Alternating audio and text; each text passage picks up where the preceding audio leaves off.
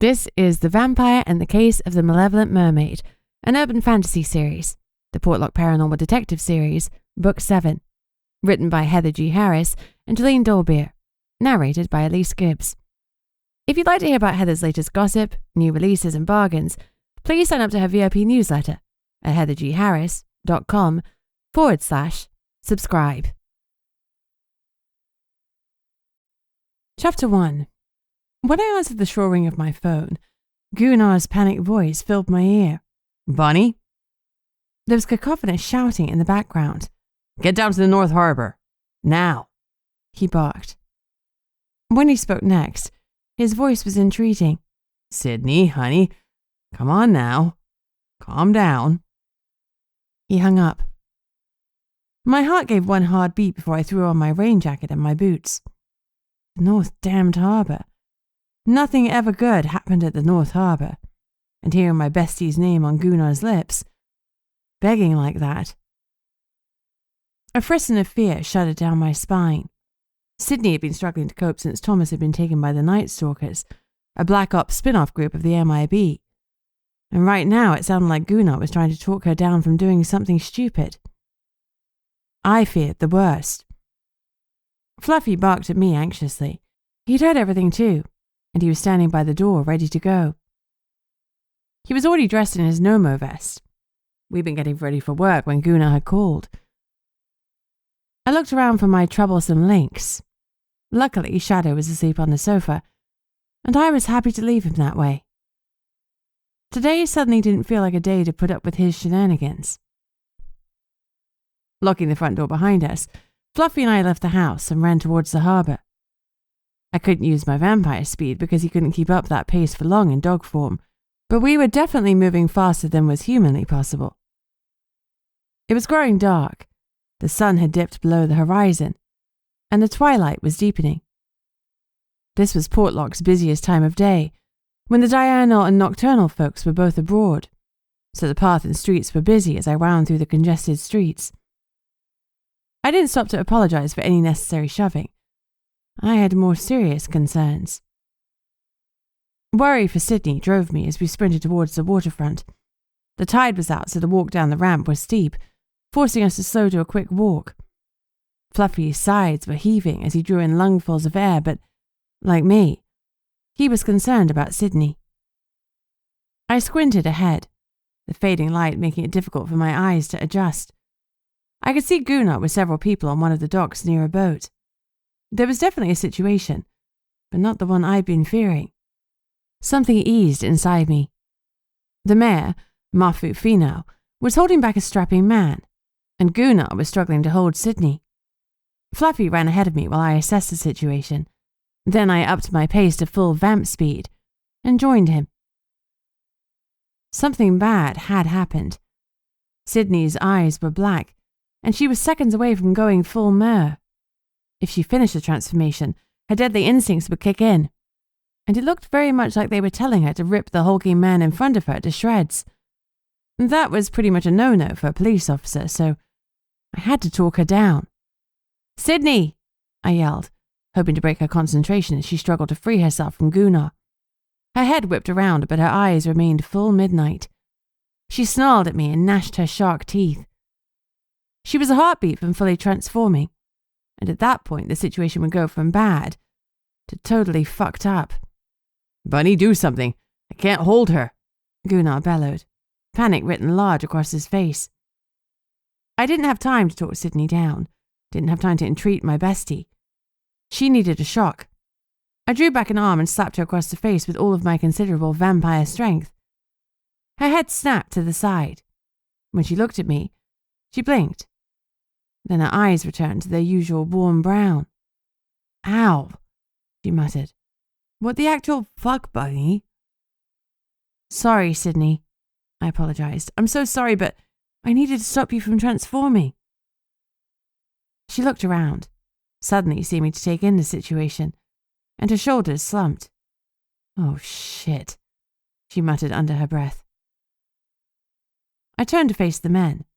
The mayor hadn't released his charge, so I asked calmly, "What's going on here?" The man in Mafu's grip lunged forward, and I saw that his eyes were also mer-black. I took a step backwards out of reach and studied him. No, I didn't recognize him. I stared at the mayor. If the guy he was restraining was mer like Sidnee, I couldn't believe the strength it must be taking to hold him in place. Gunnar had been visibly struggling with Sidnee, but the mayor made controlling this chap look effortless. Mafu was a big, bulky man, rivaling Gunnar in size, but the man was almost his equal.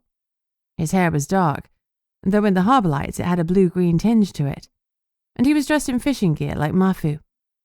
They both looked like they'd just walked off a boat after a trip out. The mayor shook his prisoner. "Stop it, you dumbass, or I'll let her take you to jail." His tone was familiar and resigned. He obviously knew the man in his arms, but the edge to his voice said he didn't especially like him. "Stop it," I echoed. "Or I'll bitch slap you into next week, too." The man snarled at me, but moments later, his eyes went from full black to dark blue. He appeared to have far greater control over his shift than Sidnee, which made me wonder if he'd started the whole confrontation on purpose. I studied him. I couldn't quite place his heritage.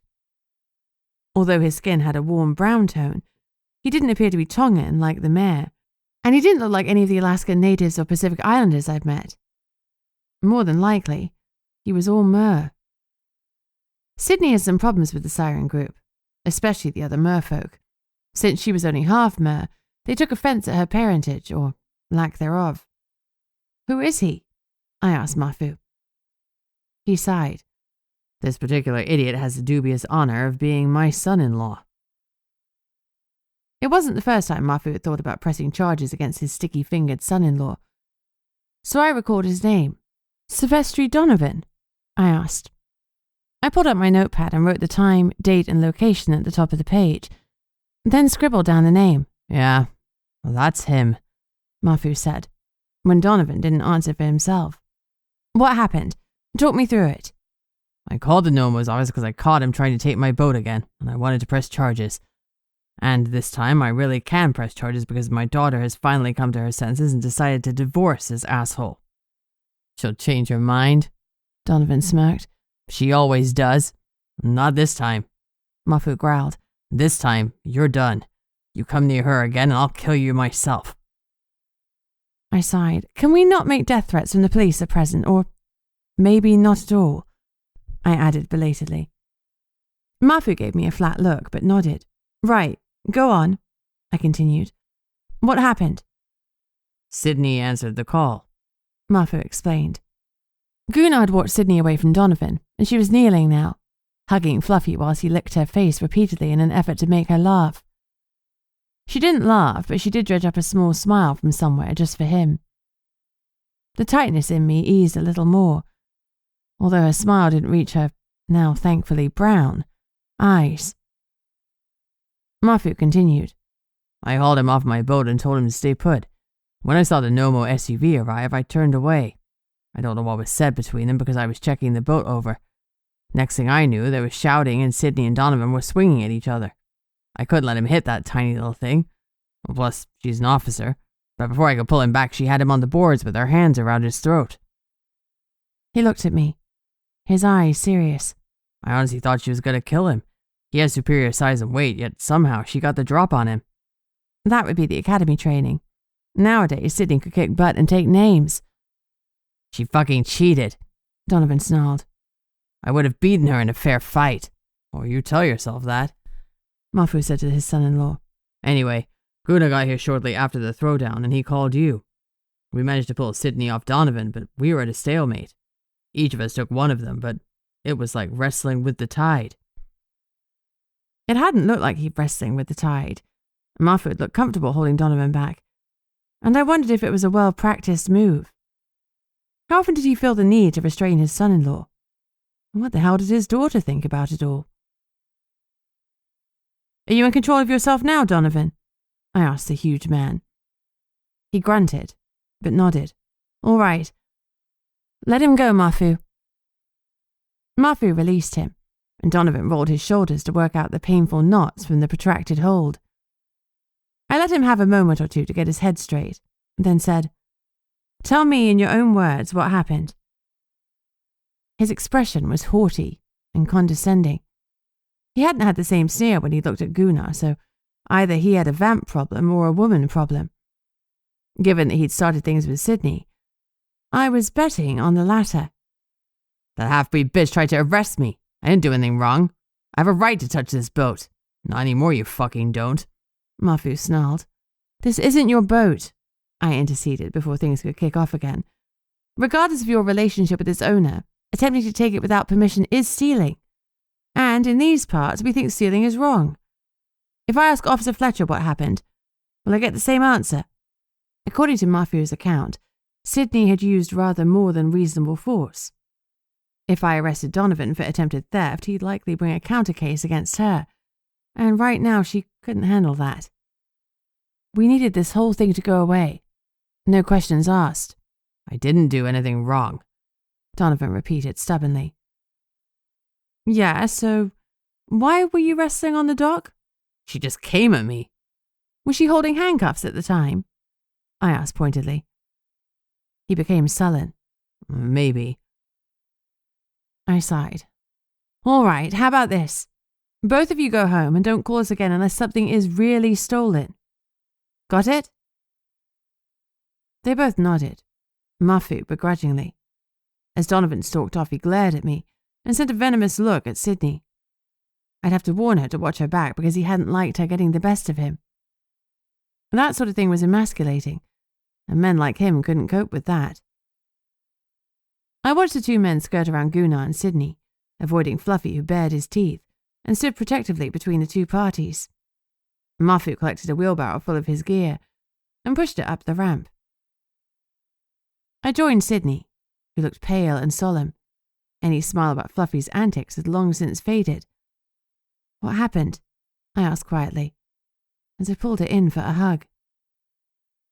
She took a shaky breath in the crook of my neck before squeezing me and stepping back. "The usual," she sighed. I talked to him about the call, and when I told him I'd have to take him in for questioning, he started on the whole half-breed stuff. He said it to me 1,000,000 times, but I just... Her voice broke. "Well, I lost it, Bunny. I finally lost my temper." Her eyes were wide with panic and remorse. I think I really would have killed him if Gunnar hadn't pulled me off. Gunnar and I exchanged glances. Sidnee hadn't been coping in Thomas's absence, and I wasn't surprised. When the MIB had kidnapped Connor, I'd been in pieces, and that was only for a few hours. I don't think I'd have functioned at all if he'd been taken from me for any longer, and I hadn't known if he was dead or alive. 2 weeks was a long time to wait and worry. Sidnee had insisted on coming into work, but now it was fast becoming clear that she was a liability that we couldn't afford.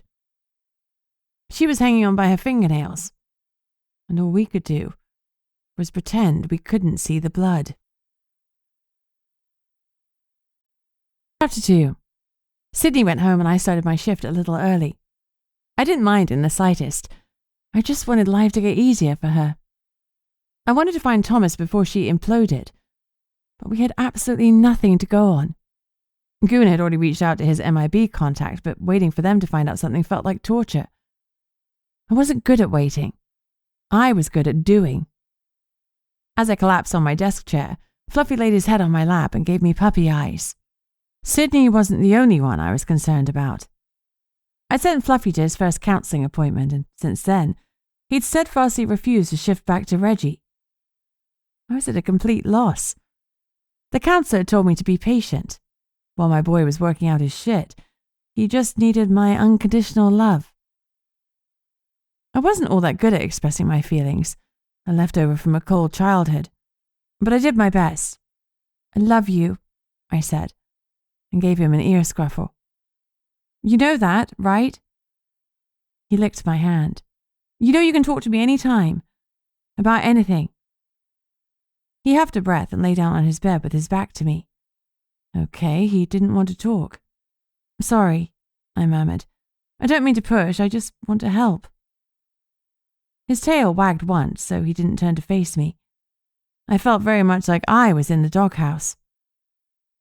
I checked my messages and took a couple of calls, neither of them urgent.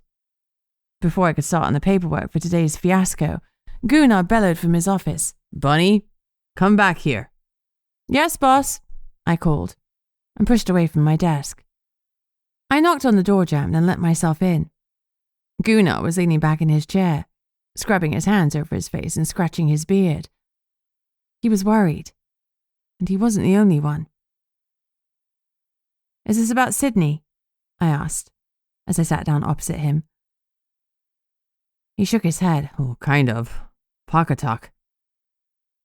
Excitement stiffened my spine. "Did you hear anything?" I asked, a little breathlessly. "No, and that's the point." He sighed. "After that foobar situation with Sidnee, I reached out to my contacts again. Well, they've still got nothing." His chair creaked ominously as he leaned forward. As he stared at me, his blue eyes stood out in sharp contrast to the dark circles of worry around them. "Nothing useful, anyway." He paused, weighing up how much to tell me, and I saw the screw it thought cross his face as he decided to divulge all. "Apparently there was a sighting of Thomas a few days ago, but when they arrived there was no sign of him. I'm not going to tell Sidnee. I don't want to get her hopes up. Even if it was him, they'll have moved him on by now." "But if it was him, that means he's still alive." I bit my lip.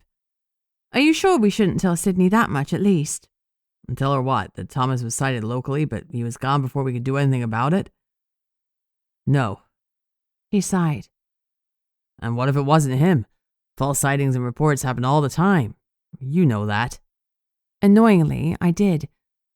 I focused on one aspect of what he'd said. "How locally?" I demanded. He grimaced. "Anchorage." My heart leapt. "We could go." "No." He interrupted me. "The Night Stalkers are using MIB bases and MIB resources, so we have to wait for my connections to do their thing. Some of them are fairly senior, and they're passing on top secret information because they think it's the right thing to do. I don't want to compromise them. If we go to the wrong side, guns blazing, we could make an enemy of the MIB. And Portlock can't afford to have any more heat. We're already the last chance saloon." My shoulders slumped. Logically, I knew he was right. But my heart wasn't logical, and I wanted Thomas home safe. If he hadn't tried to help us that day in the mine, be snuggling with Sidnee and whispering sweet nothings in her ear, instead, he was who knew where. Thomas had once been an MIB agent, so perhaps someone was working to protect him and pulling strings. I didn't care how or why they did it if they kept him safe, because so far the Night Stalkers had shown no hesitation in killing supernats. I wondered if it was only Thomas's status as a human that kept him breathing. For now. Gunnar continued. "If we don't get him back soon, I don't know what'll happen to Sidnee. This is as bad as it was when she joined us after her parents had died. She was volatile then, but now she has a badge too. It's a bad combination." We both knew that he was thinking about benching her, but doing that would probably break her even more. And there was only so much she could take.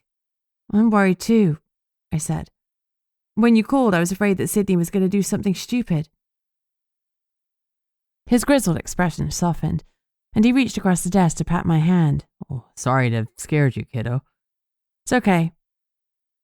I twisted my hand to squeeze his back. "She's okay, that's all that matters." "Yeah." "Thomas is the most capable human I know," I went on. "He's been in the MIB as an operative, and he can handle himself. I'd be surprised if he hasn't got a plan to escape. He's probably just waiting for the right moment." I prayed with all my might that my words were true. Gunnar nodded. "He's a tough son of a bitch with a level head on his shoulders.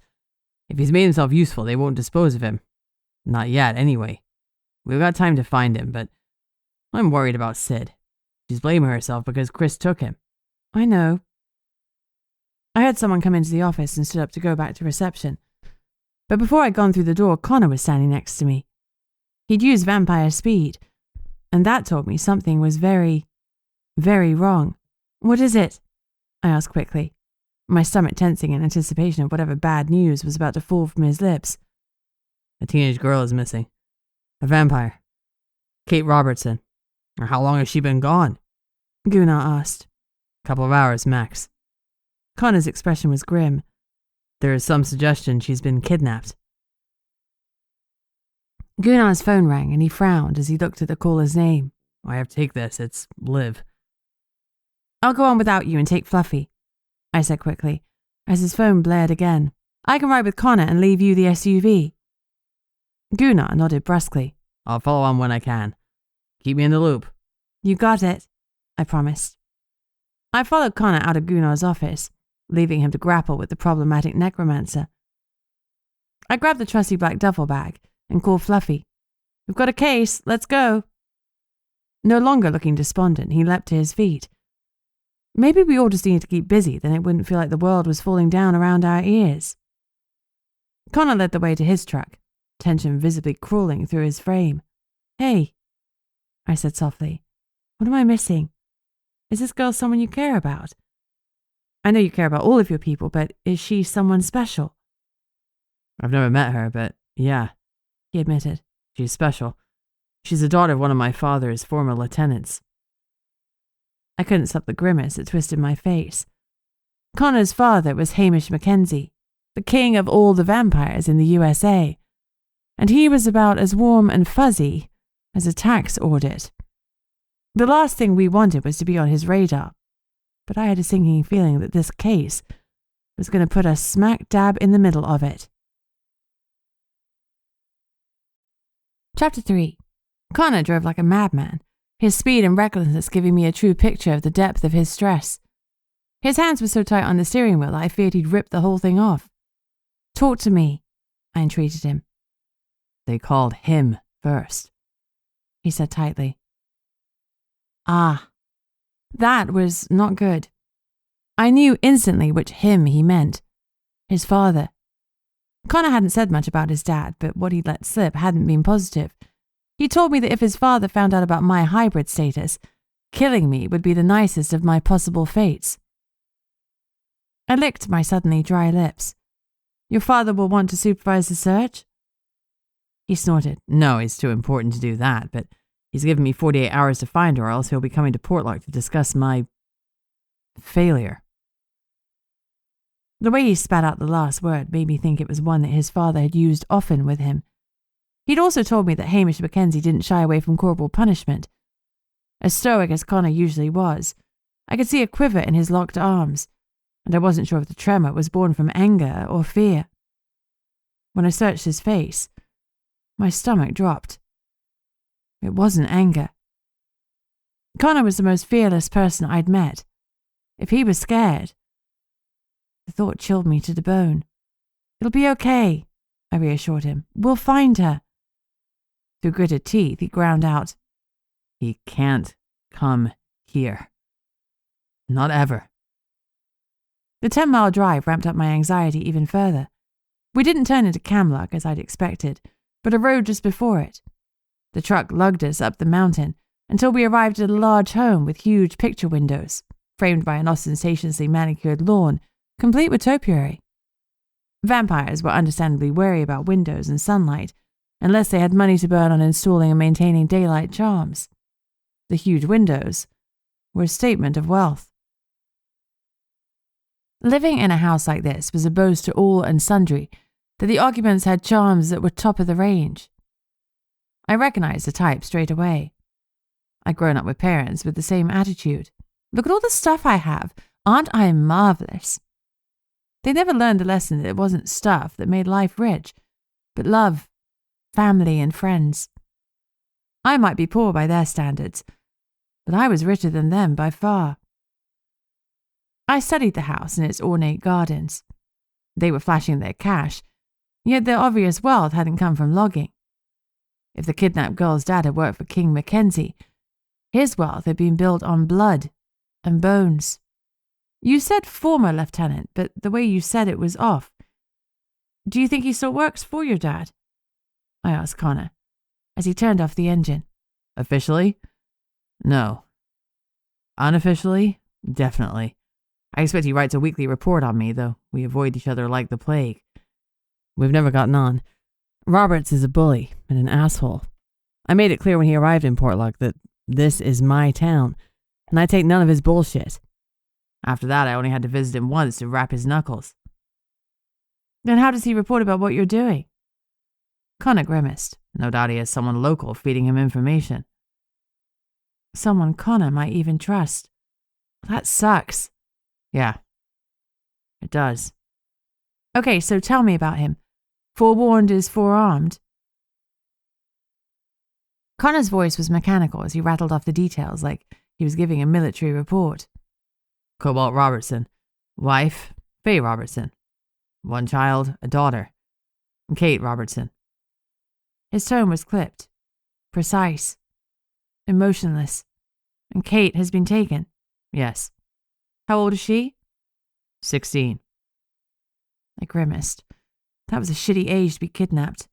Not that there was a good one. Still, I'd seen some horrible things happen to girls at that age, both in the club scene in London and here in Portlock.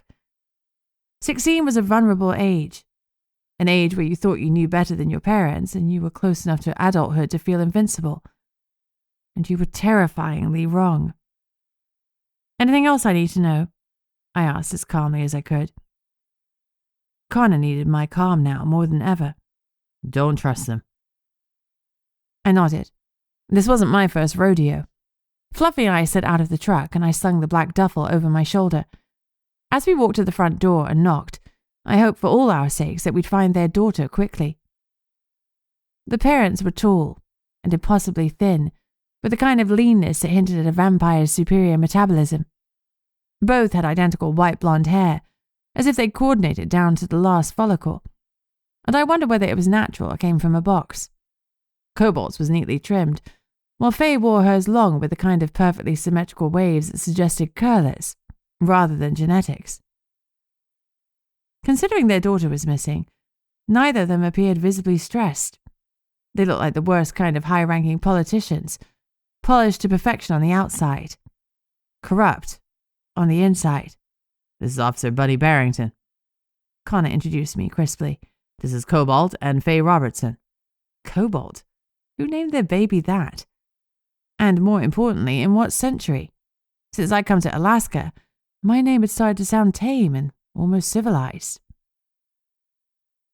Robertson looked to be in his early 30s, but his eyes said otherwise. They said old. He was all firm jaw and stiff upper lip. My mother would have approved of him, which, naturally, earned him a black mark from me. Faye was clasping her hands tightly in front of her, her knuckles white, suggesting she was stopping herself from wringing them in despair. Okay, so there was some emotion there, which was a relief. They looked colder than ice, and with a daughter missing, you'd have expected some heat, some panic, some worry, something. They led me into a sitting room, magazine perfect and just as soulless. I couldn't help but compare it to Gunnar and Sigrid's home, which was so full of love and warmth and dotted with trinkets and photos of Stan and Sidnee. In this house, a blanket was draped artfully over one arm of the sofa, the folds just so. The paintings were of flowers and complemented the grey tone of the walls perfectly. There was nothing personal. No trainers kicked off in a corner, no tablet or half-finished homework. No sign that Kate existed. Connor sat next to me on the cream sofa, and the Robertsons took the identical one opposite. "Can I get you a drink?"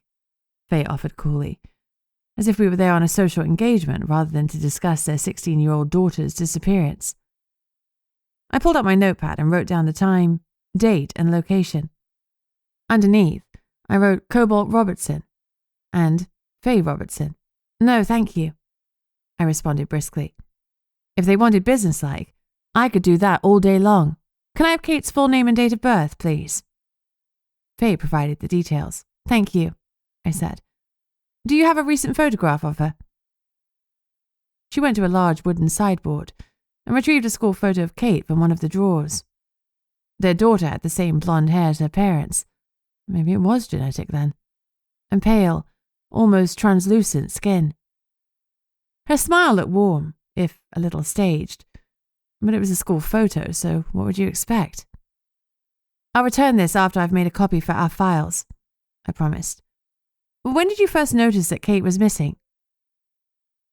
Faye started to speak, but Cobalt interrupted her. 2 hours ago, he said firmly. but we think she was taken last night. Where was she? The girls were upstairs in Kate's room, Faye answered. Girls? I asked. Plural. Yes, Kate had her best friend sleeping over. A shifter girl from school. Can I talk to this other girl? I asked. She looked confused. No. Both girls are missing. I looked at Connor, who appeared as surprised as I was. He glared at Cobalt, whose eyes had hardened even further. Ah, the other girl was disposable, whereas his daughter was not. Chapter 4. I struggled to keep my composure as my irritation with the two pristine vampires threatened to bubble over. They hadn't even reported the other girl as missing. Unbelievable. What's her name and who are her parents? I snapped. Cobalt Robertson stood up. We don't have time for this. Come with me. I'll take you to Kate's room. I stayed in my seat, pen poised, then looked at Faye and raised an eyebrow. Her name, I repeated, my voice harsh. Her parents. Faye flushed and looked at Cobalt before she answered me. Her name is Celestine, but she goes by Essie. Essie Kalik. She's 16, like Kate. They're best friends. And Essie's parents?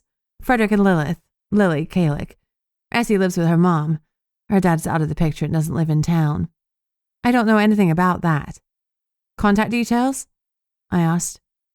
Faye gave me Lily's mobile number and her address, which I made a show of noting down even though they were already burned into my memory. What happened? I asked. We'll show you, Robertson snarled. I want your impressions before we go into the scene, I explained with a patience I didn't feel. Have you noticed anything out of place? Stolen? Broken? Anything like that? They looked at each other, then shook their heads.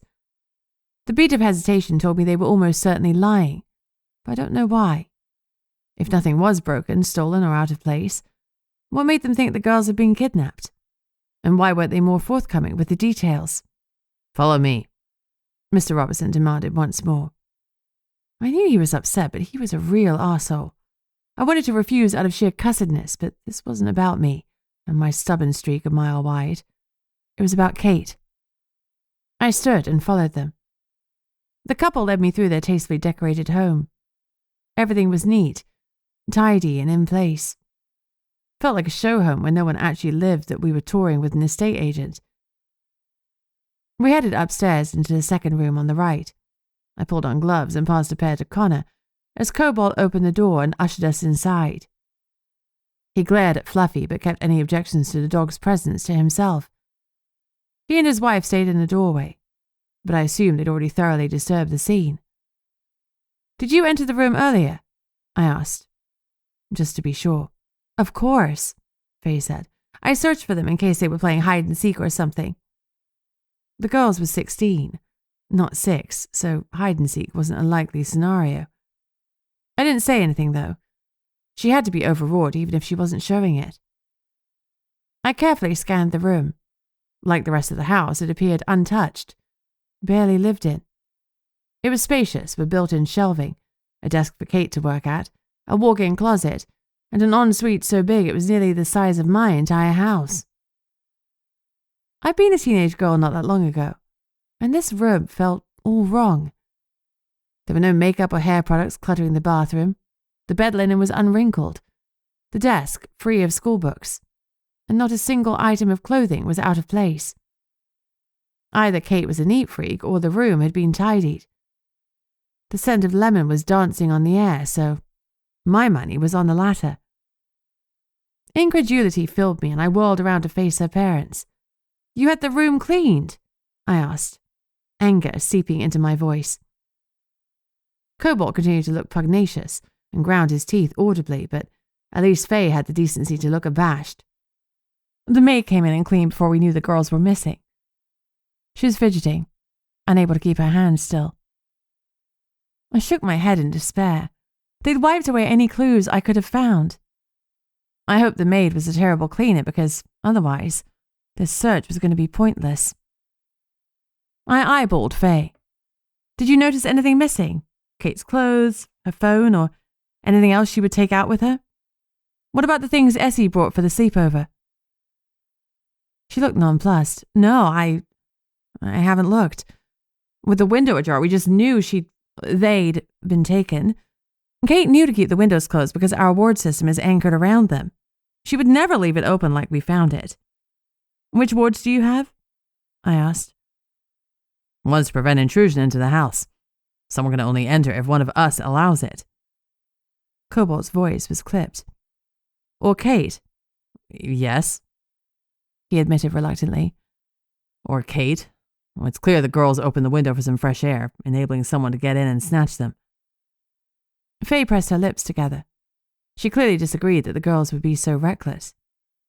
If the girls didn't open the window themselves, how hard would it have been to breach the wards and open it? I asked. It would have required blood, Cobalt said tightly. A sacrifice. A necromancer could break it. Yes, but no one else, and Liv and I have an understanding. She wouldn't lower our wards, and she's the only necromancer in town. She was? I hadn't realized that. I pressed. So, which is it? Either the girls left the window open or Liv broke the wards. They've been taken, Faye wailed. Kate would never leave the window open. Cobalt grimaced. Another necromancer could have come from out of town, he suggested. Or the girls opened the window. Teenagers can be reckless. He wasn't wrong, but even so, the strength of the wards and their subsequent failure tallied more with the kidnap column. Come with me, I instructed Faye, and led her to Kate's walk-in wardrobe. Let's see if you can see any clothing missing. My eyes widened at the color-coordinated spread of outfits. Whoever their maid was, she wasn't a slouch. They looked like they'd been sorted by a professional organizer. At least that should make it easier to determine if anything had gone. Biting her lip, Faye looked around. The clothes she was wearing last night are gone. She was dressed in jeans and a medium blue sweatshirt with a faded Portlock Days logo on it and matching ankle-high extra tufts. She grimaced at the mention of the unfashionable yet oh so practical footwear. And what was Essie wearing? She shrugged. I'm sorry, I don't remember. Something similar, but I think her sweatshirt was a dusty pink. I can't recollect a logo or anything. I'm sorry. Not everyone had my observation skills, but Faye's lack of awareness of her child's friend struck me as uncaring. I hoped Essie's mum could give us a better description. Phones? I demanded. Kate had the latest iPhone with a bright purple cover. I haven't seen it. I don't know about Essie's phone, but she definitely had one. Did Kate carry a purse or a bag of some kind? No point asking about Essie. Faye clearly didn't recall much about her. I noted the lack of a backpack or bag in the room. Both girls were in school, so they had to have something for their laptops and books. Yes, Kate has an old leather messenger bag she brought at the black market. She loves that hideous thing. Even the teenagers of this town knew more about the black market than I did. Typical. Color? Black, but faded and cracked. Have you seen it in the house? Faye shook her head. No. I assumed that each girl had their own bag with them, since I saw nothing in Kate's room that indicated that Essie had even been there. That tipped the disappearance back into the potential runaway column, a little. I broached my next question gently. Could the girls be out for fun? Have you ever heard them talking about a party or something they'd sneak out to? Music, concerts, that sort of thing? No, Kate would never run away like that. She knows we'd let her do anything she wanted as long as we knew where she was. And, as I've told you, the window was open and our wards were down. Yeah, and that was the kicker. But the girls could have opened the window and climbed out themselves. Still, my gut said they'd been taken, even though I didn't know why I'd reached that conclusion. I opened the window and looked down. It was large enough to step out of, and a vampire and shifter could easily make the 2-story jump. Does Kate have a daylight charm? I asked. It wasn't considered polite to ask that, but If you knew someone was a vampire and you saw them in the daylight, it wasn't hard to extrapolate. I assumed she had one, but I needed to know for sure. If someone had taken her and she didn't. One slip-up and goodbye, Kate. Yes, of course, Faye murmured. But she clutched the pearls around her neck and looked at the door to see if her husband could hear us. Luckily, Connor was keeping him busy with questions. She continued, her voice low. It's a small ring she wears on her right middle finger. It's silver with a small sapphire. I nodded, committing every detail to memory. Do you have a tracking app on Kate's phone? Most parents did, especially in families like ours. As a rebellious teen, I'd learned how to beat the system, leave the official phone behind and take a second one that my parents didn't know about. Maybe Kate had done the same. With this level of wealth, getting an untraceable burner wouldn't be hard, especially if she had connections to the black market. Hopefully, she didn't have that kind of imagination. No, we didn't need one. We trust her, her mother said. Oh boy. You could trust your kid all you liked, but that didn't mean they weren't getting up to all kinds of things behind your back. They were teenagers, and that's what they did. Pushed boundaries, figuring themselves out and testing the world on their own terms. My mum would have sworn I was an angel. Right up until I left home to be a waitress and moved into a dingy tower block with peeling paint, dodgy plumbing, and neighbours who held all-night arguments through the walls. When I looked at Connor, he gave a slight nod to indicate he was done with Cobalt Robertson. I released Faye from my questioning, and she rejoined her husband. Please get me the maid's contact information because I'll need to speak to her, I instructed her. We'll need to go over this room with a fine-tooth comb, so keep everyone out. Of course, I'll get you Jessie's details, Faye promised. The Robertsons left us alone, and I turned to Fluffy. Okay, boy, this one is all on you because we've got nothing so far. Fingers crossed for some strange scents lingering under all this fresh lemon. He set his nose to the floor, but his eyes looked as dubious as I felt. The chances of finding clues after a maid had been through were slim to none, which meant our chances of finding the girls alive were also decreasing. The clock was ticking. I feared that if Fluffy couldn't sniff something out, we'd be trading search warrants for body bags. Chapter 5. I found a discarded sock under the bed, so the maid wasn't infallible. Still, with every speck of dust gone, it was probably just a fluke. Fluffy buried his nose in Kate's bed and had a good snuffle, so I hoped he'd at least got her scent. Knowing what he was looking for, he sniffed around the room. At one point he whined, but until he shifted to Reggie, I'd have no idea what that meant. The room had been hoovered, dusted and polished. All the clothes and other teenage knickknacks were in their proper spaces. It was a completely sterile environment and there were no clues, which was depressing and worrying in equal measure. I bagged the sock, but I knew that more likely than not it was just a miss from the cleaner. Kate's laptop was still there, so I took that as well. Maybe if she had been planning to escape, the information would be on her hard drive, though the broken ward suggested this was more than a teenage lark. When I checked in with Kate's parents, neither of them knew her password.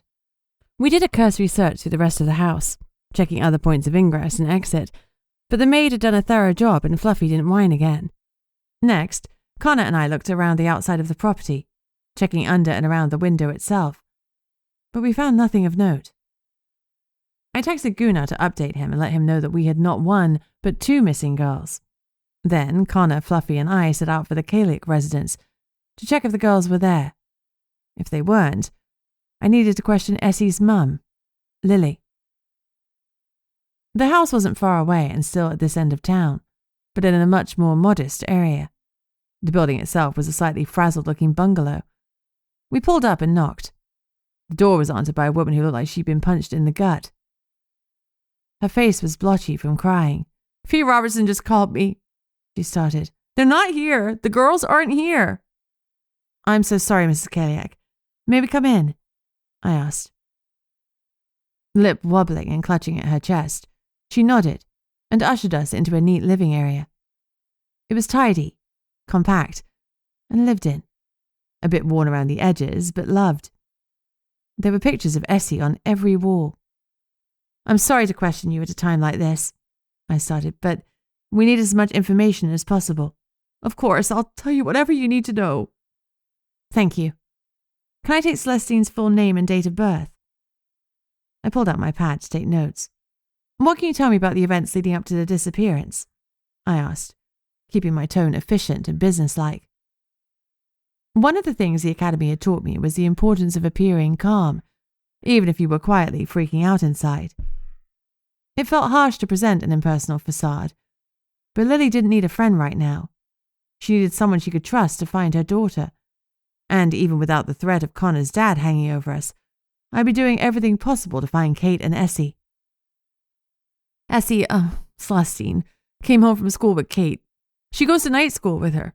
I work the night shift at the hospital, and that way we can spend time together during the day." I nodded. A supernatural town ran by different rules than a human one. Having 2 different sessions at the schools kept all the various types of residents happy. "What did the girls do before the sleepover?" "They went to Essie's room. I don't know exactly what they did, but they were planning a sleepover at Kate's, so I imagine Essie was packing her backpack. When they came out, Essie had it slung over her shoulder." "Did they go straight out to Kate's?" "No, they went into the kitchen and took some snacks to eat later.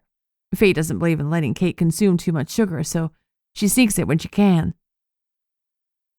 Despite everything Faye had said, Kate was used to going behind her parents' backs to get what she wanted.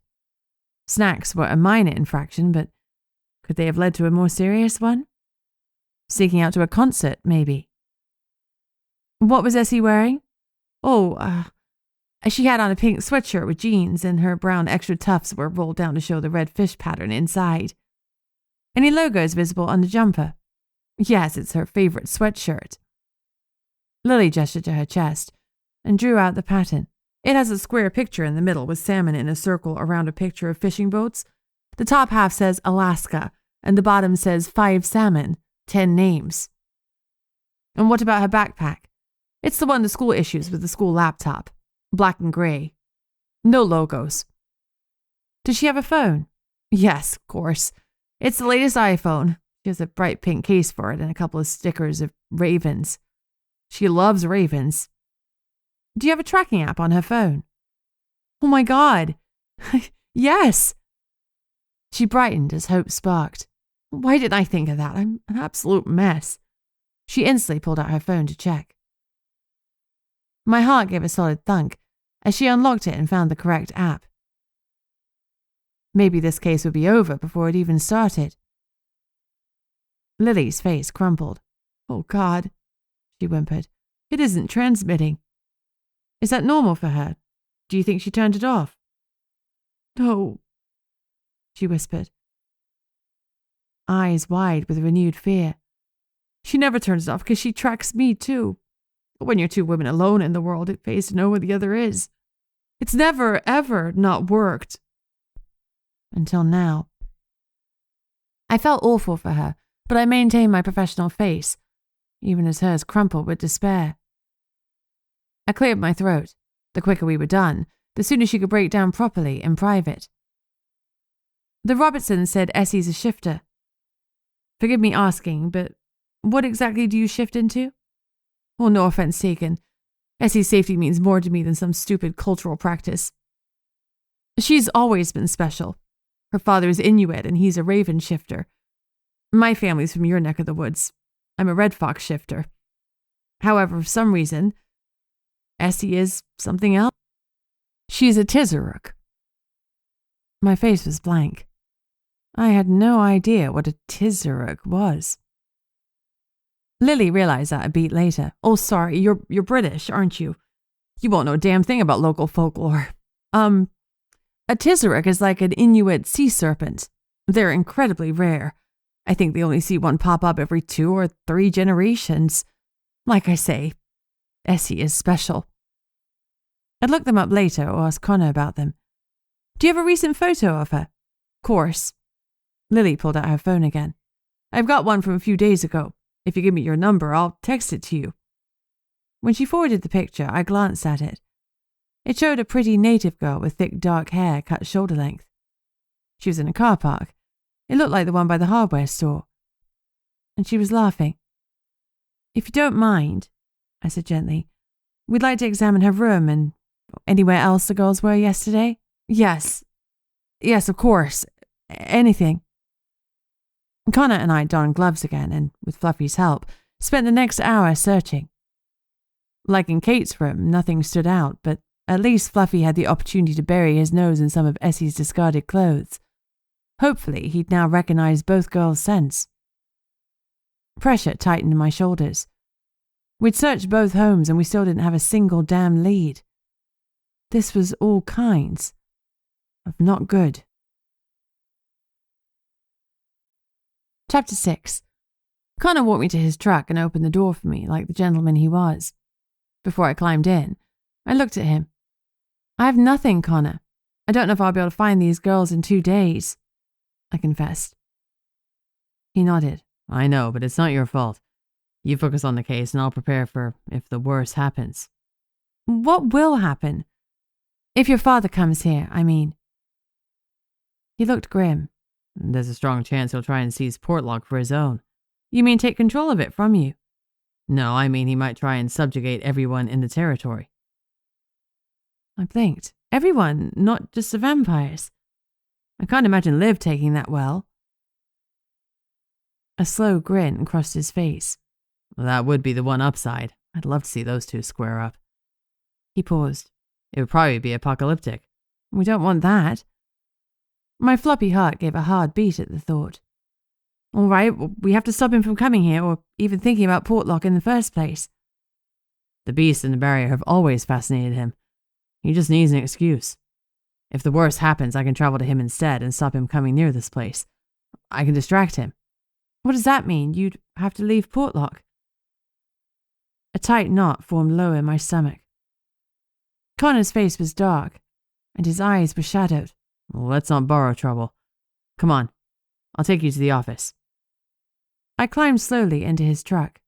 The drive to the office was silent, both of us lost in our own doom-laden thoughts. When we pulled up and I hopped out, he looked out at me. Tension in every line of his body. I gotta go, Doe. Be safe, I'll talk to you later. He gave me a brisk kiss and sped off, leaving me looking unhappily at his tailgate. I needed to focus. I'd deal with Connor's dad if and when he came to town. Right now, my priority was Kate and Essie. And if I found them and that prevented Connor's dad from strolling in, all the better. I squared my shoulders and strode into the office. April was manning the reception desk. Today her shoulder-length red hair was plaited, allowing only a flash of her few grey strands. She looked up and a welcoming smile crossed her lightly lined face.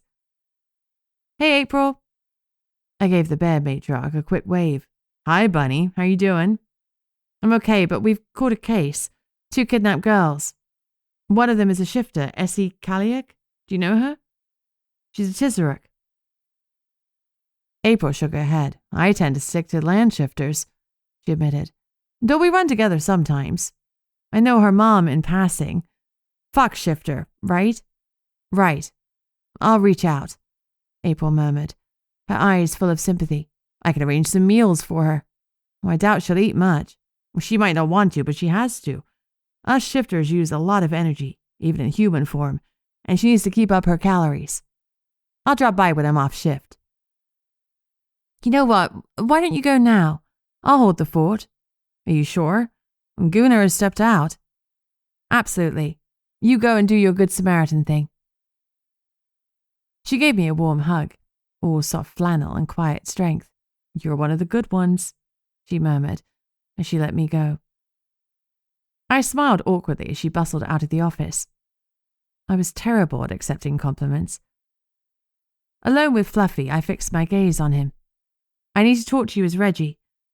I need to know what you sniffed out at the girls' homes. He whined and looked away, but moments later, he stiffened, and then Reggie was standing in front of me. If anything, he seemed younger than the first time I'd seen him. Perhaps because I had a better idea of what he'd gone through. He was still a gangly teen, all limbs and big feet, and his shoulders were so hunched as to be almost concave. My heart ached at the sight of him, so unsure and vulnerable. He looked like a puppy that still needed to grow into his paws. As always, he was dressed in black jeans, black t-shirt, and a black leather jacket covered with colourful patches. I cut his hair during one of his shifts so it looked less shaggy and more well-kept. The hair tie given him never seemed to survive the shift, so I pulled off the spare band I carried on my wrist and held it out. He took it from me and tied his hair back almost defiantly. There was something belligerent in his eyes. He was waiting for me to ask about his counselling, about why he'd spent a solid week as a dog. But I didn't. He didn't need me prodding into whatever was ailing him right now. He needed unadulterated, unconditional love. Hey. I stepped up to him and clung onto him. As I held him, his shoulders slowly dropped. Before the hug could become awkward, I gently kissed him on the temple and stepped back. Talk to me about the scents, I said. He looked me in the eye. A rare occurrence. At the Robertsons, I could smell the family, the girls and I think the maid. There were some older scents, but the most recent ones, before the maid overlaid everything, wasn't one of the usual ones in the house. I smelled it at the other girl's place too, but only near the back kitchen window. He licked his lips. I think someone had been watching both houses and was in Kate's room. His eyes were serious. I'm pretty sure they were kidnapped. My heart thudded. That the scent was also around Essie's home suggested it was a premeditated crime, rather than an opportunistic or impulsive one. Have you smelled that scent before? He shook his head. Well, at least that ruled out Chris Ubertus being here and kidnapping kids again. Was there anything else you noticed that we missed? He shook his head again. No. Thanks, Reggie.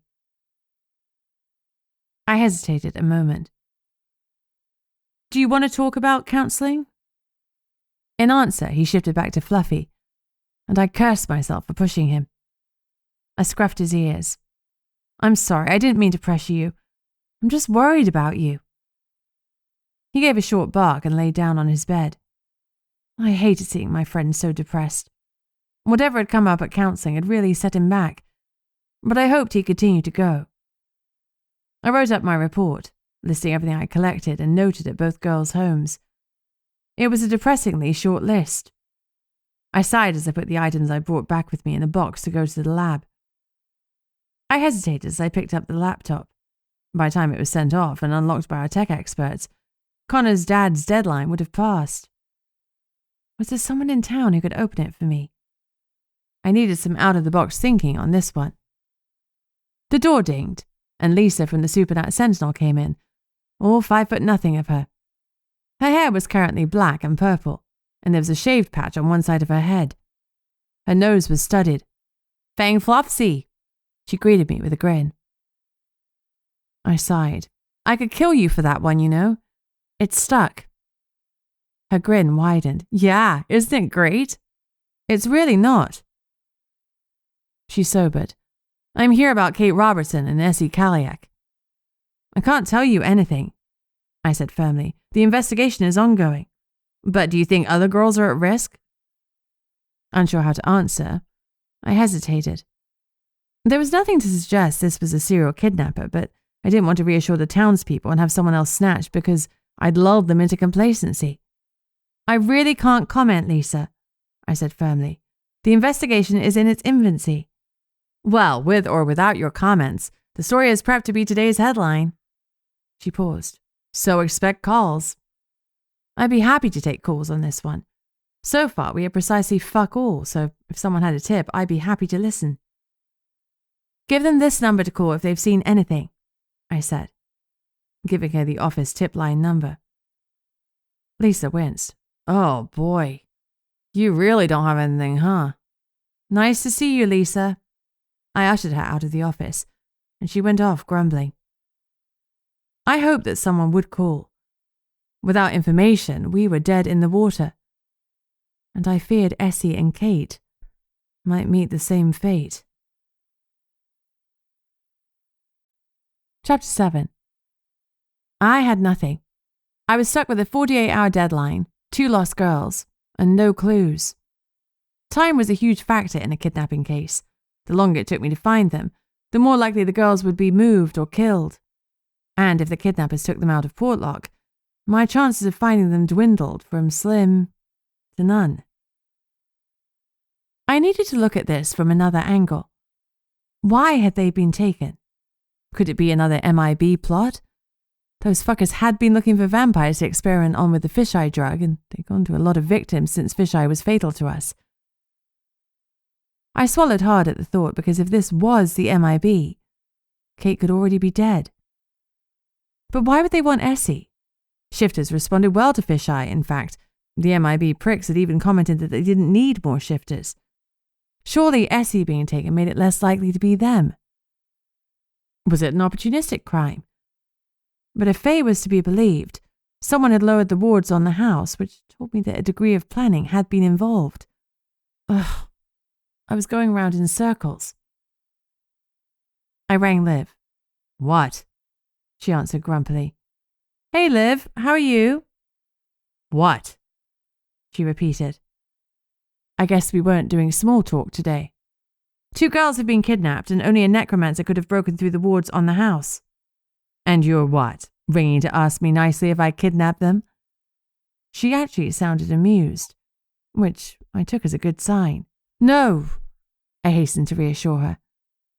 That had been partly the reason for my call, but she didn't need to know that. I'm just checking you haven't got any necromancer buddies visiting you. I have no necromancer buddies, she said, and hung up. Well, that was fun. I scribbled a note to April asking her to look for more girls who'd gone missing, although there hadn't been any since I joined the Nomo's office, unless Guna had dealt with one while I was at the academy. Either way, I needed to know. If I had nothing fresh to work on, maybe a cold case or 2 could help us. I was about to get fluffy and go for a walk to clear my head, when the phone, Wilson, rang. Officer Barrington, I answered. Bunny, it's Ernie. Could you come to the hardware store? I have a situation. He said it quietly, clearly not wanting the situation to hear him calling for backup. Absolutely, I'm on my way, I promised. I hung up and picked up the black duffel bag that contained every type of magical restraint under the sun. I wasn't sure what I'd be dealing with since Ernie hadn't been in a position to tell me. I looked at my canine companion. Come on, Fluffy, you can come with me. You might even get to bite someone. He perked up and gave me a single bark. I grinned. That's my boy. Let's go. I locked up the office, then we broke into an easy jog. Gruff on the outside and warm on the inside, Ernie had a special place in my heart. He cared more than he showed, and he made a brilliant chai latte. He was also quite old, and this wasn't the first time he called for backup. I'd first met him after Frank, the drunken bear shifter, had started trouble. That was also the first time I met Stan, when he was squaring up to Connor. It felt like a lifetime ago, but in a good way. I pulled myself out of my nostalgic thoughts as I approached the hardware store and walked in through the glass front door. Ernie was at the counter where he served coffee and chai. A large man was in his face, shouting, pushing at his chest. Ernie wasn't reacting. He was far smaller than the Goliath who was prodding at him, and he was using the counter to keep some distance between them. Just as I reached them, the man took a swipe at Ernie, who thankfully ducked out of the way. I realized the big man was drunk. I could smell the booze on his breath. This time, though, it wasn't Frank, but Silvestri Donovan, the mayor's son-in-law. Son of a bitch. He just couldn't help himself. That guy brought trouble wherever he rolled. I pulled the magic cancelling cuffs out of my back pocket to prevent him from shifting, then twisted his loose arm from behind, while simultaneously kicking the back of his knees. He collapsed like a felled tree, and I cuffed him as soon as he was on the ground. He yelled and tried to fight me, but my knee was in his back and I had a healthy dose of supernat strength, so he failed miserably. I had the upper hand, and his hands too. Stop it, I barked. You're making things worse for yourself. He'd been on the cusp of shifting and going full Mer, but the moment the magic cancelling cuffs snapped around his wrists, they drained the supernat right out of him. And his consciousness too. He lay as still as a beached whale. What happened, Ernie? I asked. Well, Donovan came in raving, trying to buy shells. I wouldn't sell them to him. He's obviously intoxicated. His mouth pressed into a grim line. Bunny, he kept saying he was going to kill that half-breed bitch. And we both know who he means by that. Sidney. Fuck. I'll make sure he gets a nice, uncomfortable place to sleep it off in. Are you pressing charges? I saw him throw a punch at you. Ernie grimaced. He's the mayor's son-in-law. There's no love lost between them, but I don't want to add to Mafu's troubles. Hits especially with public drunkenness, and that'll be good enough for me. If you're sure. He nodded briskly. I am. All right, well, in that case, any chance I could get a couple of chai lattes before I leave with the rubbish? He flashed me a grin. Sure thing. On the house. Donovan was out for the count. Even with my vampire strength, carrying him, my duffel, and the lattes would be next to impossible. Make it 3? I asked Ernie. Well, you got it. I looked at Fluffy. I need a spare pair of hands. Can you help, Reggie? I deliberately used his human name as I entreated him to help me. A beat later, Reggie was standing where Fluffy had been. Huh, Ernie said, eyes wide as he looked up from the coffee machine. Oops, I'd better make introductions. Ernie, this is Reggie. Reggie. Meet Ernie, properly. Reggie gave Ernie a shy twist of his mouth that barely counted as a smile, though he kept his eyes on the floor. Then he shouldered my black bag of goodies and waited for the chai latte I low-key bribed him with. While Ernie made the drinks, I carefully searched Donovan to make sure he had no weapons or contraband on him. He had his wallet and his phone, and that was it. The phone case was noteworthy because it had a fake plastic turd on it. Like, who does that?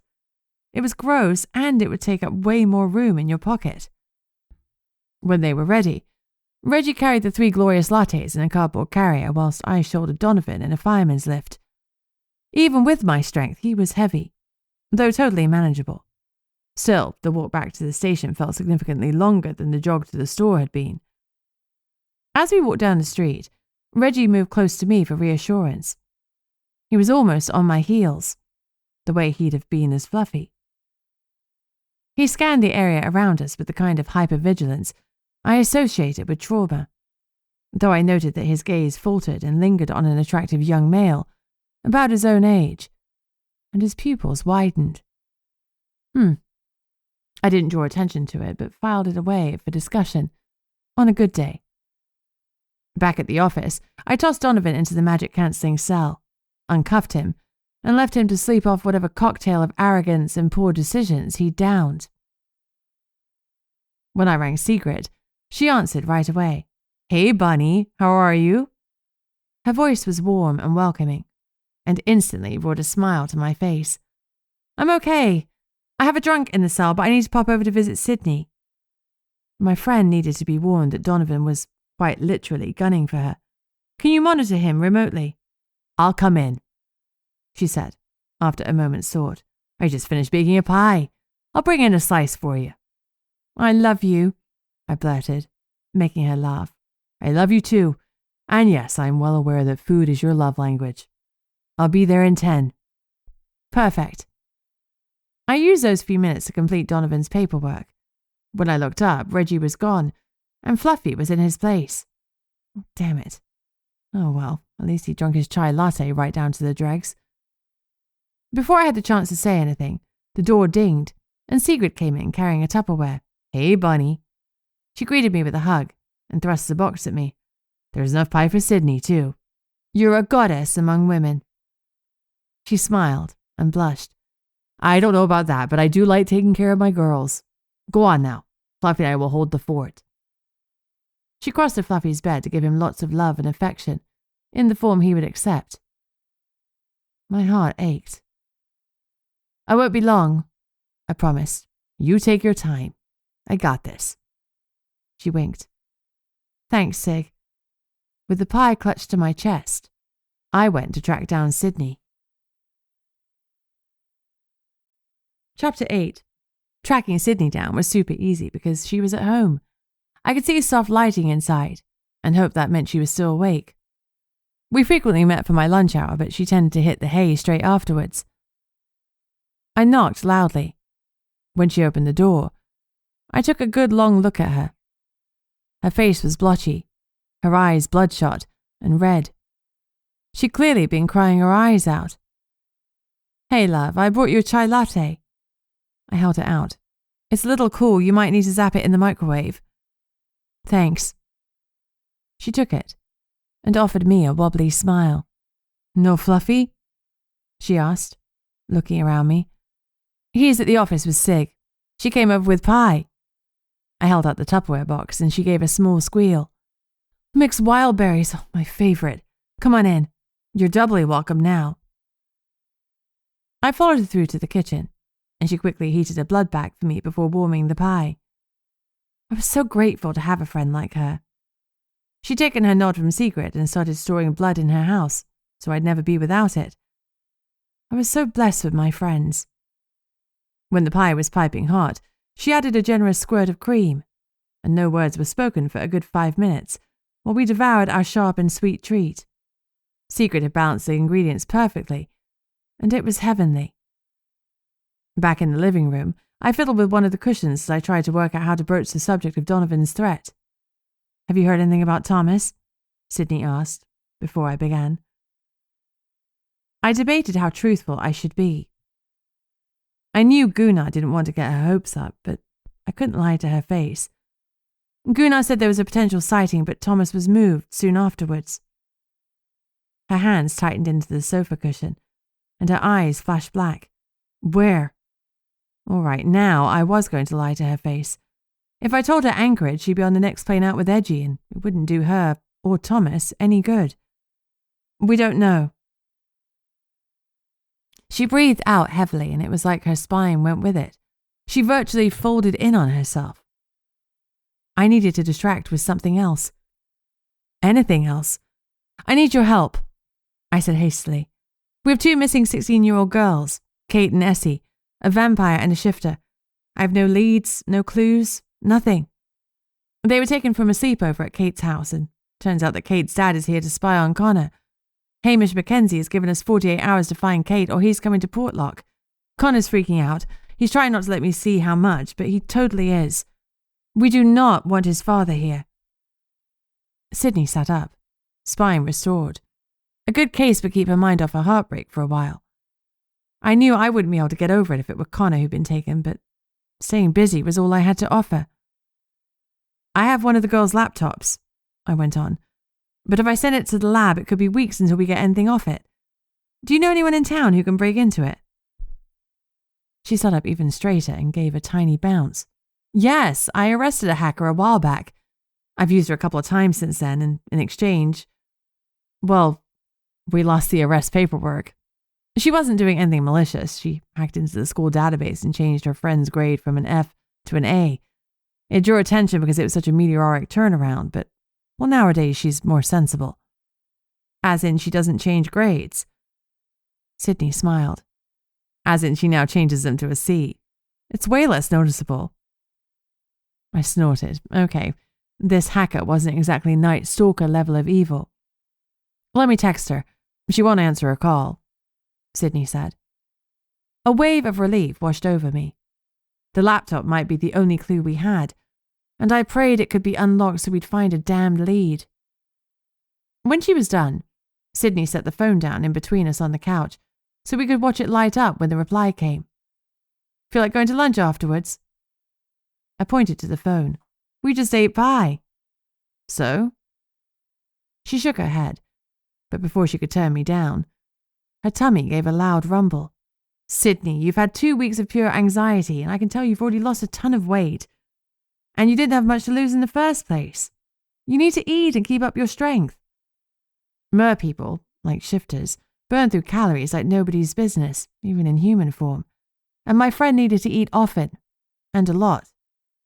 In the sea, she'd eat high-fat marine life, and on land it took a lot of human food to equal that." She looked down at the phone, but the screen remained dark. "Fine." "Great." Then, because I had to, I blurted, "I arrested that prick Donovan from earlier. He started something at the hardware store. Good. She looked pleased. I can't keep him for long since the only thing I have him on is public drunkenness. But you should know that he went in to buy ammo. According to Ernie, Donovan said he was going to kill you. Her eyes went black again. Not if I'd get him first. She snarled around a mouthful of incredibly sharp teeth. Sidney, honey, hold it together, I begged, as a chill ran down my spine. I'd need to keep a closer eye on her. This loss of control made me afraid for her. Her eyes went back to soft brown. He's threatened me before, she confessed. Anger surged through me. What? Why? What's his problem? She shrugged. Anti-half-breeds, I guess. But he's married to Mafu's daughter and she's not Mer, I protested. If they have kids, they won't be full-blooded Mer. My friend grimaced. When he's in his cups, he says he won't be procreating with her.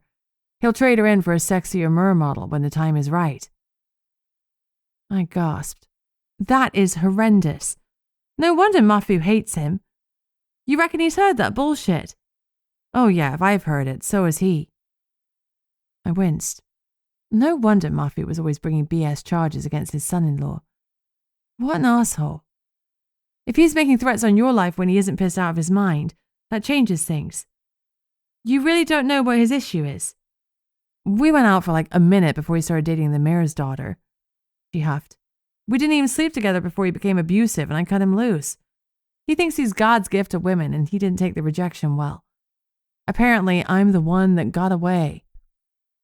He has been tormenting me ever since, calling me names, hinting that I'm a whore, spreading it around that I'm a half-breed. He's got the Mer population to hate me even more, if that's possible. She sank deeper into the cushions. Despair and loneliness dripped from her, and she angrily dashed away a tear that told me how hurt she was. My heart ached for her. Sidney was such a good person that I didn't understand how anyone could hate her.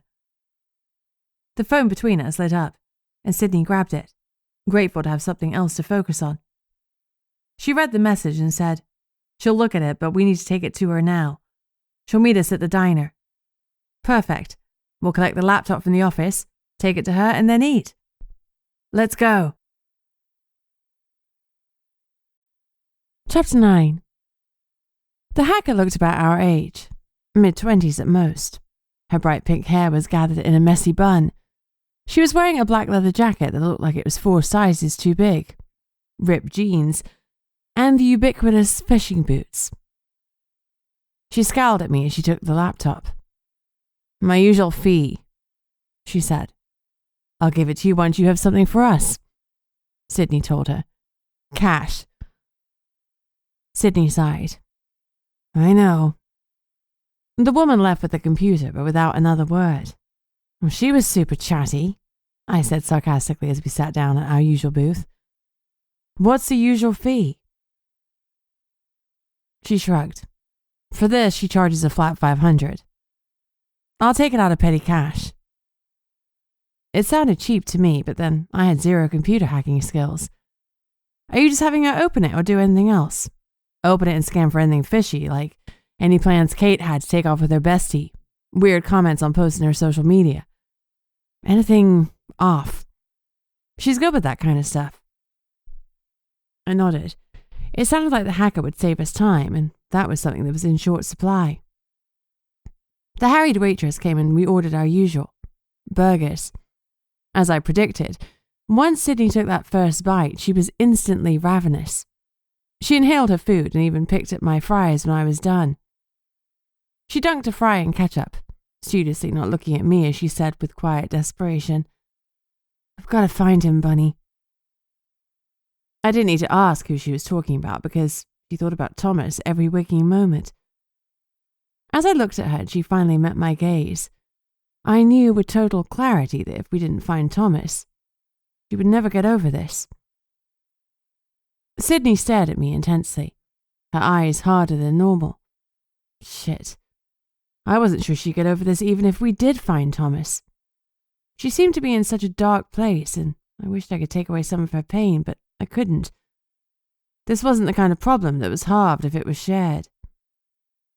I reached over to squeeze her fingers. I know, and you will. We will.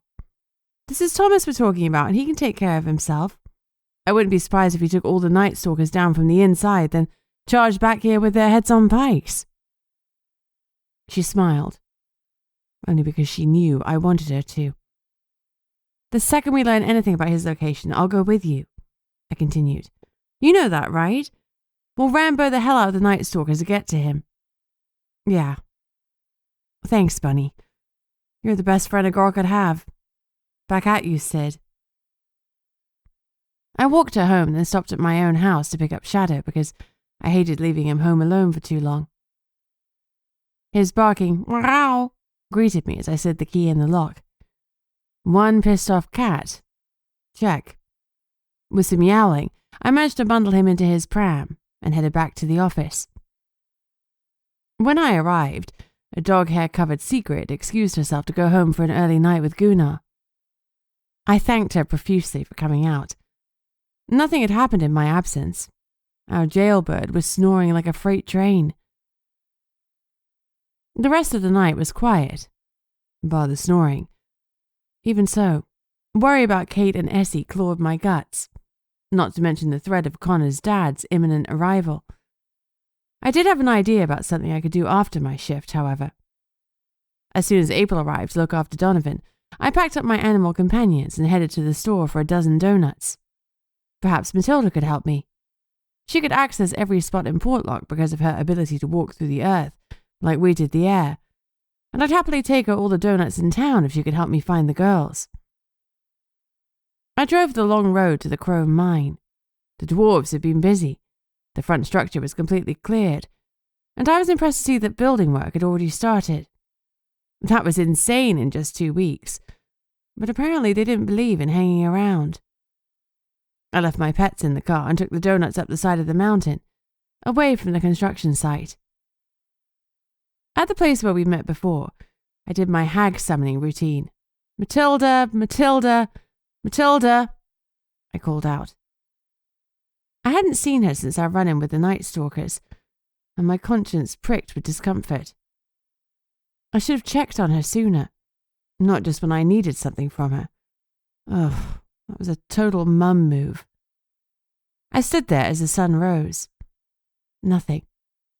I sat on a rock and called again. Finally, I shouted, "Hey, Matilda! Matilda! Matilda! I brought sugar snacks!" She rose from the earth in front of me. Her arms were folded, and her face was dialed to not happy. Her eyes narrowed as she looked at me. "Rabbit girl not nice to Matilda." Oh boy. "I brought you donuts," I said weakly. "No visit many days." My guilt deepened. She was right to be mad. In my defense, I blurted out, "I've been worrying about my friend, I'm sorry, but you can visit me too." She cocked her head. "Let Matilda into home?" I might regret the offer. I really didn't need any holes in my floor. But my Portlock friends had welcomed me with open arms, and I was determined to reciprocate. "Yes. You're welcome to come for tea any time." She nodded, and the scowl slipped from her sharp features to be replaced by a beatific, if metallic, smile, as she thrust out her hands for the bakery box. I passed it over.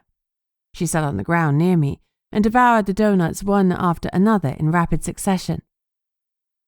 "Matilda, a bad thing happened in town. 2 teenage girls were kidnapped and taken away. A vampire girl and a shifter. Have you noticed anything odd? Seeing 2 girls together where they shouldn't be?" She polished off the last donut and licked her long fingers, steel talons and all. She shrugged. "No girls. Matilda look if Rabbit Girl wants." "I'd really appreciate it." Then, because I didn't know if she was a sight hunter or a smell hunter, I showed her the girls' pictures on my phone. "One vampire?" "Yes. One of the girls is a vampire." "Matilda find. Matilda like vampire." I was so glad she'd married one and liked me. That might help everyone in the long run. You're a good friend, Matilda. Friend? She whispered. And I wondered if I just put my foot in it again. Of course, I answered firmly. She beamed, and I shivered at the sight of her needle-sharp metal teeth. I was glad to call her a friend. I definitely didn't want to be her enemy. She could crush me where I was sitting without using those teeth and claws. She was an earth elemental, strong as rock and as persistent as a mudslide. As far as I knew, she could command the earth to rise up and swallow me whole, and that was not the way I wanted to go. I stood. I have to go, but I'll come back tomorrow. I'll bring more donuts. Matilda shook her head. No, not here. Meet at. She held out her hand, and the earth rose to form a perfect replica of the Camlock logging offices. Her powers were amazing. Okay, I'll see you there. About the same time. She nodded and sank back into the earth. She certainly knew how to make a cool exit. Chapter 10. Happily, both pets were inside my car when I returned to it because, with Shadow, that was always a gamble. The windows had only just been replaced, so I was glad to see that my feline had left them that way. I doubted the Nomo's insurance would welcome another claim so soon after the last one. Once inside the vehicle, I dialed Connor. He picked up almost instantly. Any news? I quickly told him about the hacker and my meeting with Matilda. I have every vampire in this town searching, he said. I even caught that lazy-ass bear to get his people looking. From his voice, I could tell how stressed he was. He was worried about the girls, but his anxiety over his dad was clear as well. Even so, his words made me smile. Connor and Stan had come a long way. Connor might call Stan lazy, but when the chips were down, he trusted the bear shifter to have his back. I'm glad he's helping out, I said. I should get all the groups looking. I yawned. I was running on empty. I'll call Liv and Calliope when I get home. I'm sorry to put more on you, Bunny. The sun is up and I know you've worked a full shift. I hope Matilda or that hacker have something for us soon. Me too. I paused. Connor, we will find Kate and Essie. It might take the whole town, but missing kids should be enough for people to set aside their differences and work together. We are going to find them. I believed that with all of my heart. What I wasn't so sure about was when, and in what state. I hope so. He sounded beyond weary. He'd been working all night as well and would probably continue into the day. He took his job as vampire leader very seriously. Regardless of his dad's threat hanging over him, he'd work himself to the bone for one of his missing vampires. You need to rest too, I cajoled lightly. Don't worry about me. I'm fine. Now, tuck yourself in and dream of me. I laughed. I'll wait until I'm home, but after that, you know I will. Good, I've got to go. Love you. Love you too, I said. But he'd already cut the call. I decided to ring Liv while I was traveling home. Hi, Bunny, she answered, and this time her tone was surprisingly warm. Hey, I responded cautiously. How are you? I'm all right, she said, sounding upbeat. Gunnar rang me earlier. He did? He asked me to arrange for Sally to scribe for the girls. As head of the magic users, Sally fell under Liv's protection. I blinked. He did? Damn it, why hadn't I thought of that? Well, how did it go? I asked. Not too badly. We can tell they're still in Portlock, though we couldn't get a more precise location. Sally said their images were dark, like they were in a cave or somewhere with no natural light.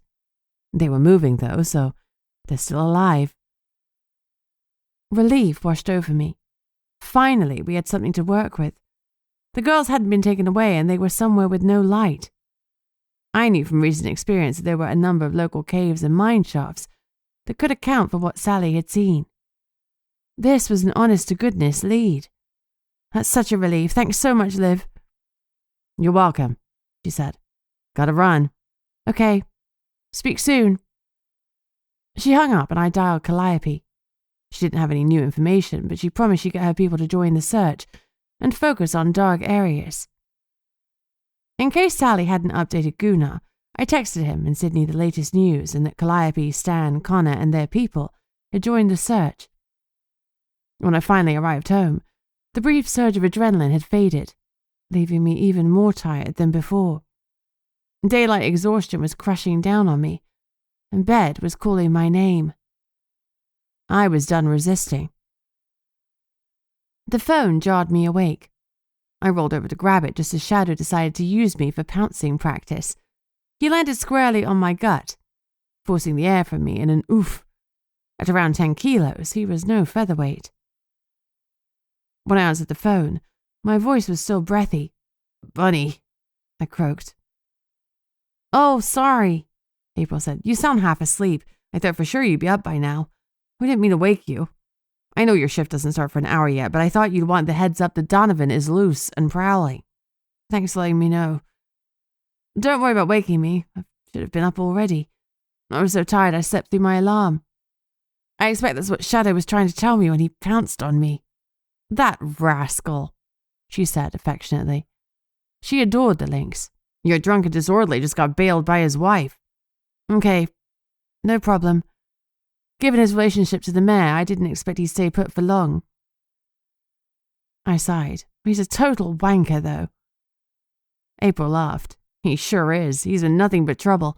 I can't believe that Havali has stayed with him. That's the mayor's daughter? Yeah, I hope she wakes up and divorces the creep before they have any children." Mafu had said Haval was divorcing Donovan, but he also had seemed confident it wouldn't actually happen. Then I remembered what Sidnee had told me. It sounded like divorce was on the cards, whether Havel wanted it or not. "Some people have to learn things the hard way," I murmured, me included. Oh, I dated and fooled around with a string of creeps, and the last one had turned me vamp against my will. I hoped the mayor's daughter followed through with her threat. Maybe then she'd find a new man as lovely as Connor. I'd so lucked out with him. "Anyway, I'll be in at the usual time," I promised. "Is Sidnee there?" "She just left. She said something about a computer." I sat up straight. Had the hacker come through? "Thanks, April," I said hurriedly, then hung up to check my texts. Sure enough, I had 2 from Sidnee. The first one said, "Going to the diner, meeting my hacker friend." The second one added, "Got a lead. Call me." I texted back, "Where are you? I'm coming." Then leapt out of bed. I fed my animals, took the fastest shower ever, and didn't even bother with a cup of tea. I just hurriedly warmed a cup of blood. I checked my phone the second I was ready to leave. "Office," Sidnee had replied. I grabbed my 4-legged friends and headed to work at double speed. When I burst in, Sidnee was standing by my desk with Kate's laptop pressed to her chest. She was nearly dancing with the need to tell me what she'd found out. I didn't even wait to get closer. I just pulled a Gunnar and bellowed, "What did she find?" As I let Shadow out of his pram, I demanded, "Well?" There was nothing on socials or in her email. My heart sank. We needed a lead. Something other than darkness. Damn it. "However," Sidnee began. My heart thumped hard. I leaned forward. "Yes?" There were odd emails and comments on Kate's social media from someone asking her friends where she and Essie would be, and when. Kate's a smart kid. She got creeped out and blocked the guy. Someone called Scott Evans. My hacker friend, Pink, tried to trace him, but the account was a bogus one set up just that week, presumably to stalk the girls. I shuddered. Definitely a premeditated snatch then, rather than an impulsive decision. "Did she tell her parents about Evans?" Sidnee sighed. "I haven't managed to speak to the parents yet. Oh, tell me we've got something." Pink tracked his IP or whatever. I didn't understand all the technical chatter. Bogus account or not, the messages definitely originated in town. Can she get any closer than that? South end of town, but nothing more precise.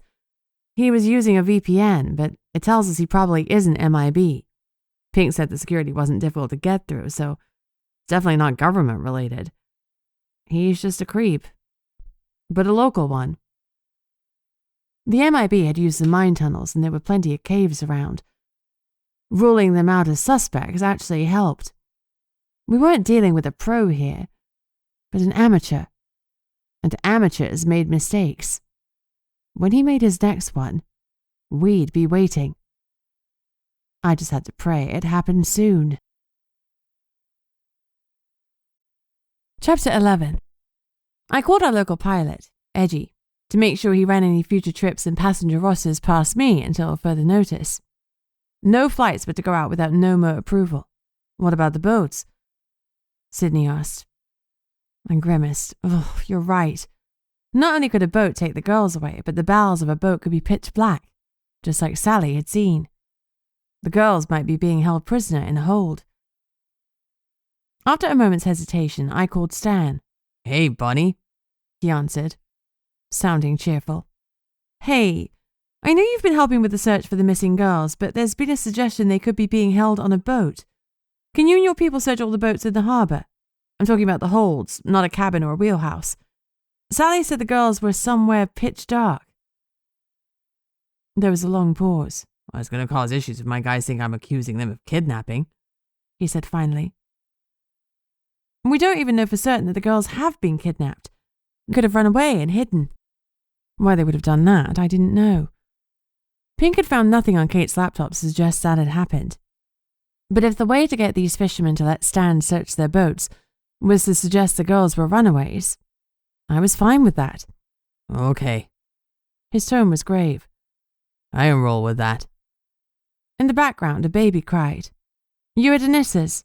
I asked, being nosy. Yeah? Can she help the search at all? In case the girls are being hidden from view magically? Well, hold on. He put me on mute while he spoke to the shaman. Moments later, he came back on the line. She says Liv is your best bet. She can smash through most illusion spells. Of course she could. Liv was going to love hearing from me again. And by now the pleasure of speaking to Gunnar would have worn off, leaving her grumpy and combative. Okay, tell Anissa thanks, I said. I'll ask Liv to help. Sally said the girls were in the southern part of town, so start with the boats in the South Harbour. You got it. Give me an hour. Thanks. I owe you. No, you don't. Essie's a shifter. We're on it, he said grimly. See you, Bunny. Feeling better because I was actually doing something, I rang Liv. 3 calls in 2 days, she said when she picked up. I feel so popular. Her tone was dry. You're my favourite necromancer in town, I started. She snorted. I'm the only necromancer in town. That must be lonely. We're a rare breed. She said simply. So, how can I help you? I explained the situation and added a bit of flattery, telling her that Anissa had said she was the only one powerful enough to help us. Well, she said, clearly preening, I suppose I can help. I'm nearly finished embalming Mrs. Staniak. Give me an hour. Perfect. Stan will meet you at the South Harbour. She grunted and hung up. Some days I thought she was warming to me. Other days, not so much. Liv was a law unto herself. Since I was calling prickly people, I decided to tackle another one. I took a deep breath and called the mine supervisor, Leif Erikson. What? He answered tersely. Since he was dispensing with the niceties, I took the same approach. A vampire and a shifter are missing. 16-year-old girls. We have reason to believe they are confined somewhere dark. And you're accusing us? He snapped. No, not at all. But I'd like you to check the mines. Lady, do you have any idea how big these mines are? We're talking at least a week of crawling around in the dark. And you may recall that we're knee-deep in reconstruction from that last little disaster. He sneered. I do recall, I said tersely. I was there pulling bodies from the rubble, scraping every drop of blood from the earth so that you could give them their final rest. There was a beat of silence. That you were, Leif said finally. Fine. We'll look for them. He hung up. I blew out a breath. That could have gone better, but then again, it could have gone a lot worse. I rested Wilson back in his cradle. Fun call? Sidnee asked. Leif Erikson. He said he'd help look for the girls. Gunnar ambled into the office. Ladies? He greeted us. Sidnee went to hug him, which gave us all pause. They had a complicated relationship, but at work, she always kept things professional. That she needed a hug spoke volumes about her mental state. The mystery of the girl's disappearance might be distracting her a little, but it was clear she was still desperately lost. I hated seeing her like that. Gunnar and I exchanged concerned looks over the top of her head. We needed to find Thomas, but we had to find the girls too. I felt torn, but at least the girl's case was fresh and, more importantly, it was here. I had to focus on what I could control, and right now, that was the search for the missing kids. It was a good idea to get Sally to scry the girls, I said to Gunnar. I'm annoyed I didn't think of it. You're not used to magic being your go-to option. Besides, Sally isn't always here, and she definitely isn't always available. She's a great scryer, but it takes a lot of energy, and it's often a one-time deal. She won't be able to check for the girls again for a few days. If I made her bite at the ackpeck too soon, it might have been a wasted nibble. His tone was regretful, and I knew that he was thinking that he'd moved too early. Not at all, I interjected. We know now that the girls are somewhere local and somewhere dark. I explained what Connor, Stan, and Liv and I had cooked up between us. With the ships and plane locked down, the kidnapper couldn't get the girls out of town unless he dragged them through the barrier, and after the recent deaths, most people were now wary of crossing it. Even the hunters who regularly trotted through it were hesitating, and the barrier protesters have been noticeably quieter of late. I told Gunnar I was planning on meeting Matilda later that day at Camluck. The slight tightening of his jaw told me he wasn't enamored of the idea, but his lack of objection told me he knew it was a good one, whether he liked it or not. I'll go help Liv and Stan, Sidnee declared. My mer eyes can see in the dark far better than most. I can make sure they don't miss anything. Good idea, Gunnar rumbled. Bunny, you want to question the parents again? Make sure they haven't had a ransom request they haven't told us about? Sure. I filled him in on Pink and her findings. I'll question the Robertsons about Kate's internet stalker as well. I'll take Fluffy. He can try again now the lemon smell will have cleared and he's had a proper whiff of Essie.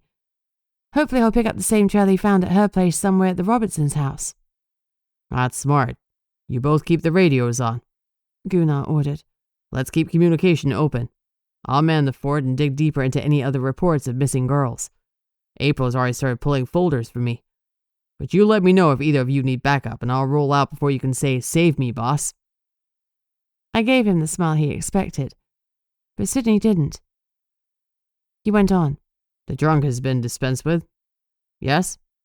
Yeah, I confirmed. Mafu's daughter picked him up this morning. So we all know what we're doing. Let's get this case moving. Yes, boss. I offered a cheeky salute, but even that sass didn't put a smile on Sidnee's face. My worry deepened. One problem at a time. I had to focus on the girls. Thomas could handle himself. Probably. Chapter 12.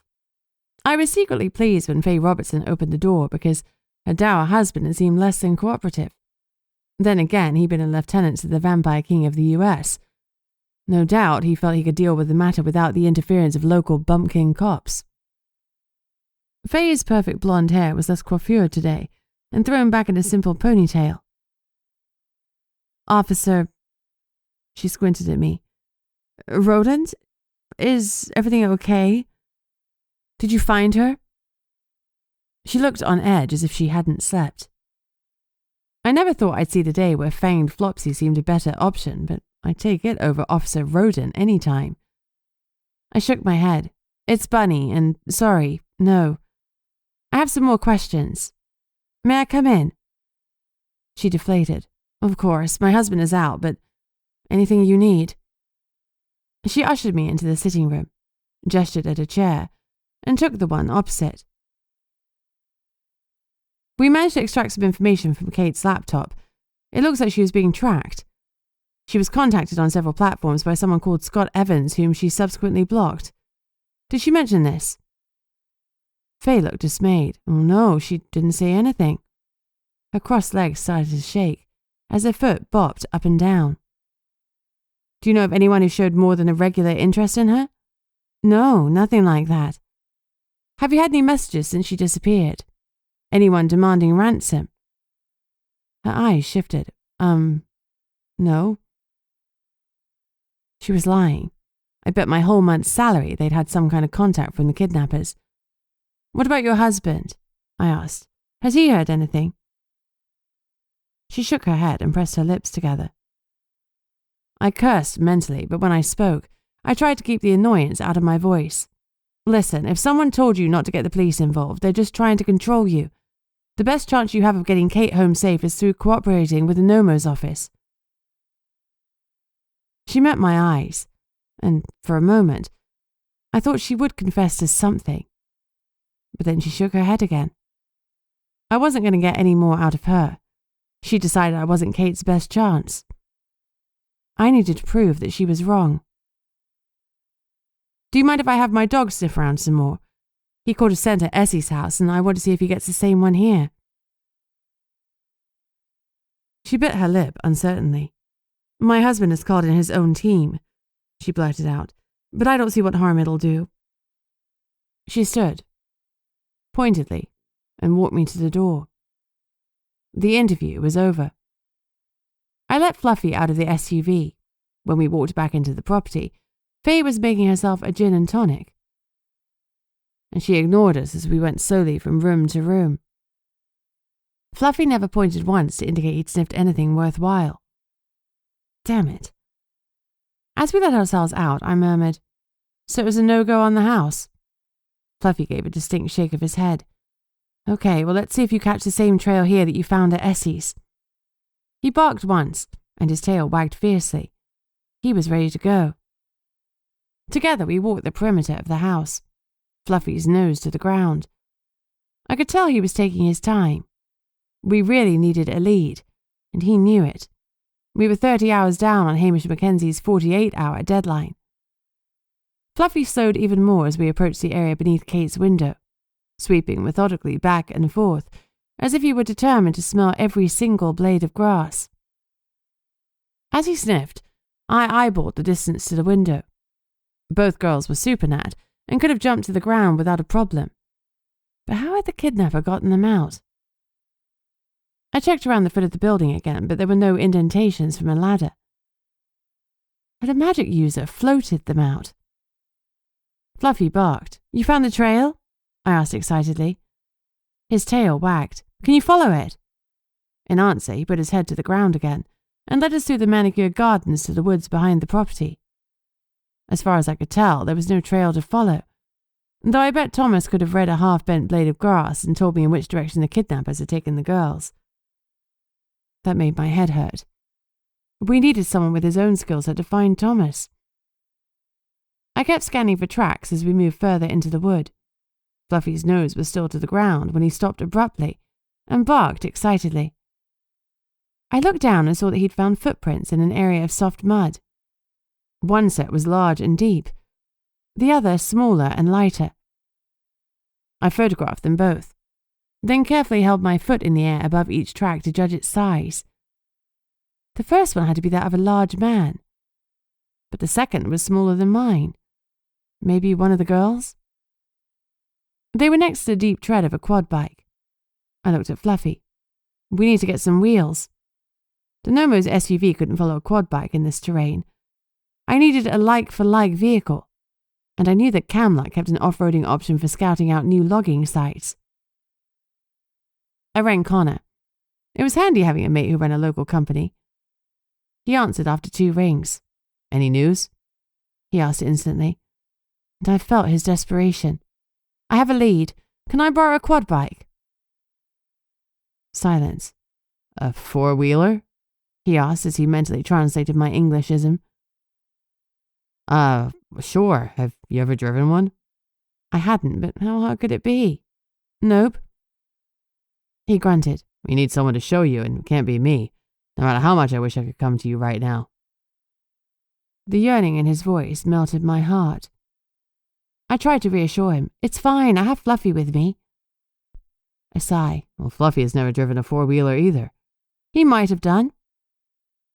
I looked down at my dog. Have you driven a quad bike? As Reggie, I mean. Fluffy cocked his head before giving it a shake. Damn. Well, okay, he hasn't driven one, but Reggie was a biker. How different is a quad bike to a motorbike? It's different, Connor said dryly. He can't teach you if he hasn't ridden one. Okay, I have an idea. A two birds, one stone thing. I'll send Parker. He knows what to do, plus he needs to spend some time with you. He's struggling. I bit my lip. I'd accidentally created a blood slave when I tried to save a young vampire's life after the chrome mine exploded.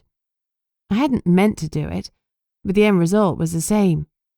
Parker would do whatever I ordered. Instantly, no matter if it went against his own wishes or his own morality. Even worse, Parker had once been a pain in Connor's butt, but now he wanted to achieve nothing more in life than to please me and, by extension, my mate. The worshipful adoration when he looked at me made me feel downright uncomfortable. Connor and I kept the whole thing secret because a vampire enthralled to me was a dead giveaway that I was a hybrid. And if that came out, I was toast. Isn't it best for him to stay away from me? Maybe it'll fade away with some distance, I asked hopefully. Connor sighed. I wish it would, but it doesn't work that way. Come to Camlock. I'll have Parker and 2 4-wheelers ready for you. All right, I'm on my way, I said grumpily. I'll load them on a Camlock trailer so you can hitch it to your SUV. Great, thank you. Be careful, Bunny. I always am. Silence. I mostly am, I amended. You rarely are, he corrected with a snort. I'll see you soon. We hung up and I looked down at my dog. Well, Fluff, we're about to have a very interesting adventure. Are you sure Reggie wouldn't want to learn to drive a quad bike? I asked, hoping the chance to do something different would coax him to shift. Fluffy barked and looked ahead. An obvious no. I sighed. Someday, pup. He huffed. So did I. We headed to Camlock. Finally, I felt like I had a direction. We were one step closer to finding the girls. Chapter 13. Even though it was only a short distance to Camlock from the Robertsons' house, Connor was true to his word. Parker and a trailer with 2 quad bikes were sitting in front of his office. He must have cracked his whip hard and fast. The thought temporarily derailed my thinking. Mind out of the gutter, Bunny. I climbed out of the SUV and offered the vampire a reserved smile. I didn't want to encourage him any more than necessary. As his eyes met mine, he lit up with a brilliant smile. He inhaled deeply, like he'd been struggling to breathe, and someone had hooked him up with gas and air. Ugh, Connor had been right. Just seeing Parker told me how much he needed to spend more time in my presence. I felt sick. I'd never meant for this to happen. I'm sorry. The words slipped out before I could censor them. For what? Parker asked. You're brilliant. You have nothing to apologize for, ever. I winced. I'm sorry I saved you the way I did. Letting him drink my blood had been the issue. Any other vamp and he'd have been fine, but with my hybrid status, I'd created my own blood slave. It was one of the reasons why hybrids were outlawed. Yay me. I would have died without you, he said passionately. You saved my life. Please don't apologize for that. Well, please don't be upset. He looked anxious. I'm not upset, I reassured him hastily. I just didn't intend to do what I did. How are you getting on working at Camlock rather than at the mine? I like it. Connor tells me how you're doing. I winced. This was not making me feel better. Time for a subject change. Can you help me attach the trailer? He brightened. I would love to help you. Oh, boy. Parker helped me attach the trailer and I concentrated hard, memorizing everything he did. It looked simple, though lining up the hitches and stuff was a bit of a pain. Luckily, after my second try, Parker just picked up the trailer and set it down on my hitch. Vampire strength rocks, I noted. Parker grinned. A human could have done that too. The trailer's super light. He gestured to the SUV. You want to drive or shall I? It can be tricky with a trailer. I'll do it, I said instantly. A moment later, I added, "But can you help teach me if we get stuck?" "Sure thing." He beamed, looking delighted at the idea that he might be able to help me. Ugh. We climbed in and I started the engine. Turning to him before I moved off, I blurted, "Is it better for you, spending time with me?" "Much," he admitted. "It causes me physical discomfort to be apart from you for so long." I cringed. I didn't realize it was that bad. He shrugged, like his pain was of no importance. "I don't wish to inconvenience you." "You must," I insisted. "Next time you feel any discomfort at all, I want you to come and find me." He nodded. "I believe it wouldn't hurt if I could see you a couple of times a week." "We can manage that." I mentally added see Parker regularly to my to-do list. Some days the list felt never-ending. Nobody warned you how tough adulthood can be. Showering, doing laundry, cooking for yourself. So many chores just to survive. Add in pets, a boyfriend and an accidental blood slave, and my dance card felt very full. I turned my attention back to the SUV, and we motored off slowly. As we came to a junction, I slowed to a stop. Parker coached me through it. "When you pull out, start slowly and carefully build up speed. Remember to swing out a bit when you turn, and watch your mirrors." My hands were sweaty on the wheel, but I followed his directions to the letter, and then we were back on the main road. I could feel the slight hesitation in the vehicle that indicated I was pulling more weight than usual, but there were no mishaps, and soon it was time to turn onto the road, to the Robertsons' house. "Signal, slow down and make the turn slowly," Parker instructed. "Don't forget to swing wide again." Thankfully, there was no one around. I swung out and made sure the trailer didn't go off the road on the turn. My heart gave a solid thump, but before I knew it, we were heading down the road. Who knew driving with a trailer was so stressful? I'd look at the fishermen pulling their boats with more respect in the future. Badasses, every one of them. We pulled into the Robertsons' driveway and I parked up with relief. I hadn't told Faye what I was planning, and I saw the curtain on the front window twitch a little. I didn't go to the house to explain. I was pretty sure in this instance that it would be better to ask for forgiveness than permission. Parker unloaded the machines and showed me the basics. The quad bikes had power steering and were automatic rather than manual, which made controlling them a lot easier. He told me to take it easy on the petrol, and after a couple of minutes, I felt like I was getting the hang of it. Fluffy guided us across the grass to the woods, where we'd seen the tracks. Funnily enough, he hadn't wanted to ride with me. In fact, he'd sent me a very distrustful glance, as if he doubted my competence. Still, having his nose to the ground would be helpful if we lost the tracks for some reason. We followed the kidnappers' quad bike trail for what felt like a mile or maybe even 2. There only appeared to be a single track. This wasn't a well-used hunter's trail, just an asshole busting through the woods to steal 2 girls. It ended at a dirt road, where, no doubt, the quad bike had been loaded onto a trailer. I made Fluffy sniff this way and that, but he lowered his head and looked morose. The trail had ended here. Despair rose in me. Damn it, I'd been hoping the tracks would lead us directly to the girls.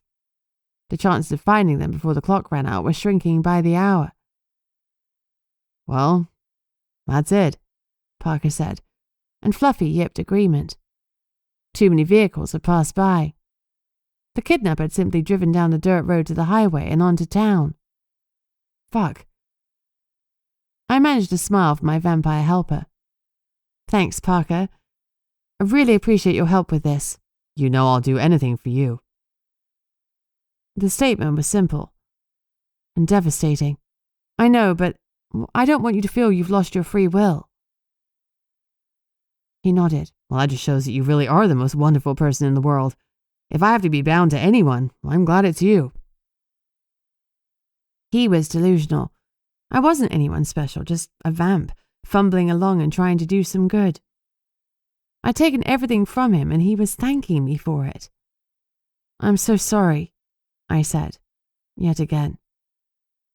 From what Connor had told me, Parker had been violent, and prone to fights and bragging before I'd saved him. With my donation of my blood, I changed him fundamentally. He wasn't the man he once was, and it was all my fault. He shook his head. Well, don't be sorry. I'm much happier now than I ever was before. I was so dissatisfied. Now I find great joy in helping you. I sent him a watery smile. The stress was getting to me, that was all. I was tired. We rode back to the Robertsons' house and loaded the quads back on the trailer. This time I let Parker drive us to Camluck. I proved to myself that I could do it, but that didn't mean that I'd enjoyed it. And life was too short to do shit you hated. Okay, so, as a vampire, I would probably have a very long life, but either way, I asked Parker to drive. At Camluck, we unhitched the trailer, and I went to the office to see if Connor was around. I needed to see him like I needed to breathe.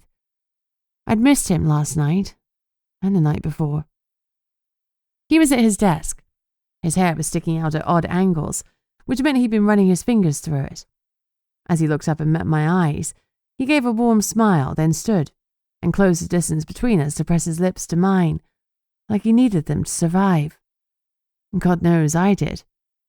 I pressed against him and gave a happy sigh when we finally parted. All right? He asked me softly. His eyes showed the strain he was under. He was clearly run ragged, and the threat from his dad was hanging over him. I smiled. Better than you, I reckon. I jostled his hip. I'm all right. Liar. Any leads? He tried, and failed, to keep his tone casual. No, the kidnapper probably met up with a truck, so we lost the trail. That was close to the main road, so they could have gone anywhere. Connor closed his eyes. Fuck, he breathed. Sorry. Not your fault. You're doing everything you can. You can't follow leads that aren't there. I nodded, but doubt was twisting in my gut. I could remember everything, but I didn't know if I'd noticed the right thing. Chapter 14. When I arrived back at the station, Gunnar bellowed, "Bunny, get your ass in here." Feeling deflated, I dragged myself into his office.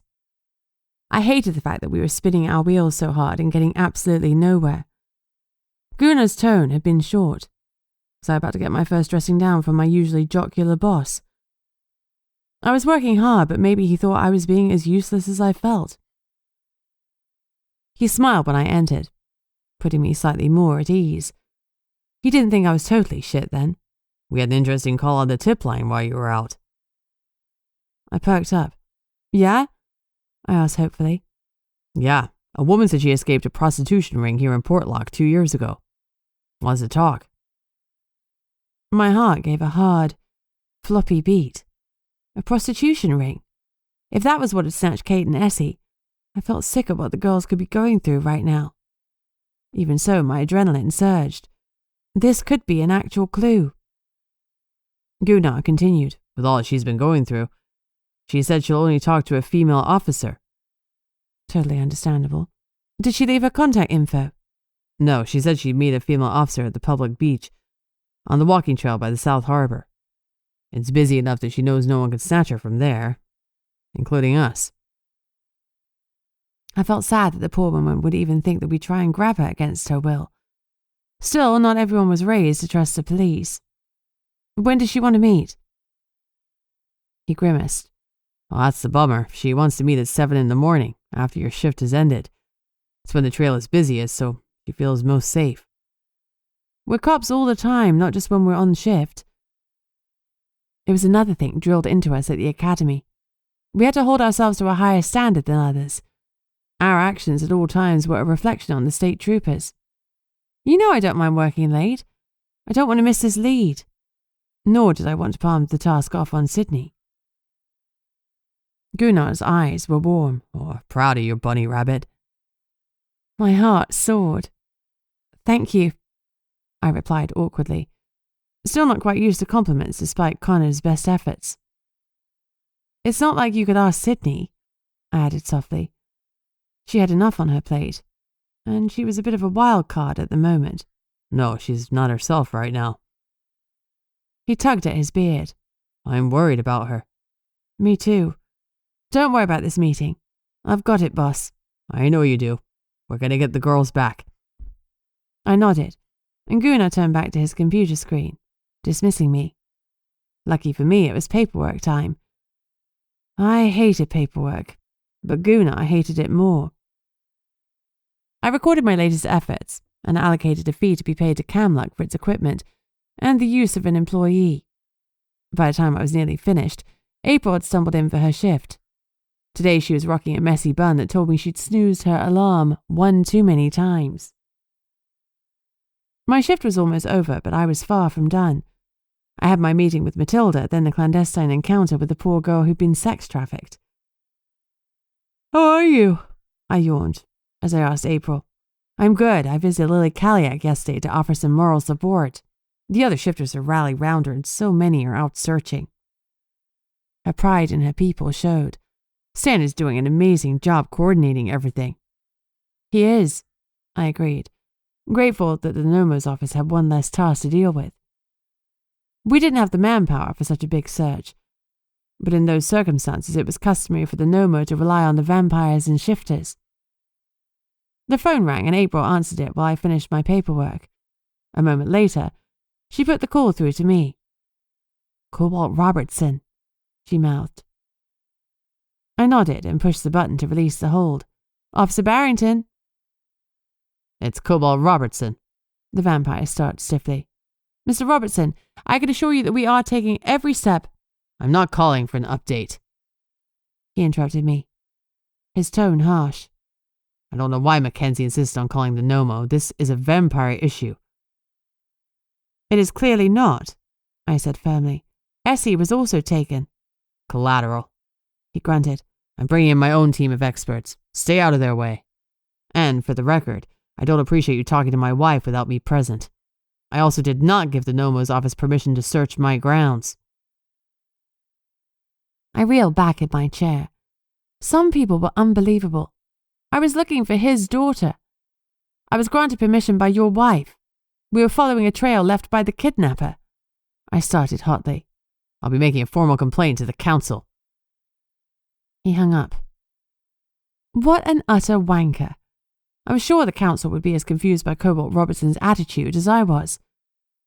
I was more worried about what he'd say to Connor's dad. Our 48 hours were nearly up, and the thought of Hamish Mackenzie coming here was enough to slide cold fingers of fear down my spine. Connor was trying to contain his emotions, but it was obvious he viewed his father as a threat both to Portlock and to himself. I gather that wasn't good news? April asked. Not good, I agreed grimly, but certainly interesting. Did you ever think a parent with a missing child would be angry that I'm doing my job? Her nose wrinkled. Not unless they're hiding something. That's what I think too. Time to do a deep dive on Cobalt Robertson. I'm happy to help with that. She smirked. He's always swanning around town with his nose in the air. He's definitely got skeletons in his closet. Then dig them up for me, April. You got it. And talking of deep dives, Gunnar and I searched back 5 years on missing girls. Found a couple, but they seem to be resolved, so I'm not sure if they help or not. I've collated our findings. She handed me a couple of printed pages. I sent them to your email as well. Thanks. I put them on the top of my to-do stack for when I was back in the office. For now, I had to pick up some donuts for Matilda. Meeting the hag without sugary treats would be a rookie error. I left Fluffy and Shadow with April and went to the bakery. Matilda was meeting me in the car park at Camluck, and I'd forgotten to warn Connor to make sure the area was clear. I called his office from the car. Bluetooth was a miracle. How the hell did it work? It was close to magic, not just Bluetooth, but phones in general. You took my voice and you connected with someone else who somehow sent back their voice instantly. Total witchcraft. Maybe one day I'd read a textbook and demystify the process. But today was not that day. My call was answered promptly. Camluck, Connor speaking. Hey, it's me. You called the office phone, Connor said in surprise. I need to make sure someone picked up. I'm meeting Matilda in your car park. Could you make sure the area is clear? I don't want to spook her. Sure, anything for you. He sounded distracted, although his answer was spot on. What's wrong? I asked. He hesitated, and I knew I wouldn't want to hear what he had to say. Well, we'll talk after you're done with Matilda. I definitely wouldn't want to hear what he had to say. I rubbed my arms to tame the goosebumps. Okay, but you're making me nervous. Well, that makes two of us, he said dryly. See you soon. He hung up. I wished Fluffy was with me. Heck, even Shadow would have been a comfort at that moment. I loved my sweet kitty, but he was downright terrifying most of the time. Even so, I needed every ally I could get. That thought reminded me just how many others were already helping. The town had rallied to find these girls, but we all knew that the longer they were missing, the slimmer their chances of survival were. Time was against us, and we were running out of it. Fast. Chapter 15. I turned onto the Camlock Road with my bakery box. As Connor had promised, the car park was deserted. I parked up, climbed out, and held out the box of donuts like it was baby Simba in The Lion King. I did a last check to make sure no one was near, then called, Matilda! Matilda! Matilda! In response, she rose up from the car park like a disgruntled mole. Her fine, twig-like hair shed gravel as she ascended, and she twitched her long, pointed ears to free them of dust. Her eyes flashed with delight as she spotted the pink box in my hands, and she snatched it from me as if it held a vital organ that would save her life. Her steel fingernails shredded the cardboard like lethal knives. Oof! I stepped back a little. She devoured the donuts in less than a minute and handed back the box, which now resembled hamster's bedding. Unsure what to do with it, I held the shreds in my hand while we talked. After licking her metallic fingernails clean of sugar, she huffed, Matilda no fine vampire girl and friend. My heart sank. I'd really been hoping for something more. The girls were being kept somewhere dark, and I'd so hoped that meant a cave system that Matilda could find in a heartbeat. Need more time, she said, when she saw my dismay. More places to search, just searched here, but nothing. I perked up as I realized I hadn't told her the results of Sally's scrying. I was spinning too many plates. If it helps, the kidnappers were traced to the south end of town, and the girls were somewhere dark. She looked at me. Dark is Matilda's friend. Matilda, look. We'll find. Do you know where I live? I asked her suddenly. I'd invited her to my house, but hadn't told her where it was.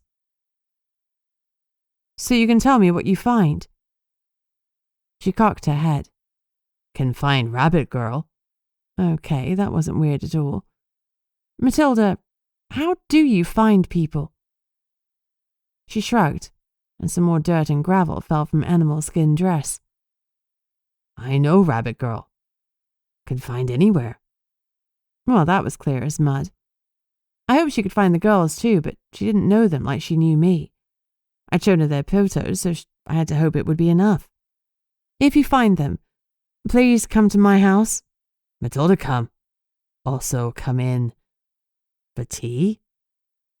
I smiled. Yes, you're welcome to visit. We could have tea and biscuits.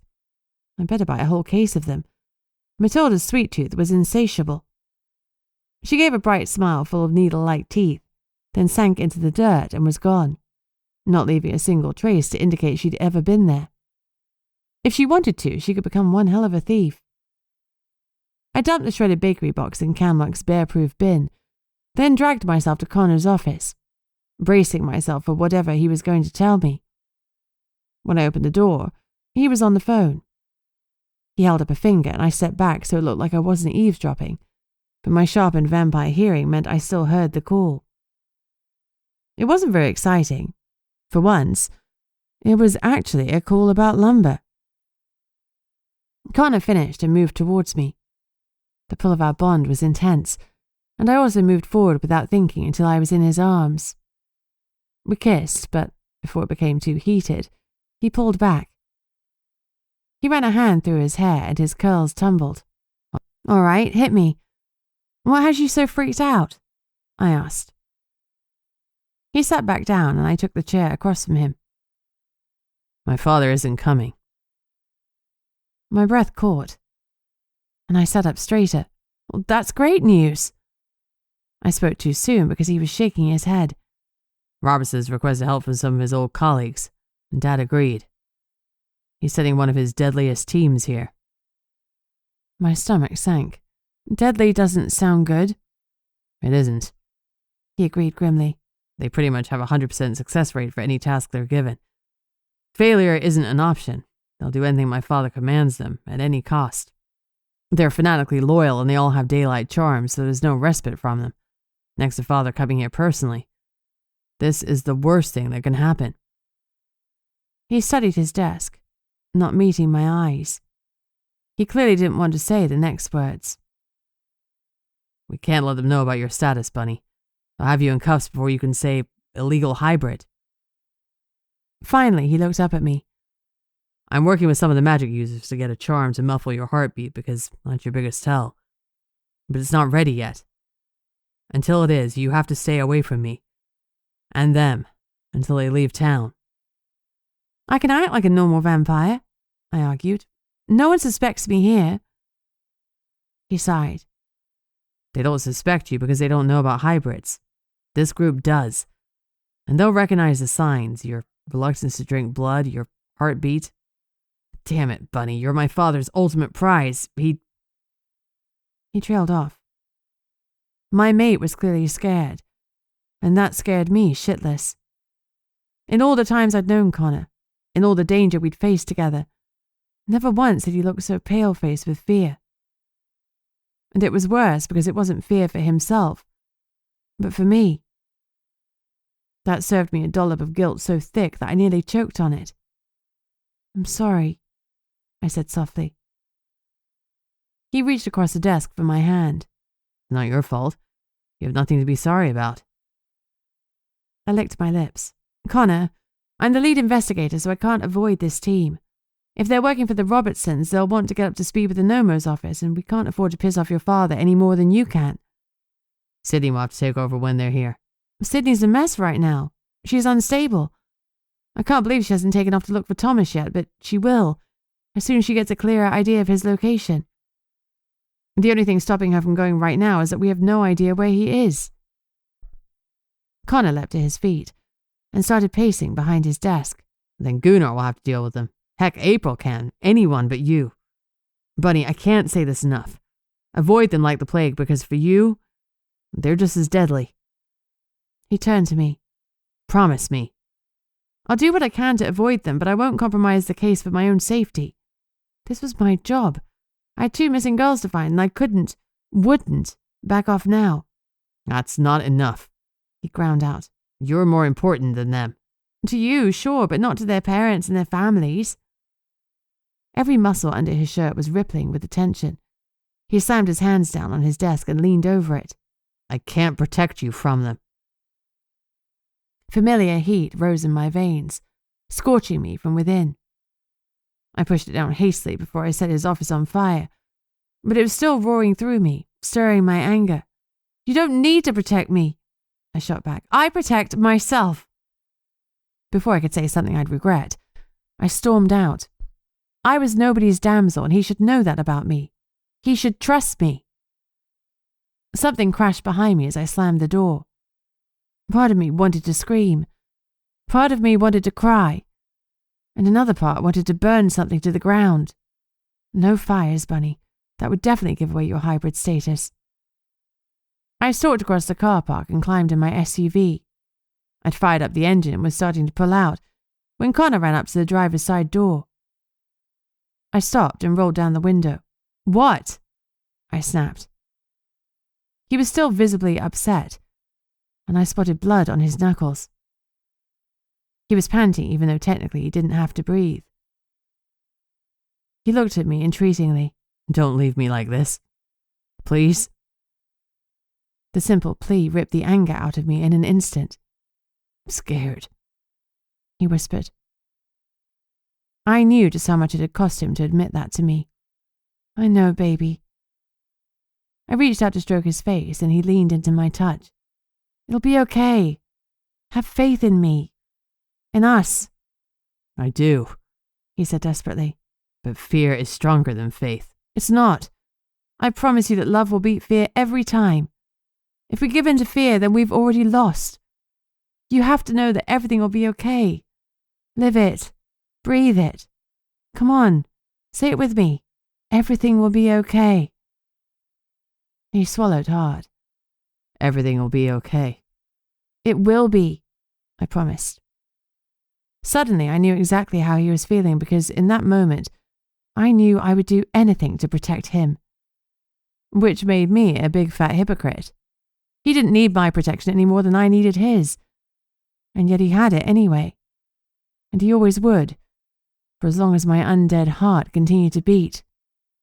Which, if his father got his hands on me, might not be for long. Chapter 16.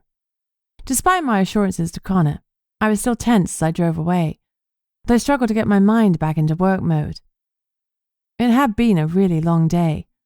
I was already well past the end of my shift, and I wasn't done yet. I checked the time. I needed to hurry to make my next appointment, so I put my foot to the floor and let the SUV roar forward.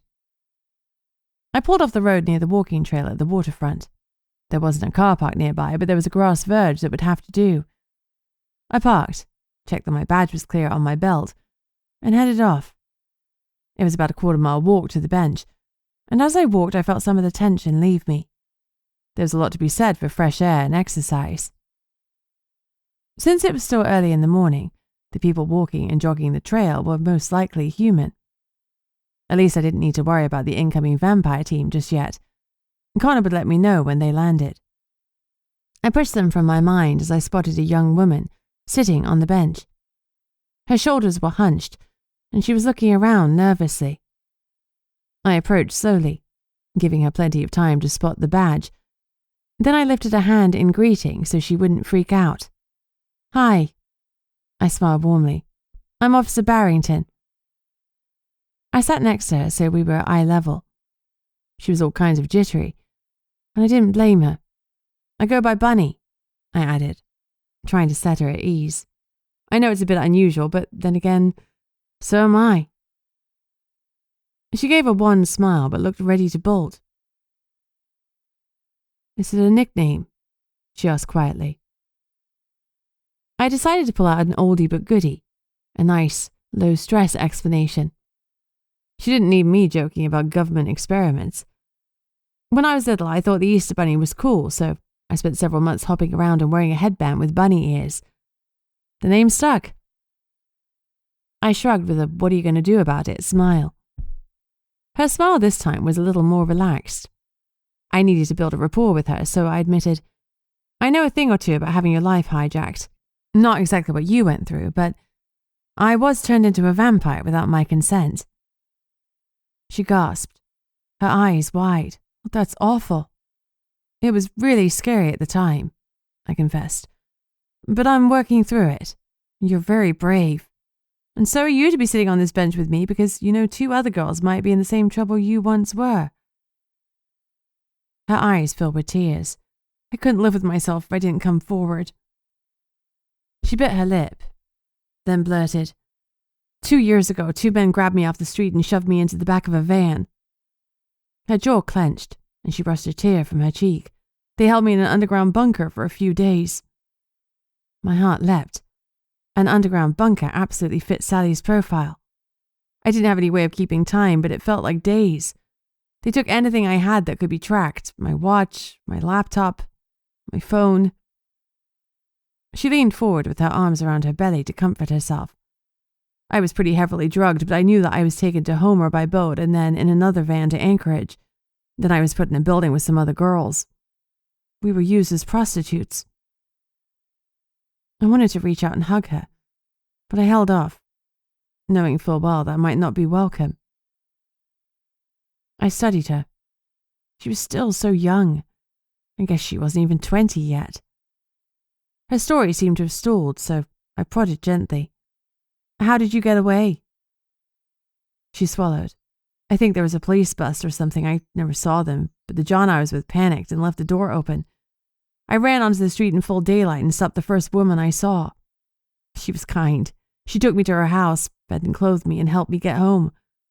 She wasn't super nat, but gave me enough money to buy me tickets. My faith in humanity increased a little. There were so many good people in the world. The douchebags just shouted louder, that was all. Do you mind if I ask how old you are? I asked gently. She shook her head. I don't mind. I'm 18. Fucking hell. She was 16 when she was taken, the same age as Kate and Essie. There were too many similarities to ignore. I'm so sorry this happened to you, I said. Can you describe the men that grabbed you? I'm not very well. They shoved a hood over my head, but before that I had the sense of them. One was tall and thin, the other tall and bulky. I'm just a hearth witch and I'm basically human in strength, and I don't have active spells beyond making bread rise quickly. I was an easy target. I was walking home after play practice at school, but it was late and no one was around. They must have known my schedule and that I lived alone with my mom. Another tick in the column. Essie lived with her mum too. The girl was tensing up again. Dark thoughts danced across her face, and I saw guilt amongst them. This time I couldn't have stopped myself if I tried. I placed a hand gently on her arm. It wasn't your fault. You did nothing wrong. You should have been safe in your own town.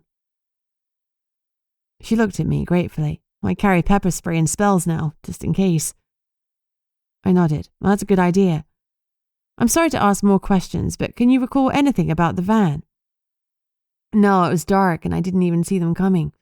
I was using headphones and didn't hear the engine. The van was black, dark blue, or dark green, something like that. Definitely not white. I didn't make note of the license plate or anything. Most people wouldn't have. It was dark and happened quickly. Is there anything else you can tell me? Anything at all? She looked down at her feet. I don't know if this helps, but the other girls told me the men target supernats. Mostly weaker ones they can control with spells or muscle. They choose supernats because we don't carry human STDs. My stomach clenched. When I found these scumbags, someone had better hold me back because they were sick fucks. 16-year-olds. Not that any age made it okay, but these girls were kids. I prayed we find Kate and Essie before someone touched them. I'm going to catch these bastards, I reassured her. I'm so sorry about everything that happened to you. I gave her my card. Would you call me if you think of anything else? Anything at all? She nodded, and her eyes filled with tears again. She was just a scared kid, one who'd been traumatized, used, and cheated of her childhood innocence. Can I walk you somewhere? I asked. She shook her head and squared her shoulders. A determined look settled on her face. I'm in public, people are around, and I have my pepper spray. I'm doing better being outside alone. Mom says I can't let them win. She's a wise woman.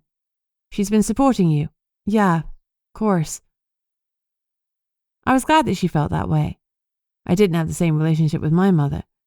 I was pretty certain if I'd been deflowered at a young age, with or without my permission, she would have disowned me.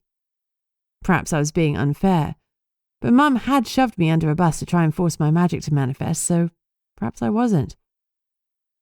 I watched the young woman walk away until I couldn't see her anymore. My mind kept replaying the conversation because it had raised a question. If the sex ring wanted weak supernat girls, why the hell had they taken Kate and Essie? One was a rare vampire from a two-parent family, and the other was a powerful shifter, albeit with a single mum. Neither of them fitted the MO perfectly, but my gut said the same group was responsible. I just had to hope that I closed the harbour down in time, and they hadn't already escaped our net. Chapter 17. I drove to the Nomo's office on autopilot. Despite the rush of recent discoveries, the daylight exhaustion was crushing me hard. I needed to type up some notes, and then I could crash. I just opened the car door when my phone rang. Connor. Bunny. His tone was desperate. They're here. Who? My tired brain connected the dots before he answered. The vamp soldiers had arrived in town. Fuck. My father's men. They're headed to the Nomo's office. If you're there, leave now. On it, I promised. I cut the call and looked around quickly, but I couldn't see any interlopers. They hadn't arrived yet. I'd grab Fluffy and Shadow and go home. I could write my report from there. I peered carefully into the main office before I went inside, but there was only April sitting at her desk. I hurried in and plonked Shadow into his pram.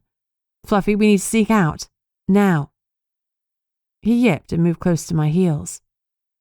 I turned to our stalwart receptionist. April, some vampires are on their way here. Refer them to Gunnar or Sidney, but don't mention me. I'll text you more details, but they can't see me. Her expression was grave. Got it. I've got your back. I blew her a kiss. I know you have. I opened the front door and checked both ways. The coast was still clear, so I hurried out, pushing the pram. As I reached the end of the block, 3 large men dressed in black combat gear passed me. Luckily, they ignored me. I must have looked like a normal man with a child and a dog, and I wasn't worth a second look. The cat pram had a mesh around it, so most people assumed it contained a baby, not a 10-kilo lynx. I breathed out and hurried home. Once I was safely inside, I texted April to tell her what was happening and what she should say, then forwarded the same message to Sidney and Gunnar. Next, I called Connor. Did you see them? Are you all right? He asked the second he picked up. I passed them on the street, but they didn't look at me twice. After a second, he said, Good. That's good. Now what? I'm the lead on this case. I could have a call any minute and then I'd have to go out. You can't. You've got to trust your team. These men can't know about you, Bunny. I feel like I'm in the dark here, Connor, and that's not a nice feeling. I heard him pass a hand over his face. The stubble made a distinct sound to my vampire ears. We should talk face to face, but I can't risk it until I can give them the slip. One of them is visibly on me, which means at least one other will be shadowing me unseen. They're always in pairs. I gotta go. A car just pulled up. Keep in touch via text as much as possible. Those can't be overheard. Got it. I love you. I love you too, Doe. So much. I wish those words had been spoken from a place of affection, rather than grim determination. After that conversation, I felt even more weary, but I forced myself to type up the notes from my conversation with the young woman. I sent in the report, and asked April to look into any residents with a known background of pimping, sexual assault, or violence towards women. Portlock was a last chance destination, which meant we'd have a depressing volume of suspects, but we could narrow them down by focusing on anyone who had access to a van, either their own or through work. I asked April to ask our contact at the DMV. It wouldn't be quick, but at least it felt like we were making progress. Finally, I asked if we could access any housing records when the properties had some sort of bunker. Between all of those searches, surely we'd be able to pinpoint where the girls had been taken. Feeling optimistic, I fed my animals and turned on the kettle for a much-needed mug of tea. I plonked a cup of blood in the microwave and sat down at my table to stare into space for a while. My body was exhausted, but my brain wasn't quite ready to stop. Text messages popped up on my phone to acknowledge my warnings. Damn, I'd been out of the loop for all of 10 minutes and I was already itching. I had serious FOMO. I drank my blood and prepped my tea. Then I paced. We had a prostitution ring operating out of Portlock. I had no idea how many people were involved, but according to the woman I'd met, one was tall and thin, and one was big and bulky. I knew Kate and Essie were hidden somewhere in the south end of town, most likely in a bunker.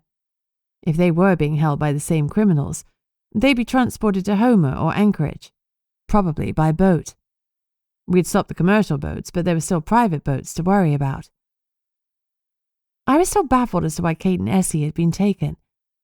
Neither girl was magically weak, like my young lady had said the others had been. So what was the reason that these two in particular had been selected? I needed a link. I knew a big guy had taken the girls from the Robertsons' house because of the size of the footprints I'd found. But there were tons of big guys in town. Shifters ran large. And how many different kidnappers did we have in Portlock? Besides the MIB and their black ops groups, how many creeps did we have? Sure, it was a place where paranormals ended up when they'd run out of better options, but the population was only slightly over 3,000. It had to be the same ring. Maybe Kate had been targeted not because of what she was, but who she was. Was someone deliberately poking the vampire king of America? Did that explain his fiery response? It might also explain why he'd immediately sent in a crack team, not to mention the lack of communication between Anomo and the Robertsons. And did the Robertsons know more than they were letting on? I'd had the sense that Faye was lying to me. Was she just concealing the fact that they brought in help, or was it more than that? I texted Connor. Could it be that the kidnappers wanted Kate Robertson because of who she was? Someone trying to get your dad's attention? Can't talk. We'll think. It's possible. Damn. His dad's goons must be in his office. I had two working theories. 1, a prostitution ring. 2, a fuck you to Connor's dad. Both felt like they fit, but my gut said we were looking at door number 1. Even so, Cobalt Robertson was acting shady as hell, and he was pinging my radar hard. I couldn't see him kidnapping his own daughter, and his rage had seemed genuine, as had his disgust at having to talk to the Nomo's office. But something was off there. I texted April. Did you find anything juicy on Cobalt Robertson? Her reply was almost immediate. Not a damn thing. He doesn't seem to have existed before Kate was born. Vampires try to fly off the radar, but his lack of a past is shady. I sent out the search to a PI friend. Used petty cash. BTW, your goons have left now. Was there any petty cash left? I only half joked. Well, there was, but it's all gone now. We're buying our own lunches, coffee, and tea this month. Thanks, April. Let me know what you get. I will. Gotta go. Sidnee just came in. I decided I tried to sleep. Daytime was hitting me hard, and I needed my strength and a shit ton of mental clarity. I drank my tea, changed, and climbed into bed. I didn't think I'd sleep with all the things running through my head, but I hit the pillow like I'd been knocked out. Chapter 18. I shot out of bed. At first I thought it was a dream that sent my floppy heart pounding with 2 solid beats, but it was my phone. If there was one thing I hated about this job, it was the regularity with which I was woken by my damned phone. I scrambled over and swiped to answer. Bunny, Officer Barrington here. Bunny. It was Sidnee, and her breath was coming in short gasps. She was panicking. I need you, now. I sent my coordinates to your phone. Oh, this is so bad. I went Mer and I don't remember, and there's so much blood. She started sobbing desperately. I'm on my way, honey. Everything's going to be okay. Hurry. She sobbed and hung up. Fuck. My heart gave another solid ka-thunk before I sprang out of bed and threw on my clothes. I checked the coordinates as I pulled on my boots. Her location was miles away. I'd need to get the SUV if it was at the station. This was getting ridiculous. I needed my own car, but getting one had been low priority because I liked walking everywhere. Now it had moved up. My best friend needed me now, and I couldn't get there. Not for the first time. I wished I could teleport like a banshee. Sidnee's in trouble, I hollered at the animals as I tore through the house. Shadows slipped out through my legs as I opened the front door. I swore loudly, but I didn't have time to shove him back inside or get his pram. Just this once, I'd have to trust him to follow us. If any of his recent escapades had taught me anything about my cat, it was that he could absolutely look after himself. If he separated from us, he'd do it deliberately, and he'd come back when he was ready. Shadow seemed to sense the urgency because, for once, he didn't cavort and gamble around, but kept pace with me and Fluffy. When we arrived at the car park, the SUV wasn't there, but luckily, Sidnee's car was. As usual, she left her car keys on the front near side wheel in case of an emergency. Gunnar's truck wasn't in the car park, so either he was on a call with Sidnee or on his way to her, or at home. I hoped he was already with Sidnee because she'd been scared. I rang him as I drove, but my call went straight to voicemail. I left him a message with the GPS coordinates, telling him to get there immediately if he could. Following the GPS on my phone, I pulled onto a dirt road and headed into the forest to the edge of the barrier. Crap, don't let it be a breach. We jolted along a track that narrowed and grew more overgrown with every turn. Soon it was barely wide enough for Sidnee's small car. It looked like a quad bike trail. Quad bike? My blood ran cold. Had Sid found the girls' kidnappers? When I saw Gunnar's truck and a group of people ahead, I felt a wave of relief. Everything would be okay if Gunnar was there. After releasing my pets, I jogged into the melee. There were 7 people. Gunnar's bulk was hiding some of them. I didn't recognize the 3 I could see, and I couldn't see Sidnee. When I reached them, I took it all in. 3 men in black combat gear. The vamps. Connor was going to be so mad at me. But Sidnee came first. I'd have to deal with any fallout afterwards. The rest of the group consisted of Gunnar, 2 young girls, and Sidnee, who was looking down at something in horror. I took a few quick snaps on my phone before anyone focused on me.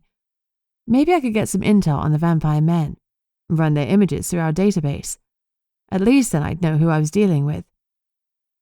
I pocketed the phone and stepped around Gunnar so I could see what they were all looking at. A pulverized dead body. Fuck. Who have we got? I asked Gunnar. Svestri Donovan, the mayor's son-in-law.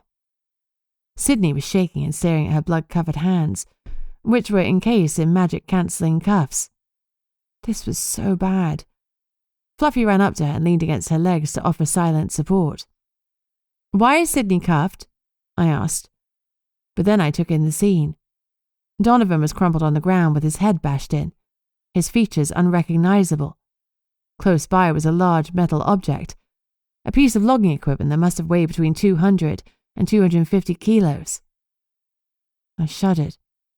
Gunnar handed me a wallet. Sure enough, it was Donovan's. Then gestured to a phone that lay in the grass a few meters away. Same poop case. It was Donovan's phone. Damn it all to hell. You can't think Sidnee did this? I asked incredulously. I didn't try to keep my voice down, and even if I had, the vamp coterie would still have heard me.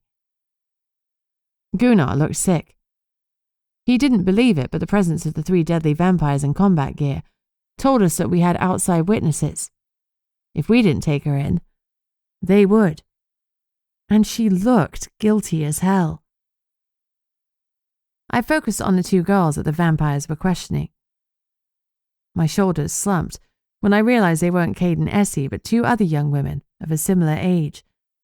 They were wearing green and purple jumpers, not blue and pink, and they looked like identical twins. Both were petite with long dark hair and a warm skin tone. I was betting they were native. Who were the girls? I whispered to Gunnar. Cadence and Keziah Lopez from the Tlingit tribe. They spoke to me for a moment, gave me their names, and said Donovan snatched them. After that, they fell silent. They're in shock. We need to get them treated at the hospital before we question them any more. Shadow approached the 2 girls, but rather than getting close, he stopped about 2 meters away and hissed at them. Warmth flooded my cheeks at his embarrassing behavior, and I prayed the vampires wouldn't notice. Shadow! I scolded. Get back over here! I didn't expect him to obey, but to my surprise, he strolled back and stood at my side. Gunnar frowned at him before turning back to the dead body. Apparently this bastard took them right off the sidewalk by the school. They're only 16. What a prick. My heart gave another pound. It looked like we'd found one of Kate and Essie's kidnappers. Donovan was tall and bulky, and I'd bet any money it was his footprint I'd found in the earth at the Robertsons' house. I could take a print from his shoes and prove it. Now we needed to find his skinnier companion, and the girls. Did Donovan have a bunker on his property? Excitement thrummed through me. I couldn't pretend to be upset at Donovan's death. He had kidnapped Cadence and Keziah, and who knew how many other young girls?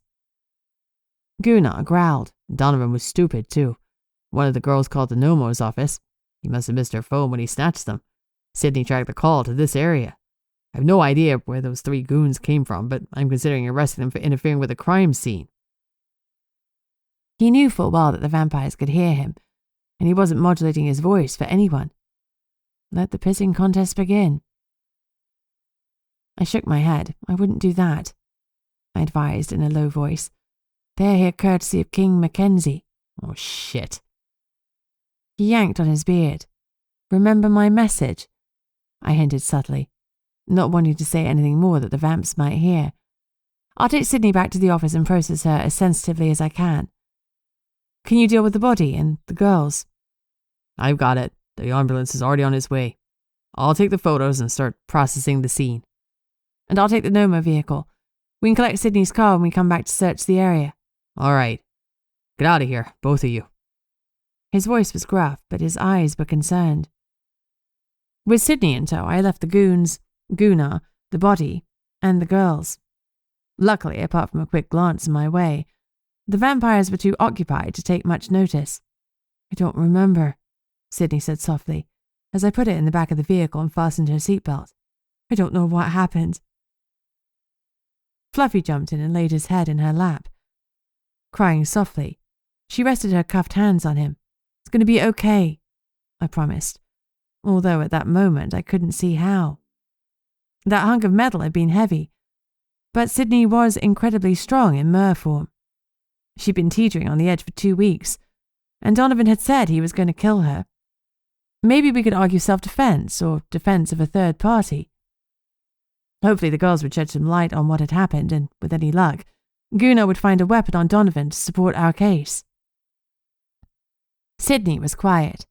Shadow climbed onto the front seat and put his huge furry paws on the dash to look out. He gave a single barking meow and a kitty huff at the scene, then looked back at me as though he were telling me something. Finally, he settled in the front seat like he owned it. I buckled up and turned the SUV around. I remember seeing the girls, Sidnee said softly.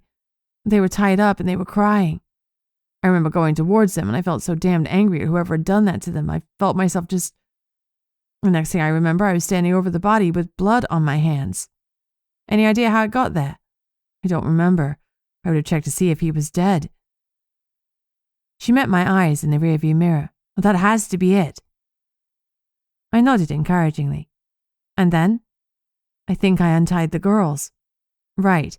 Did you question them? No, not really. I just gotten their names when those 3 vamps showed up. They started accusing me and I panicked and called you and Gunnar. When you got the call from the girls, did it come through the main office line? Yeah. Great. If the vamps had turned up at the location before Gunnar or me, it looked like they'd already put a tap on the phone or a bug in the office. Gunnar will handle it, Sidnee said softly. Everything will be okay. But her tone wasn't convincing. Yeah. I met her gaze. I'm sorry, sweetheart, but you'll have to go in the magic-cancelling cell for now. We have to follow protocol to a T so nobody accuses us of tampering with evidence. I know, Bunny. She sighed, and I watched her sink back into the seat. She looked out of the window as the trees flashed by. I wanted to scream, mostly because I wasn't sure if my bestie really had murdered Donovan. Her mer side was currently unbalanced, and she had the strength, the rage, and, even worse, a past with the dead guy. Most importantly, she'd been protecting 2 young girls who'd been tied up. If she'd acted in their defense, it was a lawful killing and we were all good. We just needed the girls to confirm it and we could let Sidnee go. I was concerned about her lack of memory. I'd arrested a bunch of perps who said they couldn't remember what had happened, but this was the first time I believed it. And that worried me. Another thought struck me as we reached the tarmacked road. I know why the scene had pulled at me. Andrew Camlock, a logger in the 1930s, and the one whom Connor had named his logging company for, had started the furor about the beast beyond the barrier. He'd been murdered in the exact same way as the mayor's waste of space son-in-law, bashed over the head with an impossibly heavy piece of logging equipment. I shivered. I'd been afraid of a barrier breach and the body was right at the edge of it. Maybe this wasn't as simple as Sidnee killing a kidnapper. Maybe the beast had sneaked in. Chapter 19. I had to search my best friend before putting her in the cell, and, worst of all, I had to call Sigrid to let her know what was going on. Since she monitored the cells on CCTV and supplied the meals to those being incarcerated, she'd know soon enough what had happened to Sidnee, and she didn't deserve to find out by logging on remotely.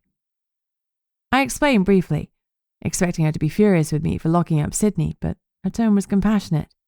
That must have been hard for you. It's a lot to deal with. I have faith in Sidnee. She'd never have hurt someone who was unarmed. Donovan must have gone for her or the girls first. She spoke with such certainty that something in me eased. I know you and Gunnar will get to the heart of this. She went on. She'll be free before we know it. Tell Sidnee I'll make her favorite dinner, then I'll come and sit with her. You'll find the real killer, Bunny. Sidnee will be exonerated. Everything will be okay. Yeah, it'll be fine. I agreed. I felt better after talking to her. I always did. Sigrid was right. Sidnee didn't kill Donovan, or if she did, it was self-defense. I'd prove it, and I'd find Kate and Essie. Hopefully Cadence and Keziah could shine a light on the whole affair as soon as they got over their shock. Feeling restless after I completed the paperwork, I picked up the report April had printed out on missing girls, and went cold. There, in black and white, were Cadence and Keziah's names. They'd been reported missing all right, but 7 years ago. I dragged up the memory of meeting them, and that itch in my brain finally snapped into sharp relief. The girls hadn't cast any shadows. Not a flicker. A cold ripple crawled down my spine, and my heart judded. When I yanked out my phone and pulled up the photo I'd taken, my breath caught. Where the twins had been standing was nothing but a shaft of brilliant light, as if the sun had burned a hole through the image. There was no sign of the girls. Not even a blur. It was as if they'd never been there. I called Gunnar, and when he answered, I blurted, Cadence and Keziah are ghosts. Yeah. His voice was heavy. I figured that out when they spoke in unison, told me, let us rest, then disappeared, and gave me the heebie-jeebies. Holy fuck. Indeed. Luckily the vamps had gone to update Robertson, so we didn't see it happen, but we won't be able to keep a lid on it for long. I frowned. What did the girls say about the murder? What did they see? We couldn't prepare a statement from ghosts that would help in a courtroom, but at least it might give us something. They positively identified Donovan as the one that kidnapped them and fed them some MREs. MREs were meals ready to eat, military ration packs. They said a tall, skinny one was also involved, but he was always masked. They said he scared them most and he did bad things to them. I didn't press them as to what because I thought I'd have more time to question them. I closed my eyes. It was so hard to hear shit like that. Gunnar continued. Cadence was a weak fire witch. Keziah was a weak water witch. Both were easy targets. Gunnar, they were kidnapped 7 years ago. So how the hell did they call Sidnee? They didn't, he confirmed gruffly. I used Donovan's fingerprint to unlock his cell phone. The call to the Nomo's office was made from that. So a young female rang the Nomo's office, summoned us, and then ran. He'd reached the same conclusion. Well, that's the person who really killed Donovan. We have to hope so. It makes sense. Sidnee was thrown when she arrived at the scene by finding 2 girls tied up, and it made her flip out and mur up. Then she found the body and calmed down as her training kicked in. She checked for a pulse, got blood on her hands, and called us. Well, it fits. Now we just need to prove it. If Donovan was one of the kidnappers, then we're looking at Kate and Essie, he concluded softly. Girls who had reason to harm him. Bingo. And hopefully that means they're free somewhere. You think they'll run home? Gunnar asked. I don't know. If they killed someone, maybe they'd run the other way, I suggested. The barrier, he concluded grimly. Yeah, maybe. But this is all conjecture. That's a damn good working theory. I'm nearly back at the office. We'll question Sidnee together, then go back to the scene and see if we can't locate a bunker nearby. We can't rule out the beast, I pointed out. Same MO as a Camluck killing. Yeah, we need to check out the barrier. I'll call Liv. She can meet us at the site and check it. See you in 5. Things were finally cooking. Sidnee's situation wasn't great, but I was starting to feel confident that we'd get on top of it, and soon. In the meantime, I just needed to avoid the vamp team. Easy. I used my 5 minutes before Gunnar bustled in to text a long update to Connor. I missed hearing his voice, but he was right that calling wasn't sensible. It was a credit to my mate that his first response was, "Is Sidnee okay?" "She will be," I replied. "I have the King's team hounding me. Stay away. I'll get the heartbeat suppressing charm to you later on today." My shoulders eased. That would help massively. I could avoid screwing up my face in a moo of distaste when I chugged my blood, but there was nothing I could do about my damned heartbeat. "I think they're bugging the office or have a tap on our phone," I warned Connor. "They got to the scene too quickly." "Standard MO, he replied. "Be careful what you say in there." "Got it. Stay safe." "You too." I had a feeling it would be easier said than done. For both of us. Chapter 20. Gunnar was frowning when he walked into the office. "I don't remember this case, and I can't believe I'd forget 2 missing girls." He leaned on my desk as he double-checked the date, and it groaned under his weight. Suddenly, he snapped his fingers. "I know why. That's when Sigrid and I went to the Philippines and picked up Sidnee. Thomas was filling in for me." Thomas? We couldn't ask him about it since he was missing. What a shit show. We pulled up the files, but the notes were sparse. Names, addresses, and parents. A rough note of Cadence and Keziah's last known movements and the clothing they were wearing.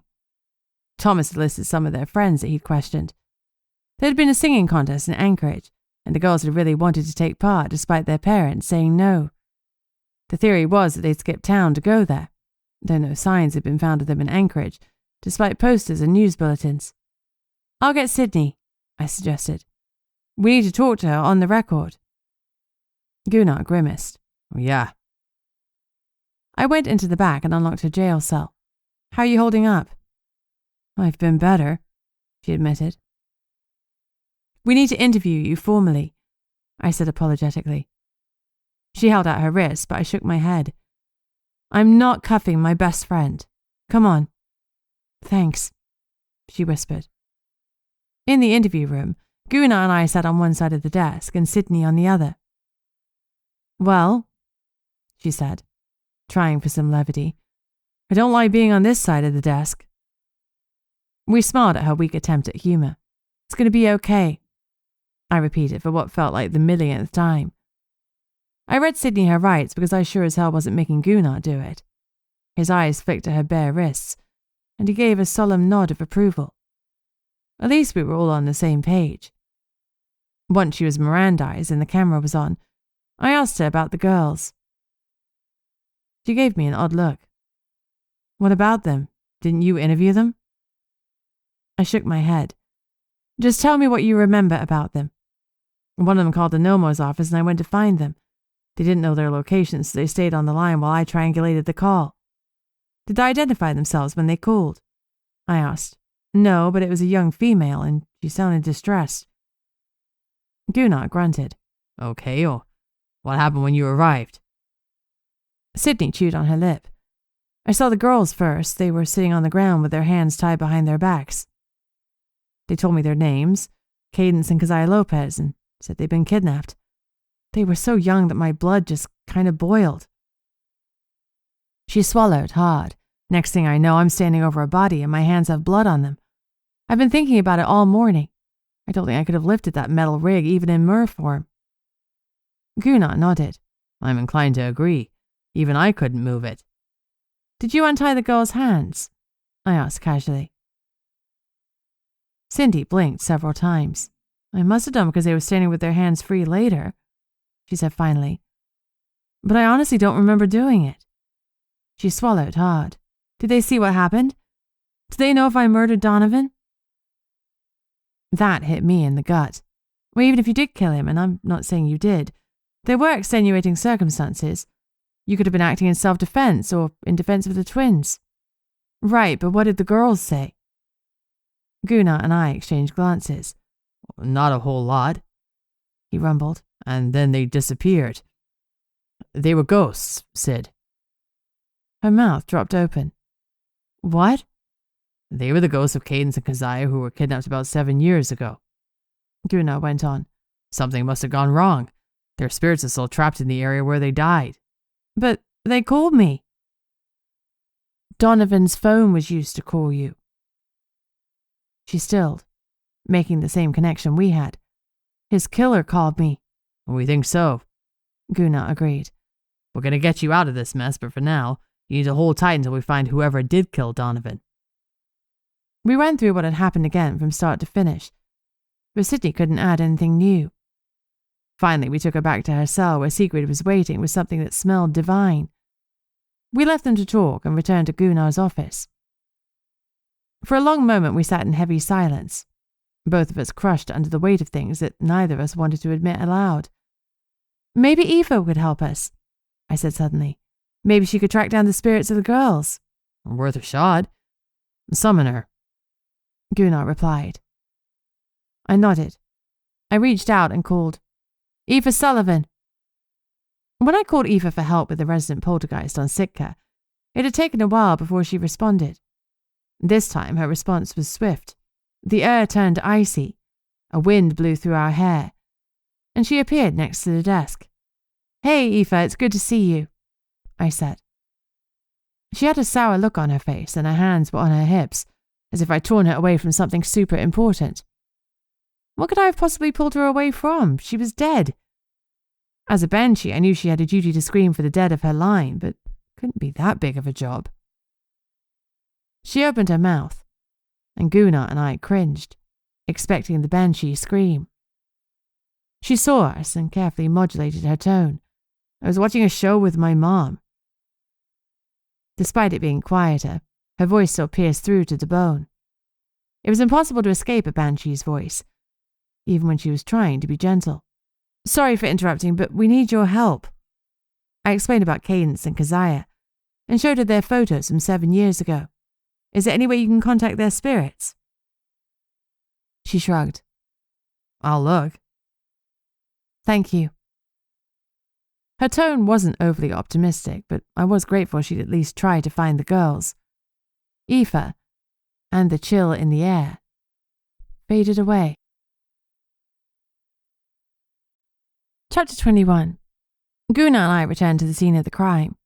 Donovan had been transported to the morgue, and my boss had taped off a wide area for us to search. If only Thomas had been with us, he could have tracked the direction Donovan had arrived from in a heartbeat. And surely that would lead to the bunker I'd been told about. Cadence and Keziah had mentioned a bunker to Gunnar, too. April had promised to work overtime and was logging in remotely to check our systems for Donovan's known associates. He had a rap sheet as long as my arm, but a lot of the charges had been made by the mayor and then dropped. Very few had actually stuck. Still, he had dings for assault and arson, and that painted a picture of a man with violent urges. We called Liv, and she grudgingly agreed to meet us at the coordinates we gave her. To be safe, we dropped off Fluffy and Shadow at my house. Liv had a covetous nature, and her eyes gleamed too much when she looked at my lynx. She was trying her best to reform the harsher edges of her character, but placing Shadow in front of her would be like waving a bag of cocaine at a crack addict. It would neither be fair, nor a good idea. We still had a couple of daylight hours, so Gunnar and I spread out, combing the scene methodically for anything he'd missed on his first hasty pass. I couldn't stop thinking about the body. Obviously, Donovan had been a piece of work, but he'd been killed just like Andrew Camlock at the edge of the barrier. I'd even gone so far as to wager that the rusting, logging equipment used to pulverize Donovan was the very same equipment used to kill Camlock. Was it a coincidence? Or a warning? Gunnar, the murder, the weapon. He interrupted me. The MO is exactly like Andrew Camlock. Yeah, I saw the similarities too. Do you think this is related? I don't know, but we can't afford to ignore it. I'm hoping Liv will tell us the barrier is as sound as ever, then we can rule it out as a coincidence. He was right. I definitely preferred the coincidence option over the oh shit the beast is here after a breach one. We heard the roar of a powerful engine first, and the woman who emerged from the car was no less fierce. Liv strolled over like she was walking a catwalk, rather than a muddy trail. Dressed in a suit and heels, She gave no sign that her poor outfit choice was a problem. I've been run ragged searching boat after boat, and Mafu hasn't even bothered to turn up. That mare of ours is a disgrace. I am tired. I'm worked to the bone, my energy reserves and patience are low, and more boats await me when we're done here. So whatever you need, you best make it quick. Hello to you too, Liv. What do you need? She asked, looking at Gunnar. She'd come for him. Despite all that had gone on between them, I suspected she always would, though she was finally learning to live with the fact that he had no time for anyone but his wife. We've had a murder, and the deceased was killed in the same manner as Andrew Camlock, and I mean exactly like Camlock, maybe even using the same murder weapon. I thought it prudent to get you here to check for a breach in the barrier. That was the most Gunnar had said to Liv since the incident. Her eyes widened slightly, though otherwise she remained completely still. If poker were a team sport, I'd want her on my side. Since we reset the barrier, it's been working without incident, she huffed, as if she were affronted by the suggestion that it could have malfunctioned. Nevertheless, she started carefully scanning the woods around us. I got it, I've been doing the same. Gunnar merely stared at her and waited. Fine. She lifted her arms, threw back her head, and closed her eyes. I felt a faint tugging in my guts and knew she was using her magic. It wasn't a strong feeling this time, so I didn't need to back away. Finally, her arms dropped and she opened her eyes. The barrier is as sound as ever. I see no holes, no tears, nothing but perfection. A smug smile played at her lips. Gunnar nodded and turned his back on her. Right, it was up to me to be the diplomatic one. I guess we were doing dour cop, good cop. Thanks so much for coming, Liv. I was genuinely grateful, though it struck me that thanking her might count as some kind of Fae-style debt. Like the fairy folk, if they were real, Liv's help always came with a price. Hopefully this time, it would only be an invoice. Hey, Liv, before you go, did you sense anything, dead? I figured it didn't hurt to ask if she was aware of Cadence and Keziah. She was a necromancer, after all. She gave me a measured look. Death surrounds us. I meant recently. Can you tell us anything about the scene? Her eyes bored into mine. The body has been removed. There's a dead fox over there and rodents and dead plant matter. She waved her hand over the earth. Death is everywhere. All of the time. We're looking for 2 girls' bodies, I explained. Twins. They were kidnapped 7 years ago and we saw their spirits around here. She shook her head. I can sense recent death because the power lingers, but after a death, the corpse turns into something else and joins the great seething mass of regeneration. I suppose that made sense. Liv raised her nose even higher. Now can I go, or do you want me to bill you for another hour? There she was. No longer mystical, just cold, hard Liv. Well, that'll be all, I said. Thanks again. She glanced towards Gunnar, and I saw a flash of longing before she pushed it down.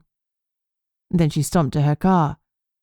He was back to ignoring her, and I guess she was growing tired of acting adright. That probably meant a higher bill, but there you go. I sighed and turned back to the job at hand. We wanted to gather all we could before I called Matilda, because her mole-like rupture from the ground wasn't the best way to preserve evidence. Unfortunately, I didn't have any donuts as an offering, only a collection of tea biscuits I grabbed from my stash in the break room. We collected the little we could find, which was almost nothing. I photographed a few tracks and picked up some hair, anything that might have fingerprints, and swabbed blood from the murder weapon. Moving the hunk of metal was incredibly hard, even for Gunnar. He managed to lift it a few inches off the ground with a lot of huffing and puffing, but it was way beyond his ability to use it as a weapon. There was no way Sidnee could have used it to kill Donovan. If Sidnee and Gunnar couldn't shift it, then who the hell could? We spent some time looking for Donovan's mode of transport. He couldn't have walked all the way up here, and the blood splatter told us he'd been killed here. He could have been drugged, dumped, and then had his head bashed in. But then the blood splatter wouldn't be so great. It seemed more likely that Donovan had been here for his own nefarious purposes, and there'd been an altercation. Perhaps with the skinny one in the crew, or maybe there were other scumbags involved in the sex trafficking ring. Either way, we'd know more after Donovan's autopsy. We also needed to inform his wife and question her. "Where's his rig?"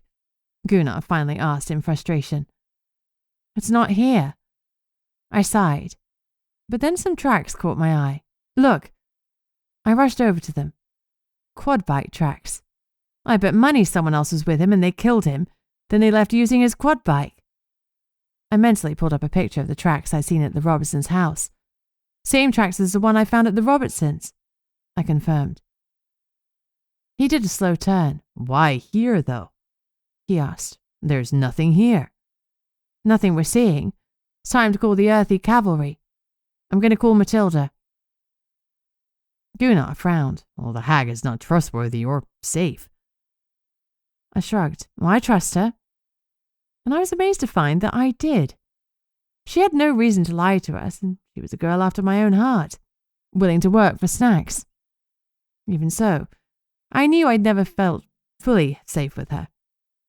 She was an apex predator, not to mention rather odd, and she had her own motives that didn't necessarily match those of the humanoid races. "Well, I don't have a better idea," Gunnar admitted. We secured everything in the SUV, and I retrieved my bag of biscuits. Matilda, Matilda, Matilda. I summoned the hag and waited with bated breath to see if she would come. Chapter 22. Matilda must have been close by because she rose from the earth only a few seconds later, smelling of loam and shaking off pebbles and mud. "Rabbit girl," she greeted me happily. "Hey, Matilda." I thrust the bag of biscuits at her. She raised it and looked at it. It wasn't her usual box, and she wasn't quite sure what to do. She surprised me when she licked the bag. I tried not to laugh, but carefully reached over and opened the ziplock for her. She sniffed, reached into it, and popped a biscuit in her mouth. After that, the feeding frenzy began. I tucked the empty bag in my pocket when she handed it back to me. Like the box, it had been shredded. I needed to start bringing her treats in wooden boxes or something she wouldn't destroy. But even with the cost of the treat, she was the cheapest help ever, especially compared to Liv, who was sure to send us an unholy bill. She patted her tummy. "Dwarves bring Matilda sweet treats too," she said. "Nice. Why Matilda bigger?" Her tummy was noticeably rounded these days. I did not want to be the one to tell the elemental that she was fat. Lots of sweet treats make you bigger," I admitted. She brightened. "Matilda, biggest hag ever." I opened my mouth and closed it. I had nothing. Pleased with herself, she raised her pointed nose into the air. "Blood," she muttered a moment later. I was impressed. With the deluge of rain, even I couldn't smell blood anymore. And I was a vampire. "Yes, you're right, we found a murdered man right here." I pointed down at where Donovan's body had been. "Not man." She surprised me again. Her nose was better than a dog's. "No," I admitted, "he was a merman." She nodded. "Smell fishy." She crinkled her nose. I wanted to laugh. I guess she didn't like fish. "Matilda, we're looking for Cade and Essie in this area. Have you seen them? Smelled them?" She shook her head. The movement seemed stiff and unnatural, like that was the way she knew we communicated and she was trying to emulate it. Her shoulders moved slightly with the gesture, and clumps of mud fell off her. "Have you looked around here yet?" I asked. "Matilda looked, but only find 2 dead girls. Their skulls." I swallowed hard. There might well be a reason why Cadence and Cassia's spirits were anchored here.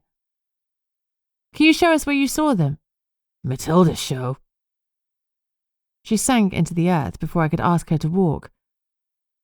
I sighed. Moments later, she and 2 skeletons rose to the surface on the other side of the metal logging equipment. After 7 years in the earth, the flesh was long gone, but some scraps of clothing and their rubber boots remained. There was enough for me to see the body's small stature, and a hint of green and purple. The girls' sweatshirts. Gunnar and I stared silently at them for a long time. It was hard to see those skeletons and know for certain that the girls had been dead for all this time. I looked at Matilda. "Thank you." She cocked her head. She could sense my emotions but didn't fully understand them. "Bones, rabbit girl family?" she asked hesitantly. She understood missing and mourning family. I shook my head. "No, it's just that they were so young."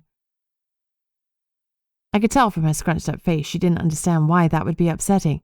"Young things die," she said. "Yes, but these ones had help." I cleared my throat and shifted into business mode. "Matilda, was there anything else around the girls? Any objects that didn't belong in the earth?" Thomas's brief notes had said both girls had their school bags and their phones when they went missing. I wondered what had gone wrong that the twins had ended up dead and buried, rather than shipped off to Anchorage. Perhaps they'd fought or had a bad reaction to whatever the kidnappers had drugged them with. Either way, it seemed likely the kidnappers would have disposed of their belongings as coldly as they had disposed of the girls themselves. Matilda sank down into the earth once more. Moments later, she came back with a purple backpack and a smashed phone. She gave the items to me. I hefted the dirt-covered backpack. "Thank you. Nothing else? Another one of these?" She shook her head. "Not here." I wondered what had happened to the other one. According to Thomas's notes, Cadence's backpack had been pink, and Keziah's was purple. It looked like Sidnee Donovan's wife wasn't the only one who'd get a death notification today. Sometimes my job sucked, but the twins' parents deserved closure. At least now they'd have something to bury, and maybe the girls' spirits would finally rest. My heart ached for them all. "Thanks, Matilda, I'm so grateful. You've been a real help," I said. "One of the girls mentioned an underground bunker. Is there anything like that here?" Once again, the hag disappeared. She was gone far longer this time. It was 10 minutes before she reappeared. "Not here." My heart sank. I'd been so sure the bunker would be nearby. Well, never mind. Thanks for looking. "Matilda will look more for Vamp Girl," she promised, then sank from sight. Say what you liked about her. She was a good person and a hard worker.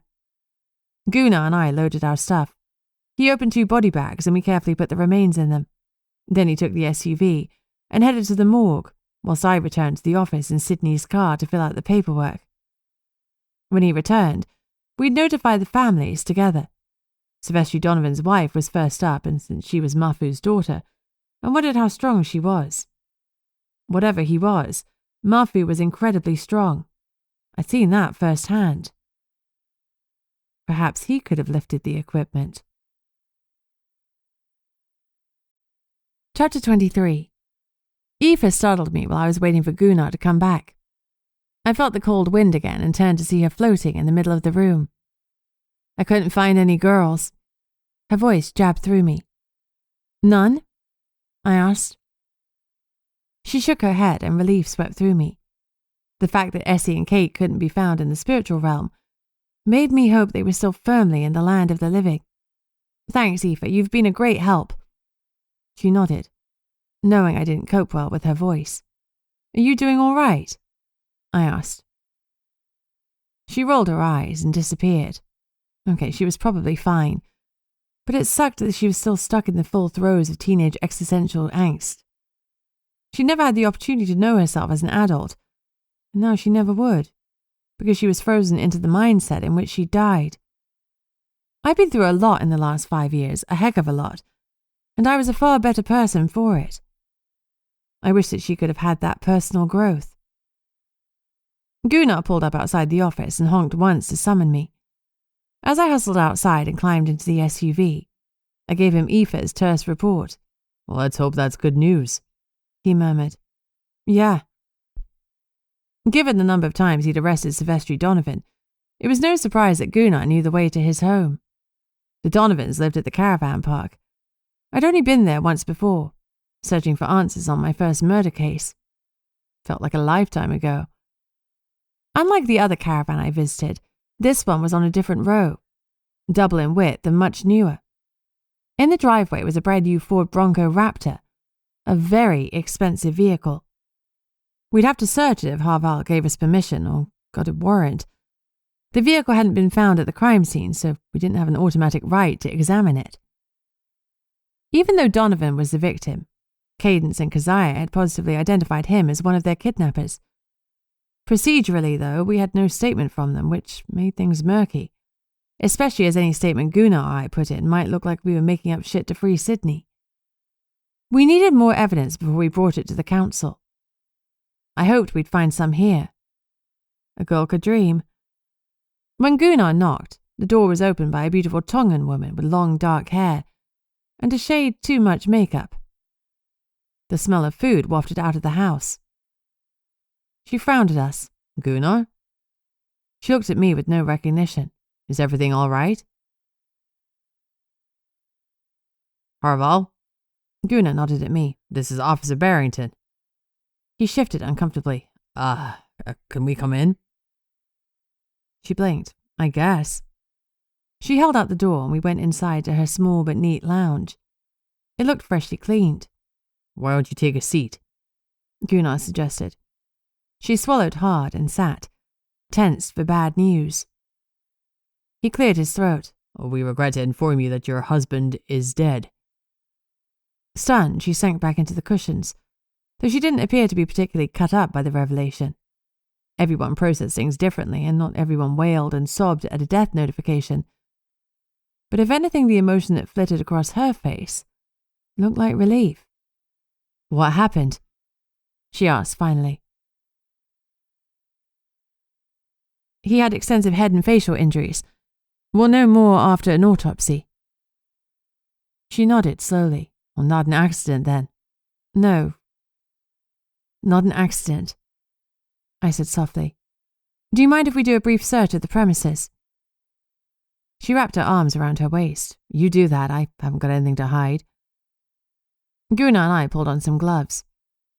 Luckily, Harval believed in minimalism, and there wasn't much to search.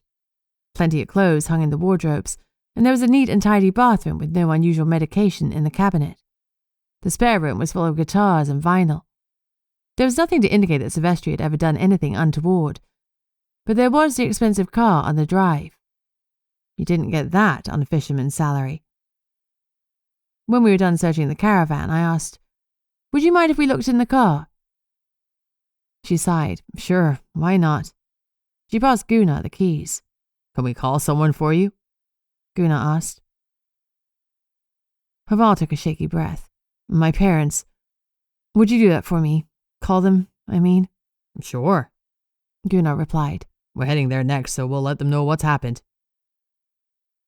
She sniffed. My dad'll be so happy, she said bitterly, then burst into sobs. Gunnar looked helpless, so I sat next to her and hugged her. Do you have someone close by I can get for you right now? A friend? Yeah, she managed between sniffs. My best friend lives next door. Her name's Angie. Which direction? I'll fetch her. She pointed and I gave her another squeeze, before releasing her and going to find Angie.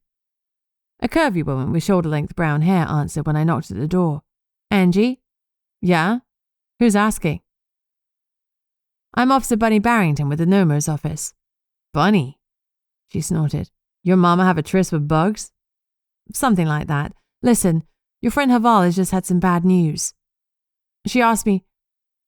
She pushed past me before I finished, hurried to Harval's caravan, and let herself in. Gunnar came out a moment later, unlocked the fancy vehicle, and we searched it.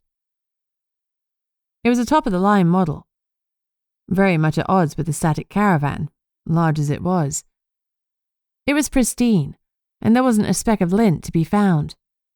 Annoyingly, there wasn't a contact for the hire of a quad bike or anything else incriminating. No massive coils of rope and rolls of duct tape, nothing that said I am an evil kidnapper. That sucked because we really needed to get something on this arsehole that would help us free Sidnee. Donovan hadn't been carrying any weapons when his body was found, which weakened any claim of self-defense, but he was a strong and violent man. As a full Mer, he was a weapon in his own right, as Stan had once so arrogantly claimed to be. When Gunnar sighed heavily, I knew his thoughts were mirroring mine. Nothing. God damn it. He thumped the dash angrily. Rather than disturb the new widow further, he closed the door, locked the car, and posted the keys through the door. Our work here was done. For now. Gunnar was in the passenger seat, so I climbed in the driver's side. Clearly he had a plan, and that didn't include him driving right now. He passed me the SUV's keys wordlessly, and I started the engine and pointed us toward Mafu's home. It sucked that the mayor was our main suspect other than Sidnee, but we had to go where the evidence took us. Mafu was strong as hell, and had plenty of reason to despise his sticky-fingered son-in-law.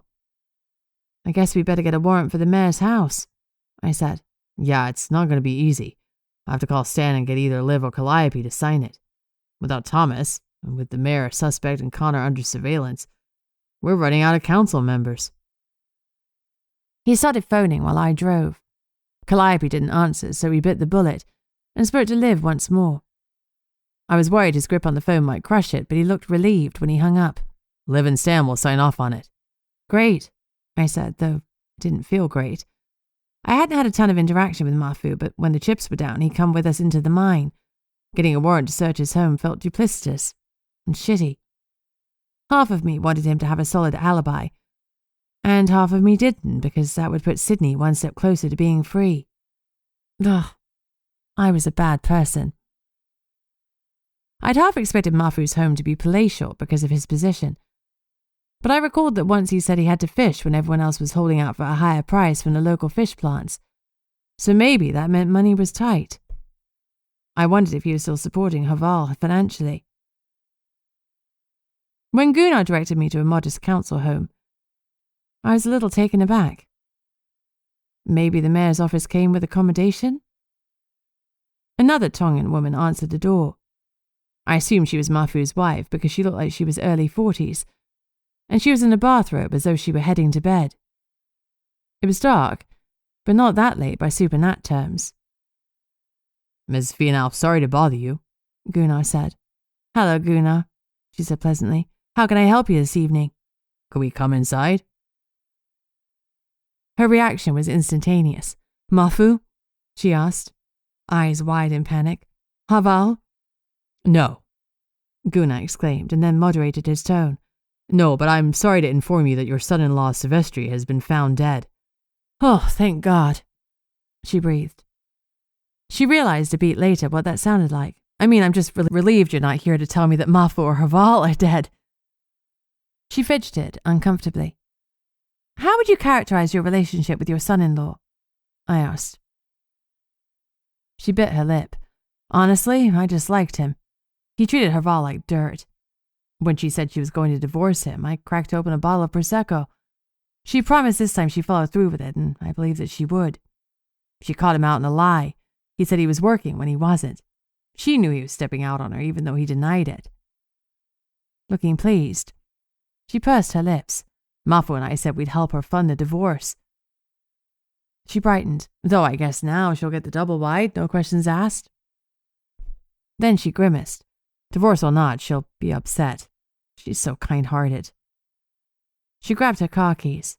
Mrs. Fienal, Gunnar said. We need to speak to your husband. Is he here? No, he left hours ago, said he had to work on the boat. In the dock? I asked, surprised. No, he left in the early hours of the morning. He must be on his way back by now. I'll leave him a note. She scribbled something on the back of an envelope and left it on the side for her husband to find when he came home. Gunnar cleared his throat. While you're out, may we search the premises? Mrs. Fienal's eyes narrowed. Oh, wow. One of us is a suspect. She folded her arms and glared. Oh, shame on you. Sigurd will be furious when I tell her what you accused us of. I haven't. Gunnar started. Might as well have, she said sharply. So no, you do not have my permission. You come back with a warrant. She pointedly slammed the door shut behind her and walked out to her car, nose in the air. There we went, making friends again. We watched as she headed out. Then we did the same. South Harbour? I asked. If Mafu was on his boat, that was where he'd be. Yup, Gunnar replied. I drove quickly, both of us feeling pressure to break this case. We had Essie and Kate who knew where, and Sidnee? Well, Sidnee was sitting in jail. We pulled into the docks and looked around, but Mafu's vehicle wasn't in the car park. Gunnar and I looked at each other, both thinking the same thing. It wasn't a good sign for the mayor, but maybe it was a good one for Sidnee. Chapter 24. Mafu's boat was bobbing in the water, but there was no one nearby. We looked around the outside of it, but without a warrant, that was all we could do. No mayor to be found. A cranky-looking Liv came over. Where the hell is he? She demanded, gesturing to the boat. He's been ducking out all day, hiding from his responsibilities, making me search his fishing fleet. We don't know, I admitted. Well, you've got the warrant. Go search. You've agreed to sign a warrant, Gunnar rumbled. We haven't actually got one yet. Such a stickler, she muttered, and climbed aboard. Liv, he shouted. Get back here. We have no legal authority here. Anything you find... Oh, hush, I'm not the law here. You're a council member and held to the same standards. Gunnar's voice was icy. If you recall, you are not above the law. Liv ignored him and ducked inside the cabin. Visibly torn, we waited. Gunnar was so mad I wouldn't have been surprised to see steam coming out of his ears, but, like me, he waited to see what Liv would find rather than stopping her. Yeah, this was why you shouldn't investigate a case involving someone you were close to. Gunnar and I were breaking rules, but it was for Sidnee, and I couldn't bring myself to feel bad about it. Eventually, Liv came back out. No, Mafu, no girls tied up in the hold. Now, if you'll excuse me, I am done. I've been here, there, and everywhere, everyone's little lackey, she harumphed. I'll sign the warrant tomorrow. I'm going home and I'm going to have aerobic sex with my masseuse Dmitri. She gave me a weird look I couldn't decipher. That's too much information, I muttered. She winked. No information is ever too much, darling. She sauntered off. She must have been feeling tired because not once did she mention her bill. Gunnar pulled out his phone and called Mafu. No answer. He pressed his lips together. This isn't looking great for him. No, but Haval was leaving Donovan. Why kill him? You heard her, Mom. They've been planning to support her financially, but now they won't need to. I winced. Good point. Do you want to stake out his house? He thought about it, then shook his head. No, let's inform the Lopez family that we finally found their daughters. You can try back at Mafu's later. You mind if you pick up Fluffy on the way? He's been home alone for a long while. Sure thing. Gunnar paused. How's Reggie doing? I sighed. Not great. I'm not sure if therapy is helping. They say it gets worse before it gets better. You just gotta ride the storm. I guess so. We collected Fluffy before heading over to the Lopez's home. It was a square 2-story house typical of the area, complete with a porch and a detached garage. I called ahead to check they were in, but hadn't said why we were calling. The door promptly opened after only one knock. I brought Fluffy because he could be a comfort to people if they appreciated a dog. And Haval's tears were fresh in my mind. Mrs. Lopez? I asked. Yes? I'm Buddy Barrington, an officer with the Nomo's office. This is Gunnar Johansson, the Nomo. I called ahead. Yes, she said. She started wringing her hands. You better come in. She stood back. My husband will be here in a minute. Do you mind if we wait for him? Not at all, Gunnar said softly. Her eyes filled with tears. She already knew what we'd come to say. Fluffy patted over and laid his head on her lap. Almost without conscious thought, she raised her hand and started to stroke him. We sat in painful silence, waiting for Mr. Lopez so we could tell them the awful truth together. Finally, he walked in, breathless like he'd been running. Where the mum was petite and blonde, her husband was dark and stocky. The girls favour both parents, dark like Dad, and petite like Mum. Mr. Lopez stood in front of us, his chest rising and falling rapidly. He pulled off his cap and twisted it in his hands. You found their bodies? He stated. I swallowed and nodded. Yes, we believe so. I'm sorry. We found remains which we believe are your daughters. They were wearing the same jumpers your daughters were said to be wearing at the time of their disappearance, and they were found with what we believe is Keziah's backpack. Mr. Lopez sat heavily on the couch next to his wife. He looked more relieved than devastated. Well, thank you for giving us closure, he murmured. When will we get the girls back so we can bury them properly? There'll have to be a forensic examination, but assuming it doesn't throw up any red flags, they'll be given back to you within 2 weeks, Gunnar assured them. Mr. Lopez closed his eyes. We knew, you see, second it happened. It was like a rubber band tightened around our hearts. The feeling of loss nearly destroyed us. He looked up at me. I didn't know what to say. Their grief and loss was palpable. Mrs. Lopez threaded her fingers through her husband's. Tears were falling freely from her eyes, but she didn't sob, didn't wail. I suspected she'd already done that many a time over the years. We just need them to be put to rest, she managed. Course. I thought back to the girl's last words. Let us rest. I understood. Years of not knowing for sure, of not having the bodies, nothing physical to mourn. It had to be torture for their parents. We asked some questions about their disappearance and the time between then and now, but their answers were the same as the ones we had on file. The couple seemed open and honest. After speaking with them, I was absolutely sure they'd had nothing to do with the girls going missing. Besides, we had no reason not to believe the twins' ghosts, and they had pointed the finger firmly at Donovan. After Mr. and Mrs. Lopez agreed to the autopsies, we left. We'd have to send the bodies out for a forensic autopsy because the morgue here wasn't that specialized, but the staff would arrange a transfer to Anchorage. We drove back to the office, and this time I sat in the back with Fluffy. Mrs. Lopez wasn't the only one in need of comfort. Today had been a real shitter. It wasn't looking up. I can drop you home, Gunnar offered. You must be beat. You got woken in daylight. No, it's fine. I want to see this through. The girls are still missing and Sidnee's in jail. I can forgo a few more hours' sleep. You're a good person, Bunny Barrington, and a damn fine officer. I knew you would be. My eyes filled with tears. Thanks, boss. We said nothing more as both of us processed our thoughts. We'd run down a lot of leads, but death notifications were hard on a good day, and this was very far from being a good one. No matter what I said to Gunnar, I was beat. In more ways than one. Chapter 25. Back at the office, April had gone home, but Sigrid was still in the cell with Sidnee.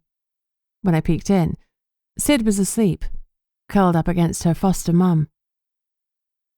Okay, I mouthed at Sigrid. She smiled and gave a slight nod. She didn't want to jiggle while she was being used as a pillow. I blew her a kiss and left her to her cuddles. I found Gunnar in the evidence locker and pulled on a fresh set of gloves as he unzipped the backpack. It was sad to see school things from a girl long gone. Her future had lain before her, and it had been taken from her. There were notebooks, an algebra book, a library book, a teen romance, and a laptop. The moisture had gotten to the computer and the books, so they were mouldering. But I cracked open the stiffer cover of the math book and could see that Cassia had written her name in it.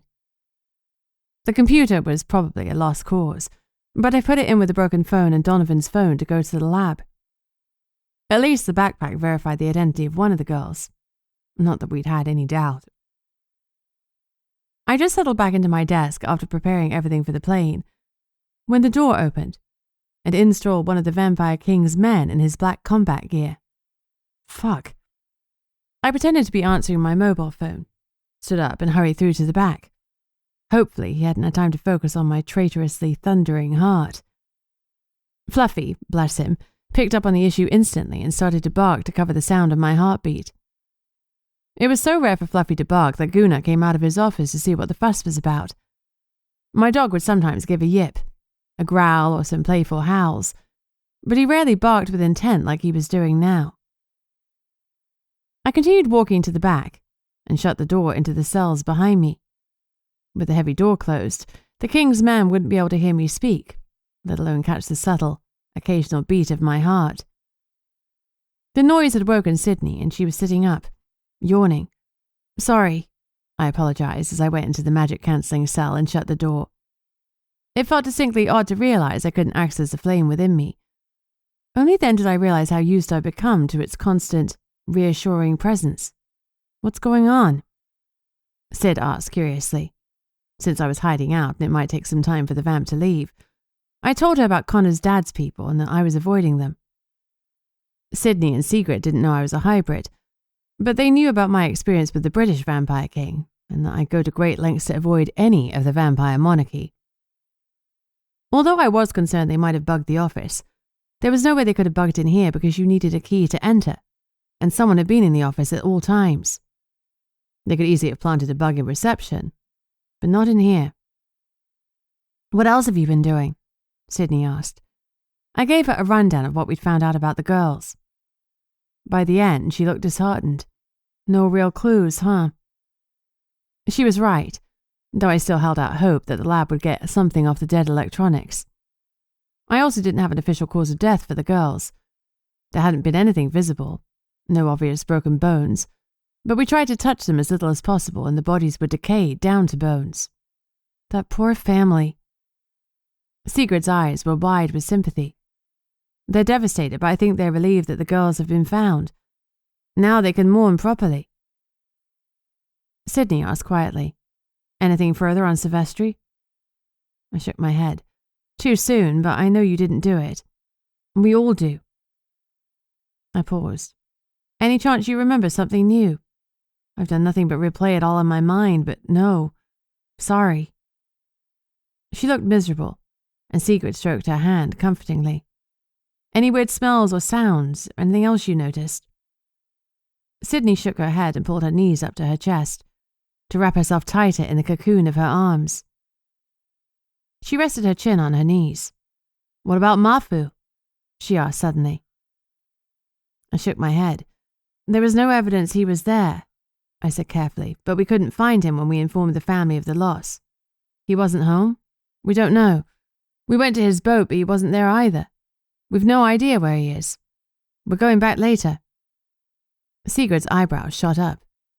Patrice must be beside herself. Assuming Patrice was Mrs. Finau, I nodded. Yeah, she was a little combative. "I'm not surprised," Sigrid said.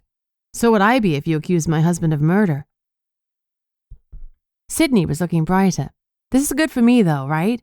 Mafu and his son-in-law were constantly bickering, and I've heard Mafu threatened to kill him more than once. So have most of the town. Plus, the mayor is a weird supernat, and I'm not sure of his abilities. He could have teleported or had natural camouflage, and that's why I didn't see him." She was grasping at straws. "What is he?" I asked. I flashed back to our battle with the Night Stalkers at the reef mine.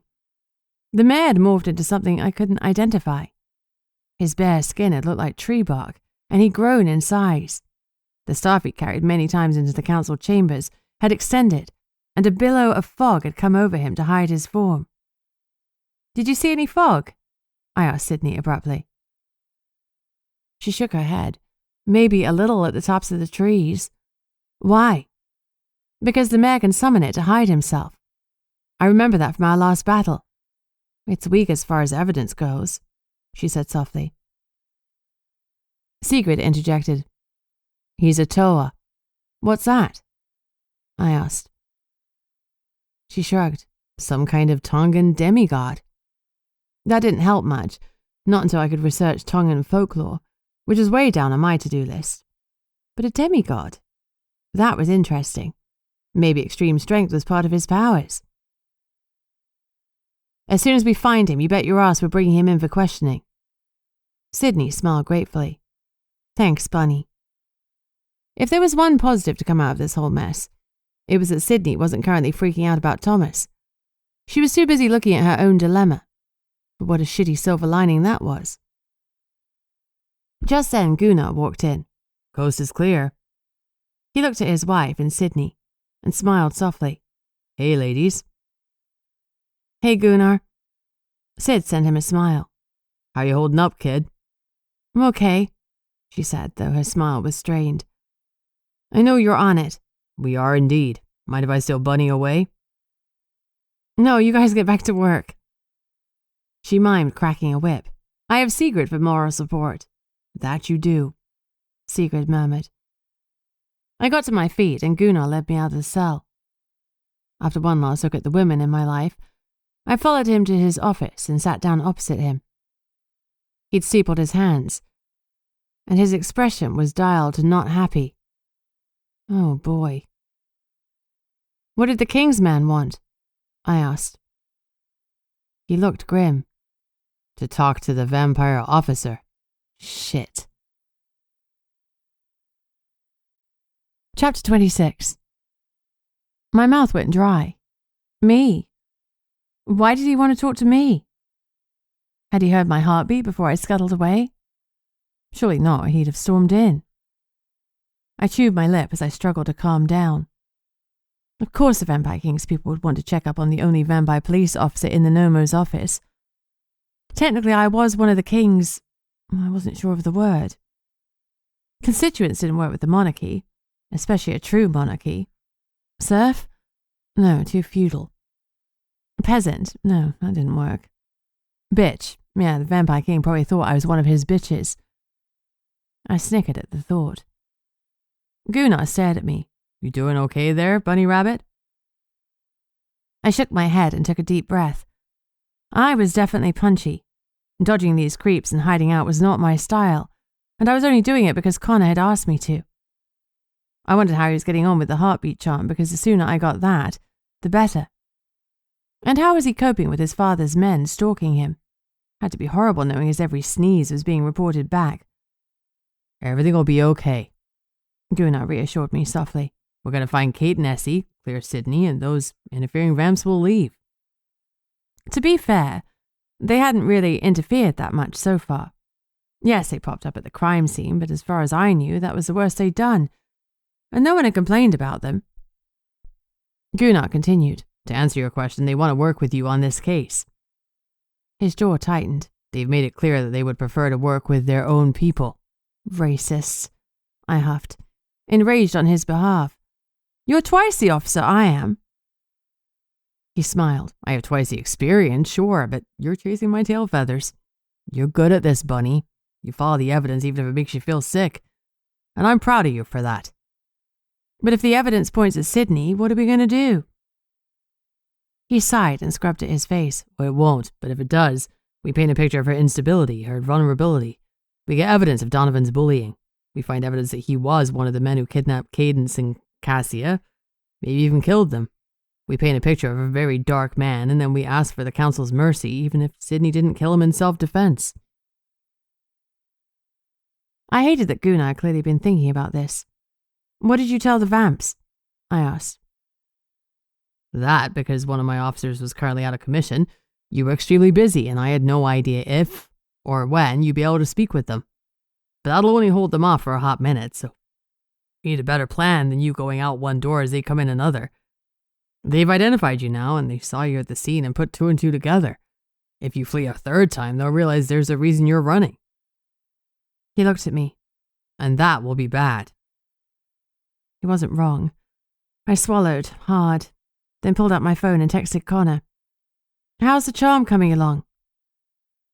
I got an almost immediate response. Liv's working on it now. I miss you. My eyes shot up. Liv? Not so much for hot sex with a masseuse called Dimitri. She'd run off to finish my charm.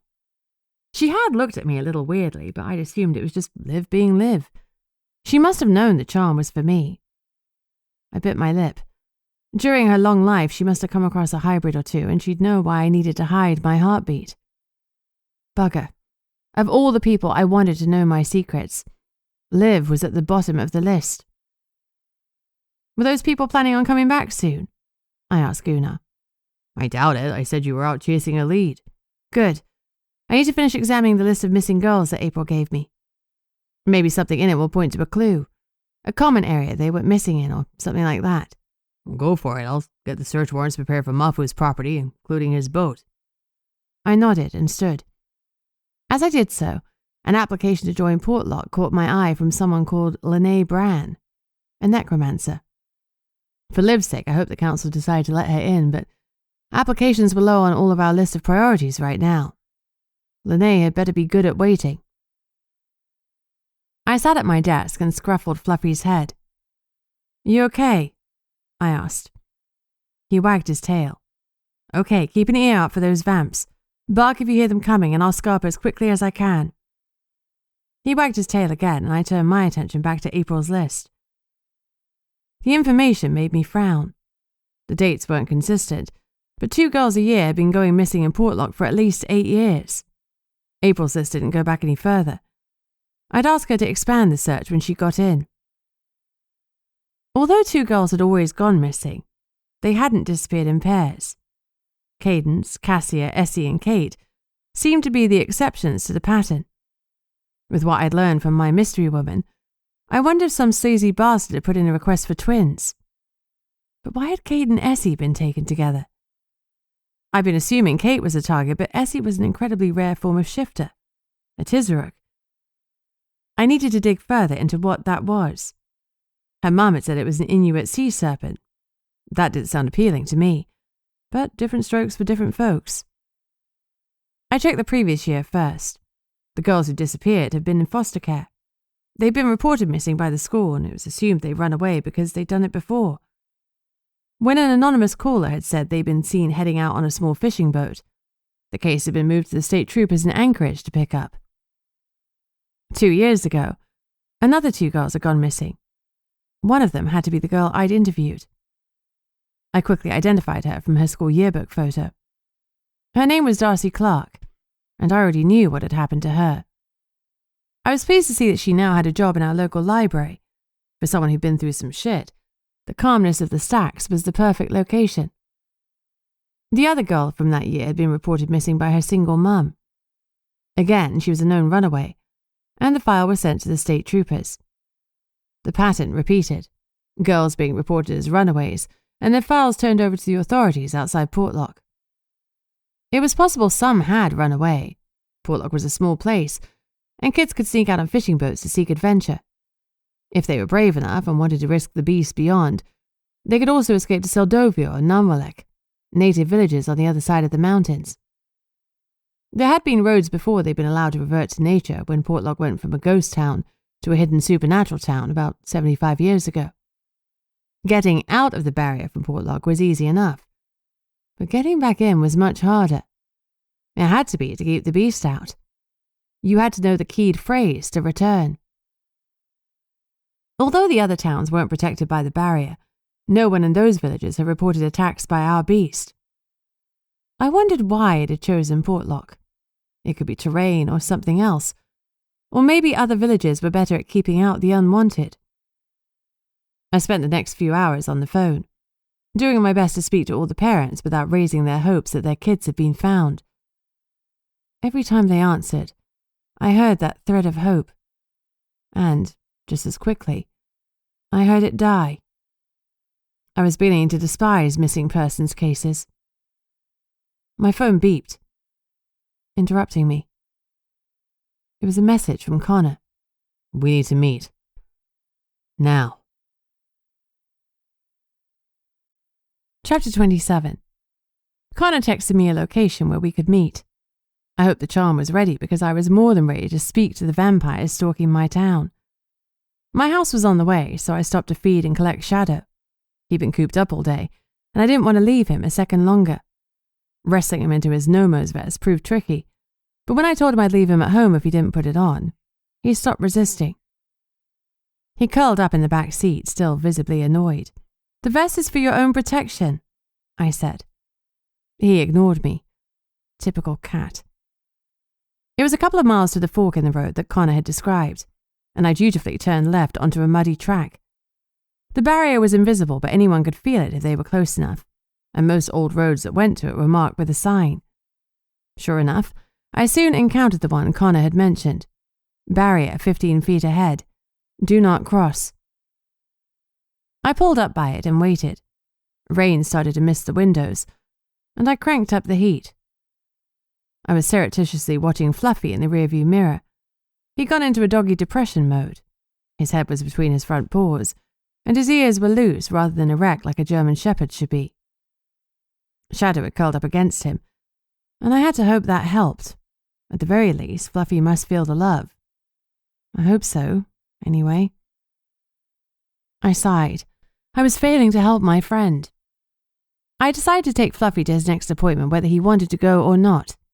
He could be Fluffy through it all if he wanted, but he needed to listen to what the counsellor said.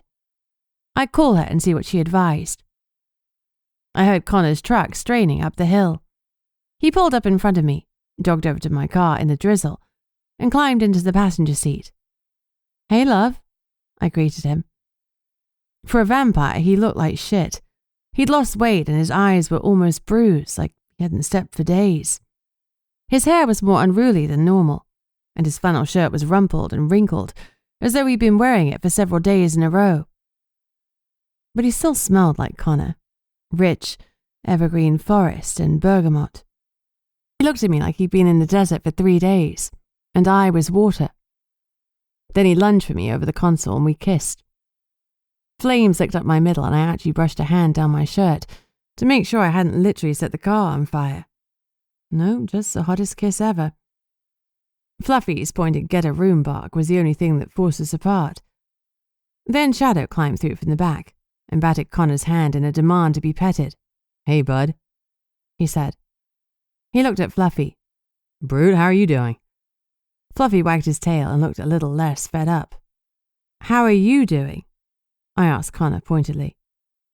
He sighed. "Well, it's not easy keeping my father's men out of your way and still having them do something that won't make them suspicious." "Yeah, I imagine. What are you having them do?" "Setting them on leads, nothing special, but keeping them at my end of town as much as I can." I reached over and brushed a wayward curl off his forehead. "Look, I called you here for this." He held up a pendant. It was another emerald stone with a silver loop.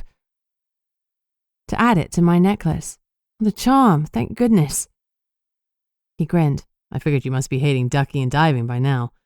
Liv's worked really hard on it. Should hide your heartbeat and make you appear a little more vampirish than you do. Especially when you blush. It'll hide all signs of that, too." He helped me unhook the chain around my neck that held my daylight charm and Nana's Draskili, and slipped the additional charm onto it. I fussed with my shirt, letting the charm settle inside it. Their weight was a quiet comfort against my skin. "Whoa, that's freaky," Connor commented, and Fluffy barked in agreement. Shadow came closer, patted over my lap, and looked at me oddly. What's wrong?" Connor shook his head and pointed at the rearview mirror. I adjusted it so I could see my reflection. I still looked like me, just a shade paler and with no pink flush to my cheeks. I hadn't realized I had that blush until it wasn't there anymore. Being hybrid had saved me a fortune on makeup. "Did you say I was freaky?" I sassed, because I still looked the same, just a little paler. "I said that was freaky, not you. That's because I can't hear your heartbeat anymore. I've sort of grown to love it. The occasional kathunk is kind of reassuring." "Oh, that's cute. How come you never noticed it before we dated?" "I never thought to listen for one because I knew you were a vamp." He shrugged. "Most of the time, I'm trying not to listen for heartbeats because they're so loud and fast in humans. If you didn't learn to tune them out, you get overwhelmed. It's good you've been with other people when you've run into my father's men. They wouldn't think to listen for a singular slow heartbeat, but if you were alone with them, they'd definitely notice. With this charm, you should be able to meet with them without fear."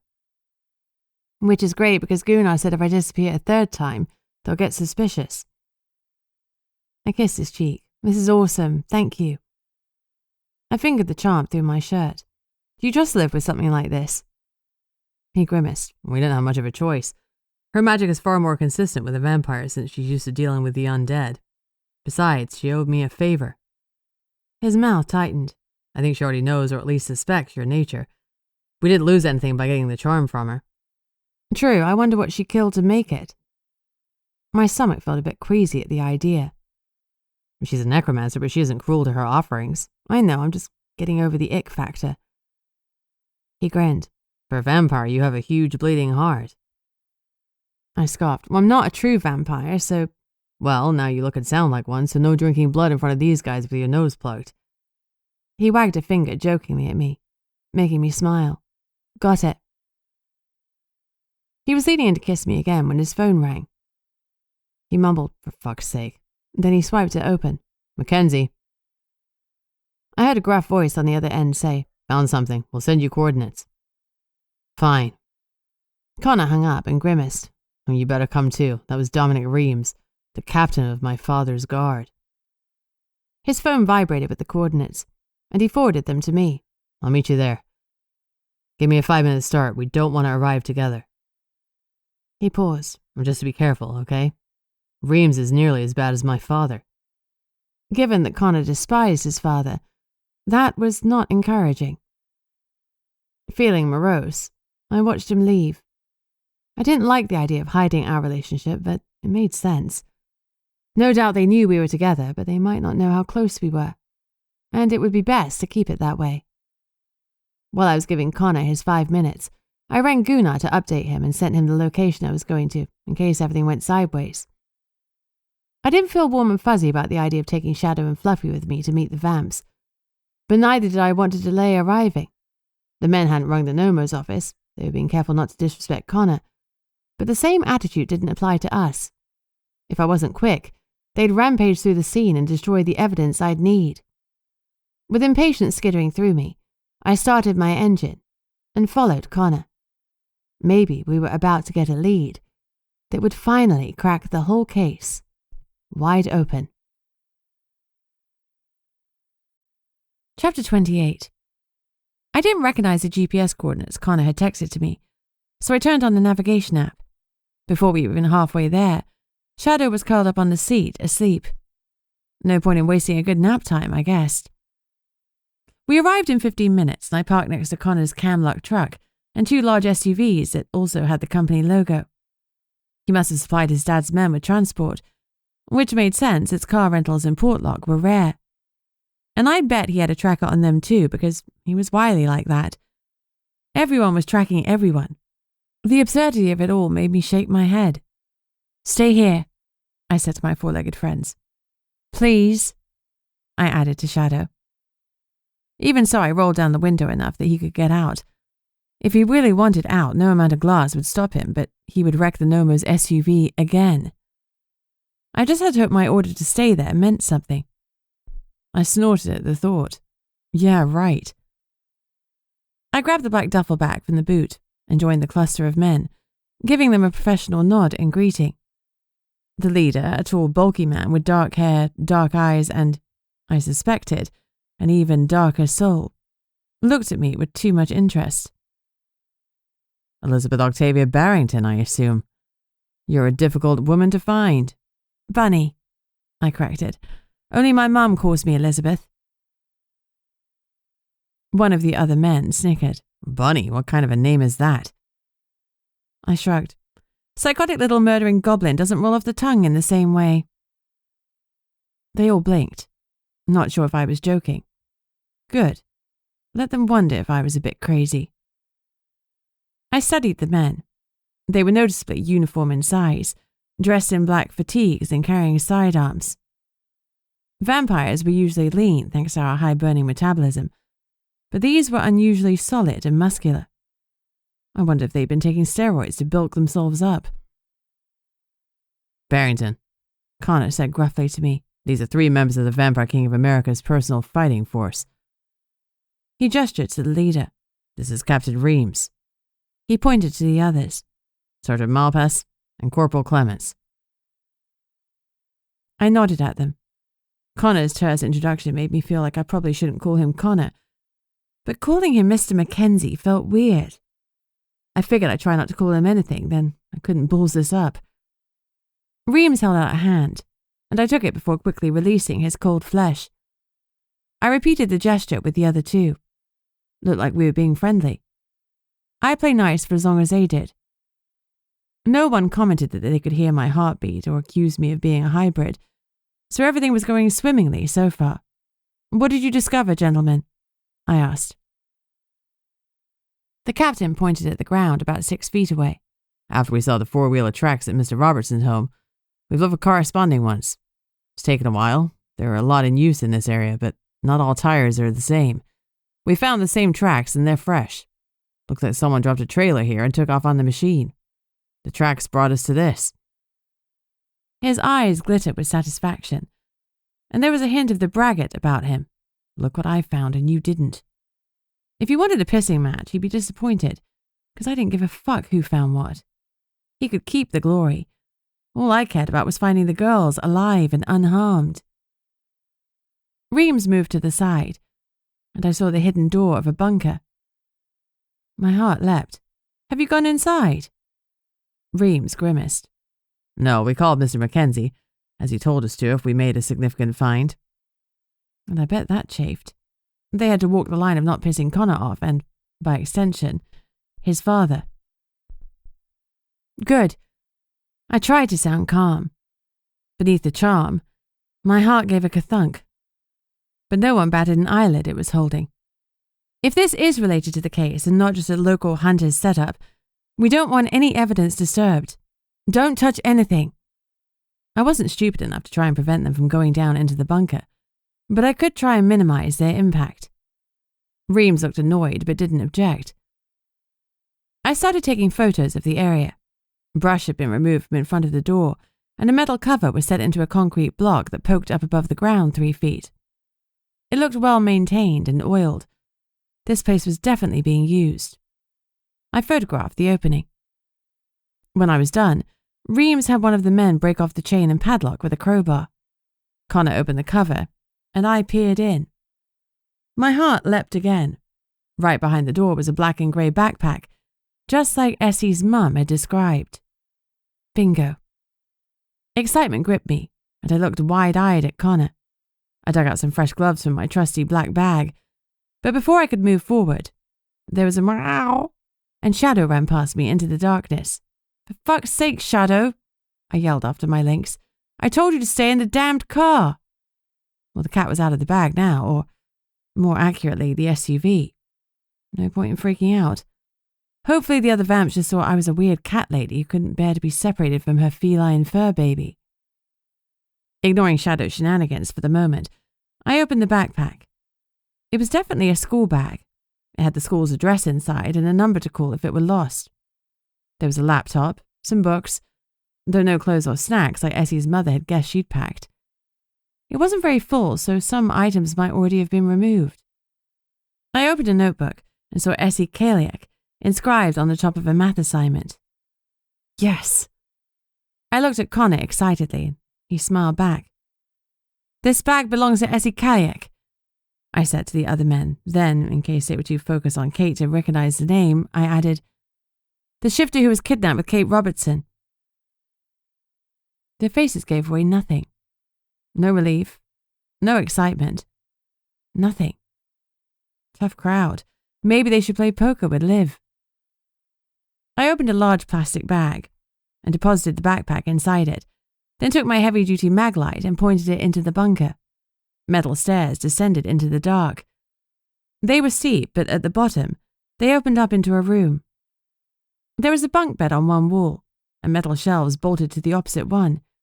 There was a bucket for waste and one of those large orange water coolers for water. The smell from the waste bucket was pretty overwhelming, and I had to concentrate on breathing shallowly through my mouth rather than my nose. Though the girls had clearly been here, they were long gone. I took yet more photographs. This was the bunker in which Darcy Clark had been held in. Her initials had been scrawled on the wall with a black pen with "was here" after them. I wonder if she'd done it in a fit of teenage boredom, or if she'd been trying to leave a clue for the police. The shelves held packaged rations. I looked around for something in which to keep blood for Kate, but I couldn't see a cooler box or a fridge. Either the kidnappers brought it to her, or they expected her to drink from her friend. I shuddered at the thought. They've moved them while the girls escaped, I mused aloud. The beds were rumpled as if they'd been slept in, and the girls' pajamas were scattered around as though they dressed in a hurry. I looked for Shadow. He had to be here somewhere, but I hadn't seen hide nor hair of him since he'd run past me. I checked under the beds, behind us, under the stairs. No cat. Connor must have seen the panic in my eyes because he started to search too. When we couldn't find him, logic dictated what had happened. There has to be another exit. Shadow can't pass through solid concrete, I said, though, in truth, I wasn't positive that was the case.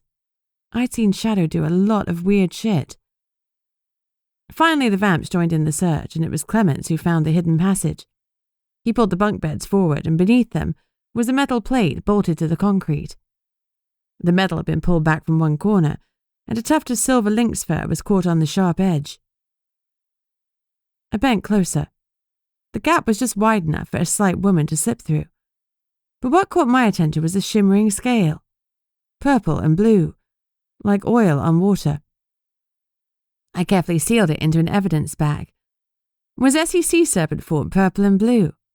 Had she assumed that form to slither through or to get the strength to pull up the metal plate?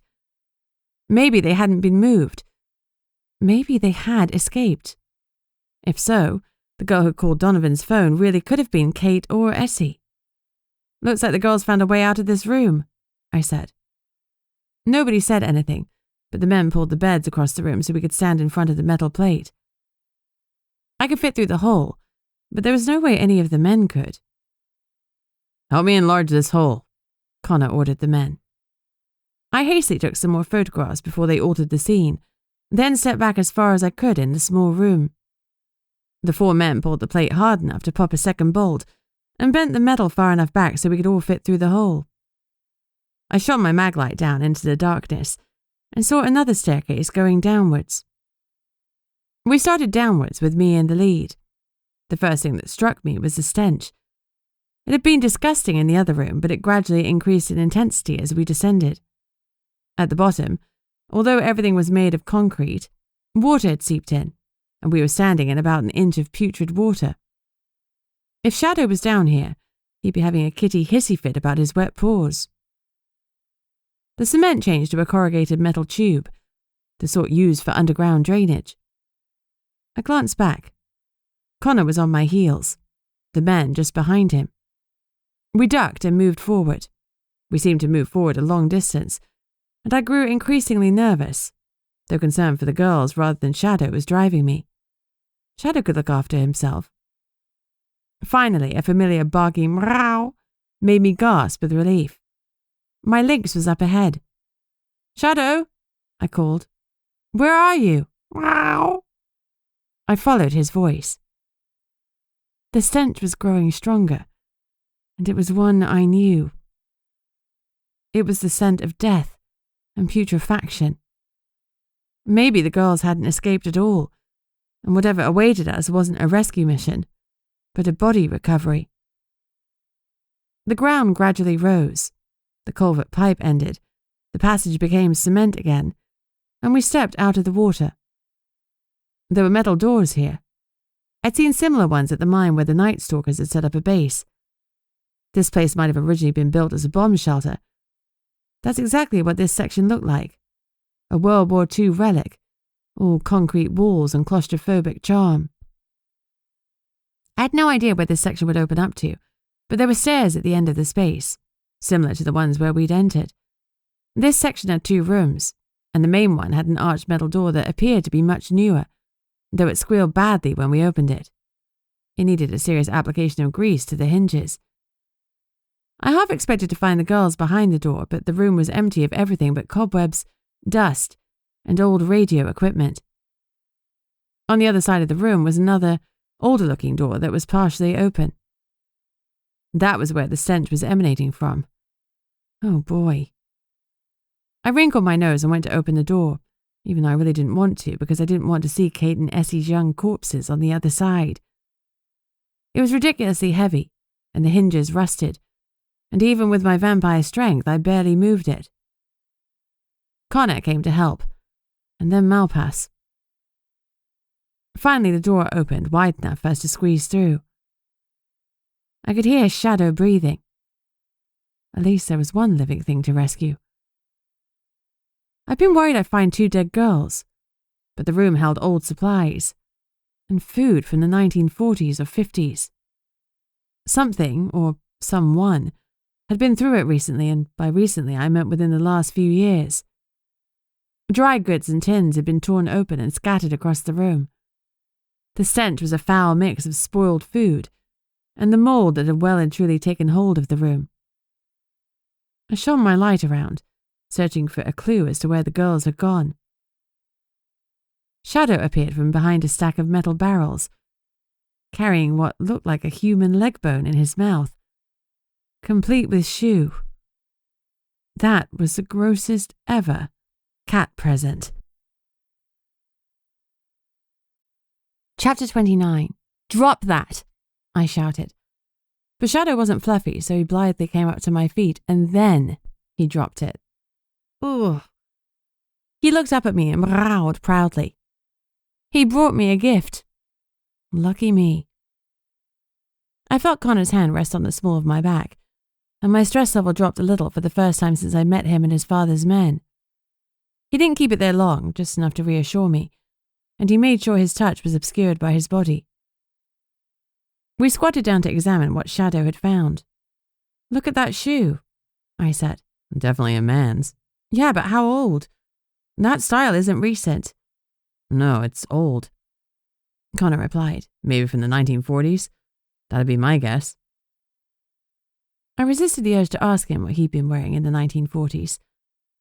I rarely felt the age gap between us, but moments like this reminded me that Connor had a wealth of experience that I hadn't shared, and never would. Shadow lay down next to the bones.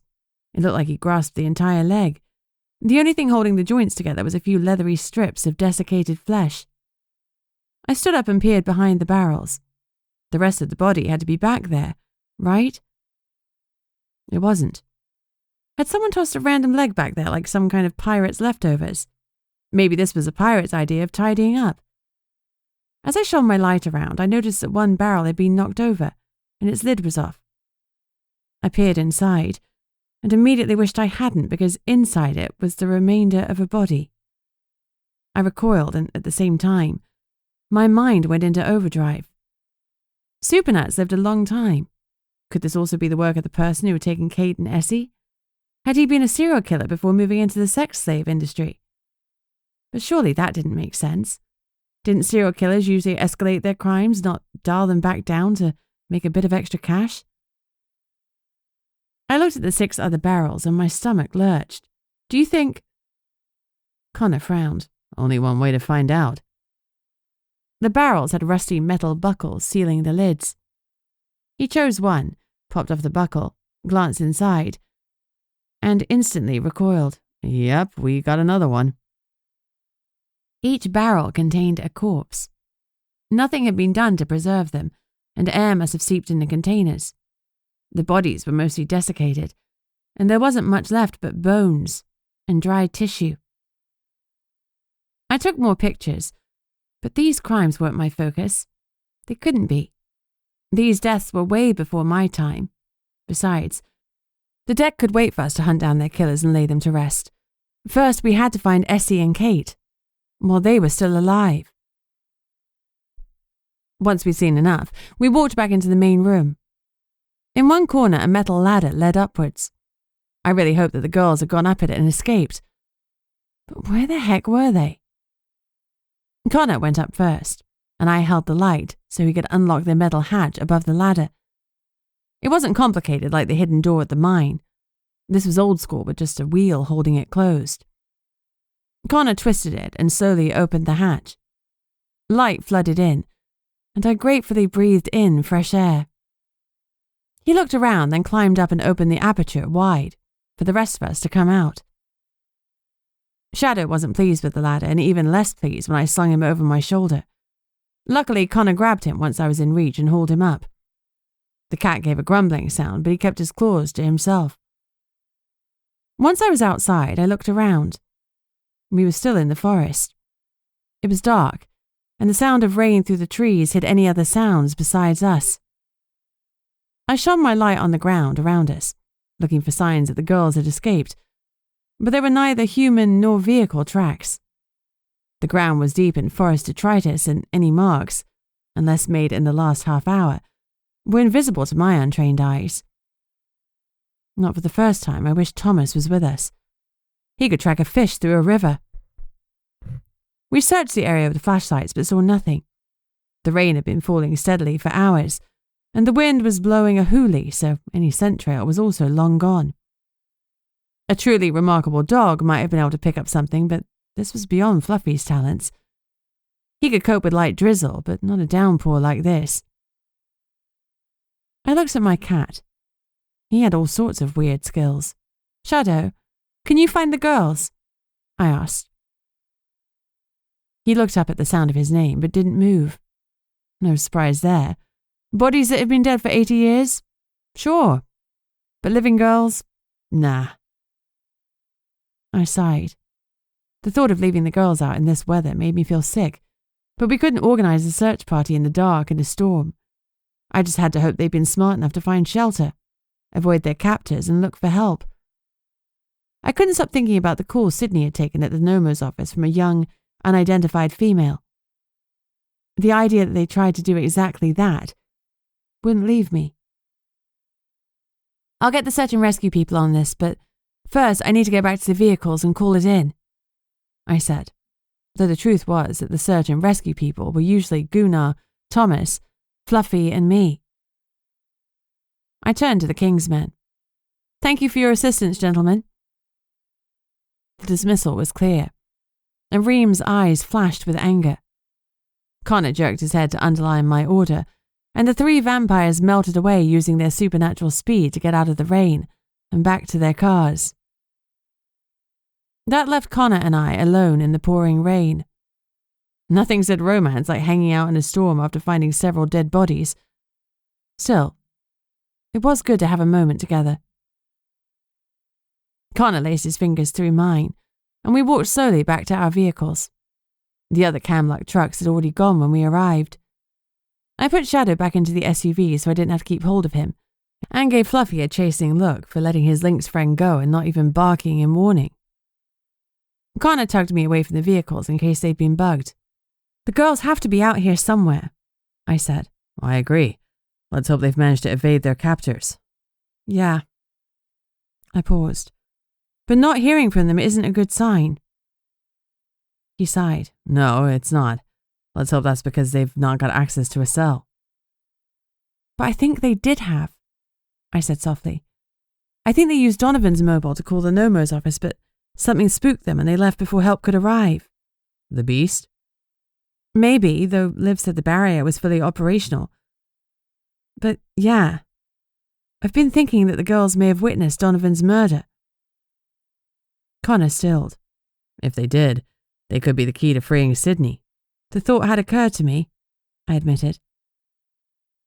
He ran a hand through his hair, and I smiled. His hair was wet from the rain, as was mine, so his curls were tighter and laid flat against his skull. I wanted to run both my hands through them, but when we were in the warmth of his shower. I sighed again. There would be no fun and games until the King's goons had gone. Connor was too stressed, and I wasn't feeling all kittens and sunshine either. Your father's men don't seem so bad, I noted. He snorted. Don't be fooled. Reams would be torturing people for answers right now if I didn't keep him on a short leash. Yeesh. They're staying back and they're watching. Everything they see or suspect will be reported to my father. We have to be careful. Well, they can't see us now, I said, and laced my arms around his neck. No. He agreed, and pressed his lips to mine. What do you know? A kiss in the rain is romantic. We pulled apart reluctantly. I have to go. I want eyes on Reams as much as possible, and John doesn't have the authority to keep them in their place. How is John? I asked. John had helped me escape from London, and I owed him everything. He'd recently lost his wife, and he was still finding his new normal. Good. He's doing well. Best hire I ever made. He kissed me again. I gotta go. Keep yourself safe. Back at you. He gave me a wry smile and slid into his truck. He was off to keep the king's goons busy, and I had a plan that involved a certain hag. The rain had washed away any scent a canine could track, but a hag tracked by something entirely different. Chapter 30. I called Gunnar and updated him on everything I'd found, and everything I suspected. My gut said that the girls were key to freeing Sidnee, and I told him as much. I put crime scene tape around the bunker, but we'd have to go back together later to do a proper forensic overhaul. Without Gunnar's help, it would take hours and hours. Things are cooking, he said approvingly. I'm meeting Mafu at his house for questioning shortly. I'll speak to him, then join you at the site. You got it. I'm going to drop Shadow and Fluffy home and run to the store to buy some baked goods for Matilda. I'll summon her near the bunker. Hopefully she can track the girls even in this weather. Good idea. Keep me in the loop. Gunnar rang off. I dropped my four-legged friends home, gave them food and fresh water, and went to the shop. Annoyingly, the store was out of fresh bakery donuts, so I bought 2 boxes of pre-packaged ones instead, 1 chocolate and the other coated in icing sugar. I hadn't tried them on Matilda yet, but she didn't seem overly picky, as long as her treats were sweet. I drove back to the site and hoofed it overland to the bunker's entrance. I took Essie's backpack with me, still wrapped in its protective plastic bag. If the hag did need a scent, I had one to give her. Grasping my treats in my hands, I put the backpack at my feet and called for the hag. As before, she didn't take long to appear. Hey, Matilda. I smiled at her. She focused on the boxes in my hands, and I passed her the first one. She sniffed, examined the slightly different boxes, then took a chocolate donut. Within seconds, she devoured the rest. Good sugar snack, she said when she was done. More? She asked, eyeing the second box. Icing sugar drifted down when she lifted a pastry to her mouth, and she frowned. Is sand? She asked, as though I were giving her something bad. No, I reassured her hastily. It's sugar. Taste. She licked the white stuff, then devoured the rest of the donut like she hadn't eaten in years. Matilda want only this sugar snack, she announced, jabbing her claws emphatically at the empty box. That could be a problem. We had a fairly consistent supply of pastries made by the store, but getting the manufactured pre-packaged kind in such a remote place as Portlock was not a certainty. I'll try. It can be difficult to find this one. She stared at me as she handed back the empty boxes. At least she hadn't shredded them. I crumpled them and tucked them in my pocket. Matilda, the girls, including the vampire girl, were kept here in this cement box. She wrinkled her nose and looked at the metal door. Vampire girl, in there? She pointed. No, not anymore. It looks like they escaped. I think they're in the forest. I opened the plastic bag containing the backpack. This belonged to the girl who isn't a vampire. She's a sea serpent. Matilda bared her teeth. No like water. It's fine, you don't have to go in the water, but do you think you could find the girls from this? She gave the backpack a tentative poke with a long metal fingernail. When it didn't react, she leaned in and sniffed it. Then she licked it. I wasn't expecting that, but I held back in my inner ew. Once she was done, I put the backpack in the plastic bag and resealed it. Now with added hag spit. Yes, I contaminated the evidence a smidge, but did I care? No, I did not. Sidnee had been in a cell for entirely too long, even with Secret keeping her company. I was not happy with the current situation. Matilda sniffed the air, her pointed, mouse-like nose twitching. Smell serpent, girl, she confirmed. She sniffed around the door, then sank into the earth and disappeared from view. Damn it! I'd expected her to take me with her like she had in the mines. It was my fault for not clarifying what I wanted. Luckily, she was back, just as suddenly as she left. She danced a bit on her dirt-encrusted feet. Girls, that way. She pointed into the depths of the forest. It wasn't the way we'd come when we'd returned from the opposite end of the tunnel, and I grinned in triumph. This might be a real lead. Rabbit girl, please, with Matilda. So pleased, thank you, you're wonderful. Can you show me where they went? She nodded, turned, and trotted into the trees. Her strange shape gave her a twisted, lurching gait, but she was fast, and I had to jog to keep up. We ran for what felt like miles, though we didn't pass through the barrier, so it couldn't have been that far. Matilda stopped a couple of times to sniff, then corrected her course, and off we went again. After a while, I realized we turned back towards town. Had the girls played it safe and gone home or headed to the Nomo's office? But surely if they had, Guna would have called me by now. Matilda stuck to the trail as it darted this way and that. Finally, it wound back towards the barrier, and she pointed through it. Girls went out there. Matilda, no go. A shiver ran through me. I didn't want to go either. Matilda, why won't you go there? Beyond the barrier, I mean. She cocked her head at me. Matilda told Rabbit Girl. Donnelly Ocean lived there. Killed Matilda's husband long ago. Her voice was agitated, and she was clicking her metal nails together. You did tell me, it's fine. You don't have to go, I'll go. Matilda squinted at me, then put her hands on her hips and shook her head. Rabbit Girl, no go. I'll be fine. I've gone out there before. She shook her head again. We'll die, she said sorrowfully, then sank into the earth and disappeared. Gee, thanks for the vote of confidence.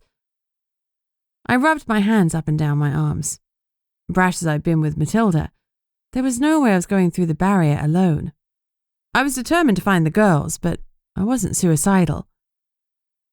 I needed a team, and I had a couple of poor bastards in mind. Chapter 31. I felt terrible about leaving Kate and Essie alone even for another minute, but failing to prepare was preparing to fail. Kate must need blood desperately by now, if she hadn't already succumbed to feeding on her friend, and they could both be hurt. I needed to get a proper team together with supplies, rather than rushing in half-cocked like I might once have done. I jogged back to my SUV, thinking over and over about the girls. There was no doubt in my mind that they'd chosen to go through the barrier, rather than go home, and that was telling. I stumbled on uneven ground, and my heart thunked. I was soaked through, exhausted, and the sun was coming up. I hadn't slept in at least a day, and it was showing. I slowed to a walk, better to arrive safely than with a broken leg. Needing to do something while I walked, I called Gunnar. He could start making preparations. Bunny?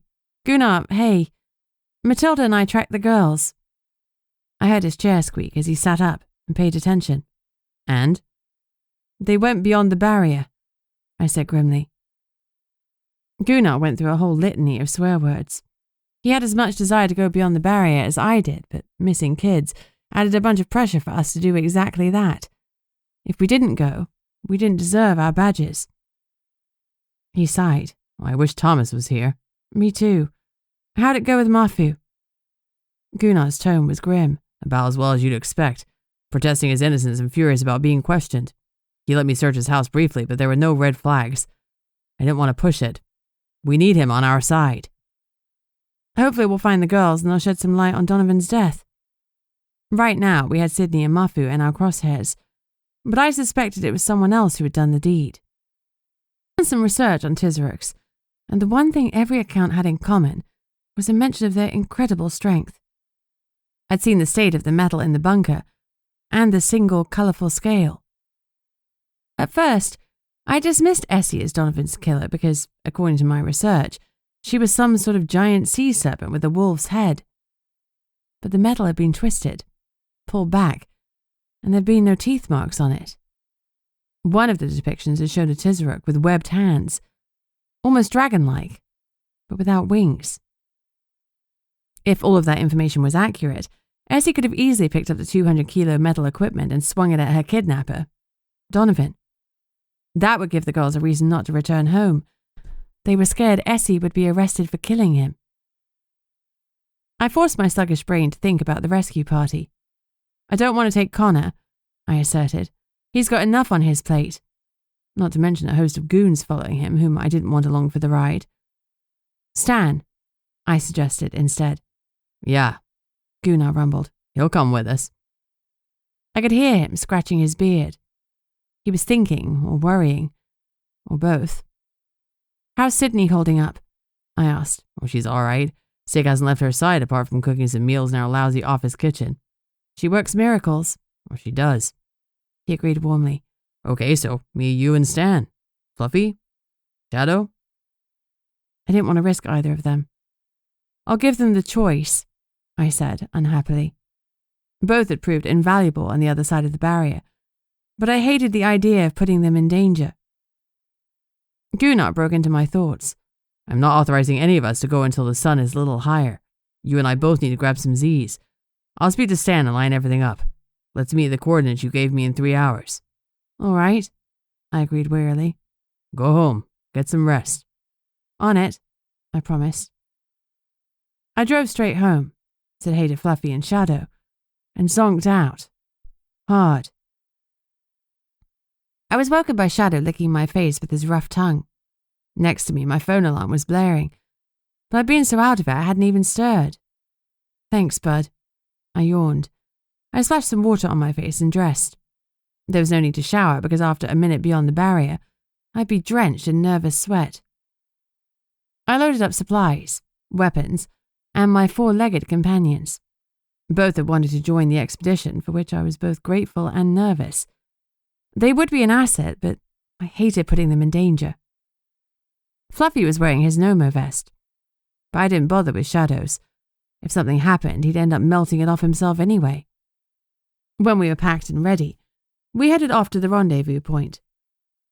Stan was already waiting when we arrived, and I was surprised to see he'd brought Anissa. I looked at him questioningly through the windshield, but he just shrugged. I frowned. Anissa had a baby at home. She didn't need to be put in danger. The woman she called her mother, who was really her grandmother, was aging rapidly. If the worst happened, she couldn't raise Anissa's daughter on her own, and I did not want that on my conscience. Once we were out of the vehicle, I arrowed in on him. Why did you bring Anissa? I hissed. It's incredibly dangerous. We can't guarantee anyone's safety. He gave me a wry look. Have you tried telling her what to do? I told her where I was going and she insisted on coming. Said she'd had a premonition. Anissa leveled a somewhat terrifying glare at me. I'm a grown woman. I make my own decisions. That was me told. But even so, I couldn't resist one last objection. But what about your daughter? I'll return and raise her, she said confidently. I wouldn't be here if the spirits hadn't told me I'd be safe. I eyed her curiously. Did they say the rest of us would return safely as well? She gave an apologetic shrug. They only spoke about me. Great. Just great. We had spirits out there that could predict our next steps, and they only cared about one of us. God save me from nepotism. I nodded. All right, you're in. But on your own head be it.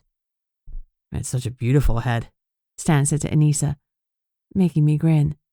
He'd flirt at the gates of hell if he could. Anissa smiled back at him. Thank you. I'm glad you were reassured by the spirits, I said. Nothing we're about to do is safe, but Essie and Kate are in grave danger. The beast, well, it's terrifying. All we can do is hope we don't encounter it and that the girls have survived it too. Gunnar perked up. Well, you all look suitably somber, he said as he joined us. He echoed my words. This is incredibly dangerous, Anissa. Are you sure you want to come? She smiled wryly. Want to? No. But I've been told I need to go, so nothing you can say will deter me. I know what we face. You don't know until you face it, Gunnar warned. Not truly. But he turned from her, done trying to dissuade her. If she wanted to come, then we'd accept all the help we could get to find the girls. The more eyes we had, the better chance we stood of finding them, and getting out with our limbs intact. One by one, we pushed through the barrier.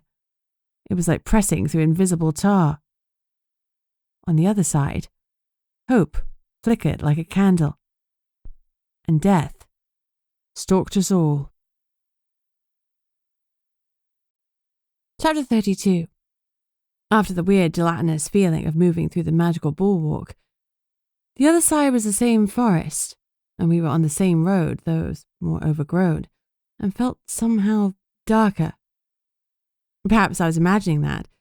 Suffice to say, I didn't feel warm and cozy about being there. There was a break in the trees ahead of us. Fluffy sniffed around for a moment, then found the girls' tracks. They were so obvious that even I could have found them, though the rain, which had now stopped, had already started to wear them away.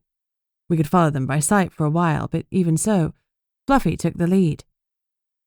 Thanks to Gunnar's insistence that we wait for the sun to move higher, it was now beaming down on us. It was still cool.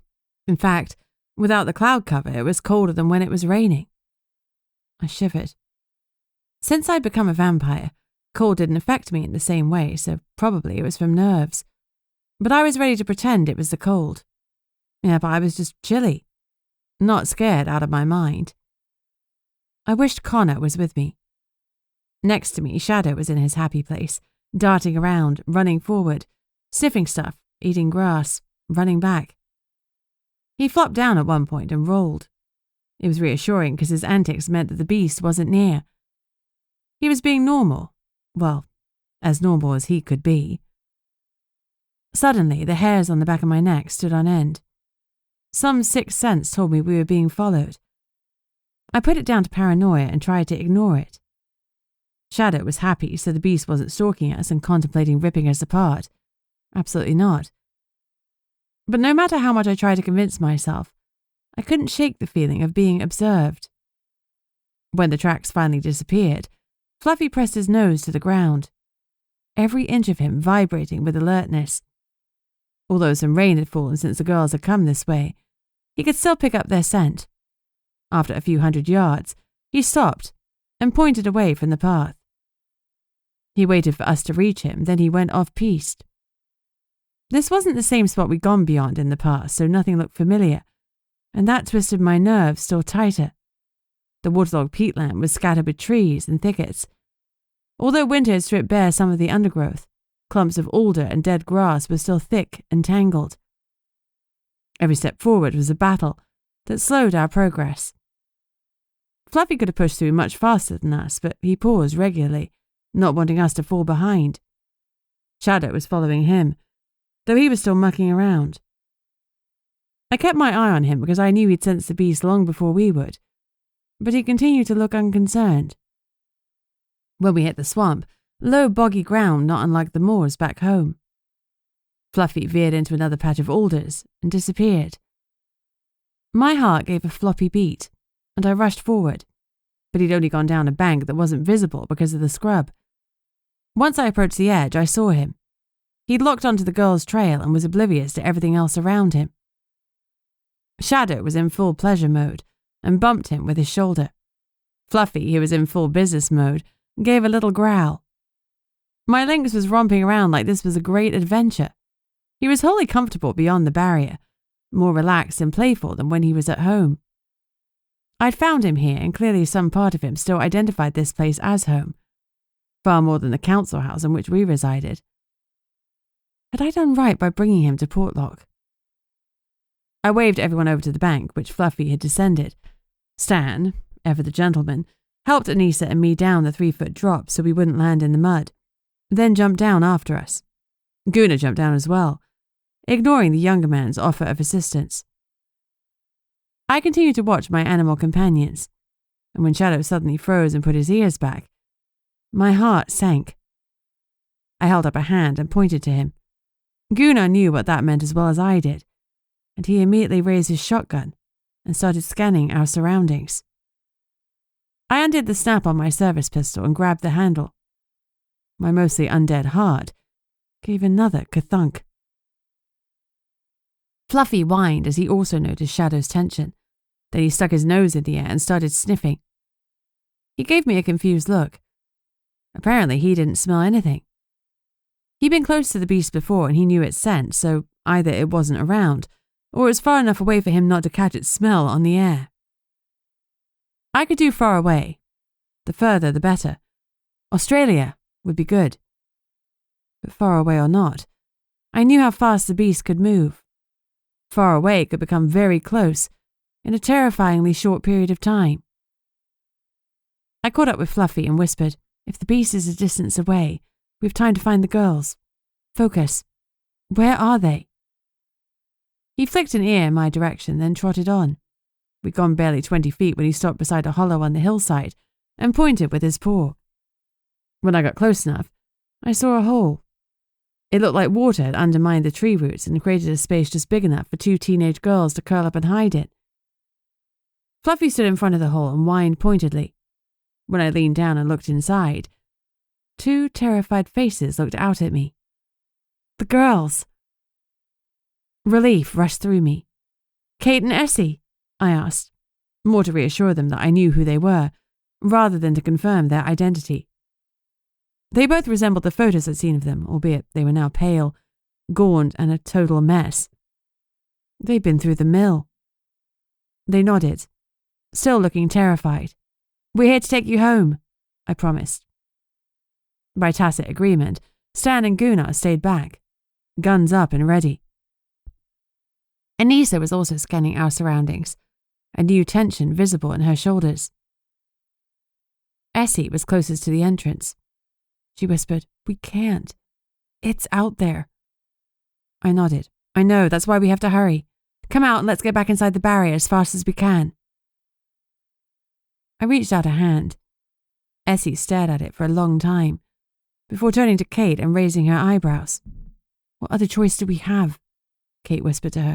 "If we stay out here, the beast gets us. We're just going to have to deal." "All right, if you're sure," Essie murmured back. The girls hugged. Fear etched into every line of their bodies as they clung to each other. I grimaced. They seemed to be almost as scared of going back to Portlock as they were of staying here and facing the beast. Essie took a couple of seconds to collect herself, then crawled out. Kate followed. Both girls were grubby and wet. They looked miserable, and I couldn't blame them. But I didn't take the time to reassure them that everything would be okay. Time was of the essence, and we were still in danger. Everything might not be okay. Fluffy took point again, and we followed. First Anissa and me, then the girls, then Stan and Gunnar bringing up the rear with their shotguns. Anissa had something in her hands that I couldn't see. Now that the girls were with us, she started to chant. I wasn't entirely sure what she was doing because I didn't sense non-witch magic in the same way. But I could feel something, like the pressure in the air before a storm. Shadow bumped against my legs, and I glanced down at him. His ears were pinned, and he was checking the brush to my right. My attention amped up another level. Anissa's chanting grew louder, though I couldn't make out what she was saying, because it was in her own native language. Sukpiak. Her voice rose, and I heard a thread of fear in it, but though her voice warbled, her chanting didn't falter. She moved the object in her hands in slow circles. It was bone white, maybe a tiny figure, an amulet or a stone. It didn't matter what the fuck it was if it kept us safe. The pressure increased, and my head felt like it was being held in a vice. It wasn't a pleasant sensation, but I gritted my teeth and bore it. "Bunny!" Gunnar yelled, and I whirled around.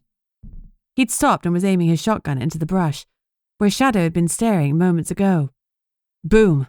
He fired a shot and pumped in the next shell. His stance was tense, but his face was calm. He was a man who faced his fears head on. Shadow yowled, an entreating call or a warning. I didn't know because he spoke in his own language. An answering scream came from the brush, and my hair stood on end. I still couldn't see anything. No smoke, no glowing eyes, no form. Where the fuck was the beast? I couldn't flame grill air. "Get to the barrier," Anissa gasped between chants. "I can't hold it." I wasn't sure what it was, but I believed she was holding us in some sort of protective bubble, which was why the beast wasn't rushing us. That was its usual MO. It wasn't a coy monster, but a very much in-your-face one. We didn't need any more encouragement. "Run, girls," I barked, and they sprinted away. Despite her fear, Kate was smart. She didn't use vampire speed and pull away from Anissa because she also realized that Anissa was holding something protective over us. I pulled my service weapon as I ran, ready to offer Gunnar and Stan more cover. The men were still fixed. "Move!" I roared at them. "Anissa has a shield over us and you need to stay inside it." I had no idea what would happen if we stepped out of it. "I'll cover you," I hollered. "Run!" The men turned their backs on the brush that was shaking and moving, even though there wasn't a breath of wind. I shot into the brushes and heard an enraged snarl. Had I found my mark? That feeling of pressure had disappeared completely, so we had to be outside Anissa's protective bubble. And that was all kinds of not good. The brush ran towards me and I saw the moment it transformed from green leaves to swirls of deadly smoke. The leaves blackened and fell, and malevolent red eyes met my own. Fuck. My cowardly heart quivered, but I kept my feet rooted as I shot again. The men were nearly level with me. "Get to the girls," I ordered. "Get them home." "Bunny?" Gunnar started as if he were going to argue. "I'll be on your heels," I barked. "Your duty is to those kids." He swore, blistering the air black and blue, but he and Stan ran past me. I summoned the heat within me. The beast wanted to dance? Then I'd introduce him to a great tune. Great balls of fire. I let my fear rise and channeled it, spooling the heat. Then I holstered my gun and extended my hands, jetting flames from my fingertips like some sort of vampire flamethrower. "What the fuck?" I heard Stan shout behind me. Oops. Hopefully the girls were far enough away not to have seen my fiery act, but I'd have some explaining to do to Stan. Ahead of me, Anissa screamed. I risked taking my eyes off the beast long enough to see her drop like a stone. "Anissa!" Stan shouted, putting on an extra burst of speed. He pounded towards her, picked her up, and the object she'd been holding, and tossed her over his shoulder with zero effort. "Move!" He cajoled the girls, and they started running again with Fluffy at their heels. Shadow, however, had about turned. He was growing in size and leaping towards me. "No!" I shouted at him. "Get back!" Being a cat, he blithely ignored me and continued moving forward, putting himself between me and the beast. Whatever protection Anissa had given us was long gone, and the beast was free to come after us with all that it had. Fear swamped me. All that stood between it and us was my cantankerous cat. "Shadow!" I shouted again. And that was when something burst from the trees and headed right for me. Chapter 33. Parker exploded from the trees in a blur of motion, and I gaped as he tore towards me. He tackled me and hoisted me into a fireman's hole before my brain caught up. I was too shocked to do more than dangle. It was full sunlight. Connor must have given Parker a daylight charm, but what the fuck was Parker doing here beyond the barrier? My brain fired again, and I screamed for my lynx. "Shadow, come on!" I begged. Shadow was fierce and strong, and he had some crazy skills, but he was nowhere near full grown. There was no way he could match the beast in size. It would kill him if he didn't escape. Parker's speed took us to the others in no time. We were so close to the barrier now. Stan was ushering the girls up to it and whispering the words that would take them safely through it. He looked up and saw Parker. "Who the hell is this? Well, it doesn't matter now," Gunnar barked. "Go through." He picked up Fluffy by his Nomo's vest and flung him bodily through the barrier. Stan looked at me for a beat, worry in his eyes. "I'm fine," I yelled. "Go through." He went, carrying an unconscious Anissa slung over his shoulder, like I was slung over Parker's. I was feeling distinctly grumpy about being treated like a sack of potatoes, but there wasn't time to fuss. Shadow had listened and was heading our way, but he wasn't alone. A terrifying, writhing mass of shadow and smoke was chasing him, howling and yowling its outrage. "Turn me around," I shouted at Parker. "Point me at the beast." He obeyed, we didn't have a choice, and positioned me like I was a rocket launcher on his shoulder. If I'd been thinking straight, I'd have told him to put me the fuck down, but no. I gathered my flames instead and summoned the fire that was roaring in my blood. I blasted it again at the monster. aiming high so Shadow would be unscathed. A wall of fire erupted, forcing the beast to slow. It snarled and skidded back, buying Shadow precious seconds as he charged toward us. That was all he needed. My supersized lynx kicked into a final burst of speed, a streak of fur and muscle, and in a heartbeat, he joined us. I slumped against Parker. "Get us out of here," I ordered. Parker murmured the words that allowed us to cross, and we pushed through the now malleable barrier with my large lynx in tow. We stumbled out on the other side with a pop. As he moseyed out, cool as a cucumber, Shadow regained his smaller stature and his smoky coat. He sat down and started delicately licking a paw. "Put me down," I groused at Parker, and he obediently set me on my feet. The beast, shrieking, a chorus of fury and madness, was still tearing through the air. It was pacing along the barrier, a seething mass of smoke and glowing red eyes. It was straight from my nightmares, yet sickeningly real. Its howl scraped my jangled nerves as it pounded the barrier. My heart gave one panic ka-thunk, but the barrier held. Defeated for now, the monster spun with unnatural grace and slipped into the trees, leaving behind an acrid tang and a terrified silence. I'd never been happy to know that the barrier was solid. Might even kiss Liv next time I saw her. "Fuck," Stan said. Then, now that the danger had passed, he focused on Parker. "Now, seriously, who the fuck is this?" I'd had time to come up with a small fib, which I suspected wasn't a fib at all. "This is Parker. Connor has him on bodyguard duty for me." Kate and Essie were huddling together. Kate's curious eyes settled on me. "You're Prince Connor's mate," I nodded, even though it wasn't a question. "But Joe Parker hates Connor," she went on. "Why would Connor assign him as your bodyguard?" Great. Why did the girl have to be so damn smart? And Parker wasn't Parker's first name? Huh. He's had a change of heart, I said vaguely. Prince Connor has given him a daylight charm. Kate was still frowning. "You don't give those out like candy." I wish she'd shut up. "I just rescued her, for God's sake. Could you stop with the making trouble for me routine?" My glare must have been a little too fierce, because she shrank back. "Sorry," she muttered, casting her eyes down. And now I felt shitty because I glared at a girl who'd just been through a ton of trauma, and I was an absolute bitch for making her feel bad right now. "No, it's fine. Enough about me. Let's get you somewhere safe." "Are you taking me home?" Kate asked, and a shiver ran through her. "To the station," Gunnar confirmed, glancing at me because he'd seen it too. "We'll talk some more before we do anything else." "You won't contact her parents?" Essie was clinging to her friend. "Not yet," I said slowly. "Not if you don't want us to." "I don't," Kate whispered. Suspicions made my belly clench for her. I knew something was off about Cobalt Robertson. But what exactly was it? If he'd abused this girl, I'd stake him through his black heart myself. "Let's get you in the vehicle," I said, as I guided them to the Nomo SUV. They looked nervously at us as though we were going to cuff them. I shook my head. "You're safe now. You're the victims in all of this. Come on, let's get you warm and comfortable." They walked slowly to the SUV and I ushered them onto the back seat. Fluffy joined them.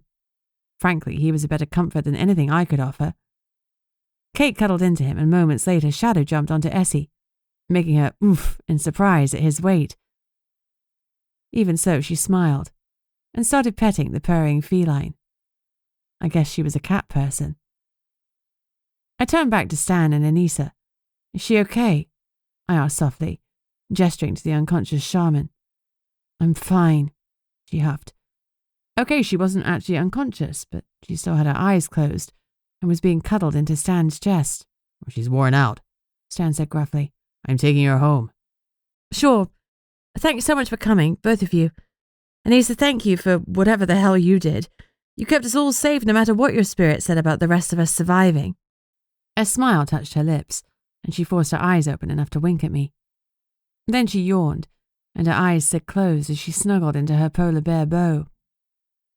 Stan cradled her to the safety of his truck, put on her seatbelt, and tenderly tucked a blanket around her. Oh, he was so in love. I grinned at the thought. He met my eyes as he walked around to his side of the truck. "Thank you," I mouthed. He smiled, nodded, then heaved himself into the driving seat, started the engine, and drove off. "I'll meet you at the station," Gunnar promised. "Don't question the girls, just let them settle." "You got it." Copying Stan, I grabbed a couple of emergency blankets for the girls. They had to be in shock after all they'd gone through. I wrapped them up, then opened my rucksack and gave Kate several bags of blood. "Oh my God," she said as she snatched them. "Thank you." She took the straw I offered and pierced the first bag, draining like it was a carton of fruit juice. She did the same with the second bag, her shoulders slumping with relief as her hunger was sated. I passed both girls bottles of water and a bag of biscuits, then closed the door again. Gunnar called Sigrid from his truck to let her know he'd survived going beyond the barrier, and I used the moment to speak quietly to Parker. I waved him further from the trucks, putting enough distance between us so that even supernatural ears couldn't hear us. "You were following me?" I accused in a low voice. "Yes," he admitted simply. "I need to keep you safe." "I can keep myself safe," I hissed. "I saw." His tone was pure admiration. "You can wield fire. It's amazing." "Oh, crikey. Don't tell anyone," I ordered. "Not a soul," he agreed easily. I didn't need his agreement. My order was enough. That thought pricked my conscience. "Don't tell Connor about this," I said firmly. "Not until I've had a chance to speak to him myself." "You got it." "You should go. You want to lift to town?" "No, I'll run. That way Kate will ask you fewer questions." The way he said her name sounded familiar. "You know her?" "A little. I know her father more." "What sort of man is he?" I asked. "He's not a man," he replied softly. "He's a vampire. A deadly vampire. The type that enjoys drinking from the jugular, like the spray of hot blood and the struggles of his prey." He paused. "We were cut from the same cloth." He looked at me. "I'm sorry for that." When I'd saved Parker, something deep within him had shifted. He wasn't the same person now, and he no longer reveled in the hunt. Now remorse lived in his eyes, clear and unmistakable. "It's okay," I comforted him. "We all make mistakes. No one's beyond redemption." "I think perhaps Cobalt Robertson is," he murmured. I nodded. "Okay, I'm on my guard." "I'm on your guard too." He winked, before melting into the forest as quickly as he'd arrived. Great. Just great. That was all I needed. Another witness as I bumbled my way through life. Still, it was hard to feel anything but grateful for his help. My fire would certainly have made the beast pause, but I've been bracing myself to do a last stand to make sure everyone else survived. Because of Parker, my heart would pump its odd beat a while longer. In the moment when I was sure I'd die, I'd regretted not having spoken to my mum. When she'd visited, we'd started the process of building a bridge between us, but since she'd left, I'd stopped all my efforts. Now I found I wanted to remedy that. Yes, she let me down in so many ways, but nothing would stop her being the only mother I'd ever have. I climbed into the Nomo's SUV and peered into Gunnar's truck. He was still on the phone, so I waited for him to finish. I assumed he was still talking to Sigrid. When he hung up and fired up his engine, I let him go first. As I followed him back to the station, my mind slipped into autopilot as I jiggled all the pieces of the puzzle together. I tried to get them to fit, but failed. I felt like I was still missing something essential. The ride back was silent. The girls were huddled together, hands on warm fur, eyes on nothing. Words weren't what they needed right now. Comfort came with soft pause. I hope it helped. They'd need every ounce of strength for what came next. Reliving their horrific ordeal. For the record. Chapter 34. Back at the office, I led the girls into the heart of the station and sat Essie at my desk and Kate next to her. More blood? I asked Kate. Please, she replied gratefully, still clinging to the blanket I wrapped around her. Hot chocolate? I asked, and they both nodded eagerly. Gunnar sat with them while I made a hot chocolate for everyone, myself and him included. The girls weren't the only ones who were shocky. I went to town and added marshmallows and cream to the velvety goodness. While I was in the small kitchen, Sigrid joined me. She looked tired, but she still dredged up a smile. Hey, you okay? I asked her. That's my line, she teased, brushing a few strands that had wriggled loose from my braid behind my ear. With thoughts of my own mother so near the surface, that maternal gesture made my eyes burn. Whatever happened with Mum, I hoped I'd always have Sig. How you holding up, my love? She asked. Better now we found the girls. I'm hoping they'll have some answers for us. Have you told Connor they're safe? I bit my lip. Not yet, I admitted. There's something going on with Kate and her dad. I don't want to tip our hand that she's safe until we know what it is. I don't want the Kingsmen rushing in and questioning her, or worse, whisking her off. She studied me. Did you tell Connor you went beyond? I flinched. Not exactly. Sigrid sighed. He loves you. He's going to be upset that you left him in the dark. He was going to be livid, and I wouldn't blame him one bit. But his father's men were stalking him, listening to his calls, bugging his car. I couldn't risk them finding out and interfering. We need to get to the truth for the girls' sake. And for Sidnee's. I sighed. I know. Sigrid hugged me then and helped me carry the hot chocolate into the other room. I picked up a mug of warm blood for Kate too, and juggled the drinks in my hands. This is my wife, Sigrid. Gunnar introduced her as she walked in. This is Kate and Essie. Nice to meet you, girls. She handed them each a mug. I'm sorry for all you've been through. Kate's eyes filled with tears. Thanks. Essie nodded wordlessly, but I saw her swallow hard.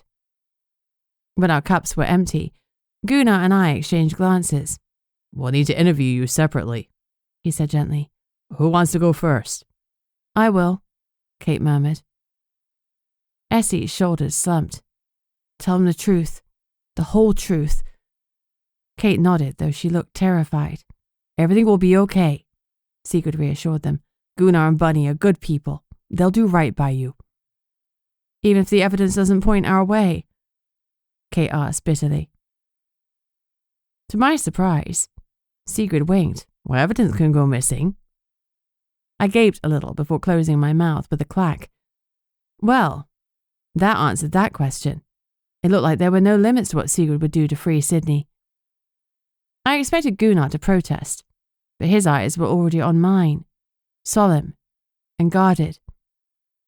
And that answered that question. Like Sigrid, he was ready to play fast and loose with the rules. The question was I? I knew the answer before I'd finished asking the question. Of course I would. I'd already thought about staking Cobalt Robertson. Justice came in many forms. Kate followed us into the interview room, and we started recording. Gunnar quietly read her the Miranda rights, then said, You have the right to an attorney. As you are 16, you should also be questioned with your parents present, but you've asked not to have them here. Do you understand that you can ask for another adult to be present on your behalf? I don't have anyone else, she said bitterly, wrapping her arms around herself. I'm sorry for everything you've been through, I said. And because I knew her parents were somehow at the heart of this, I continued. My parents kept something big from me, and I only found out about it recently.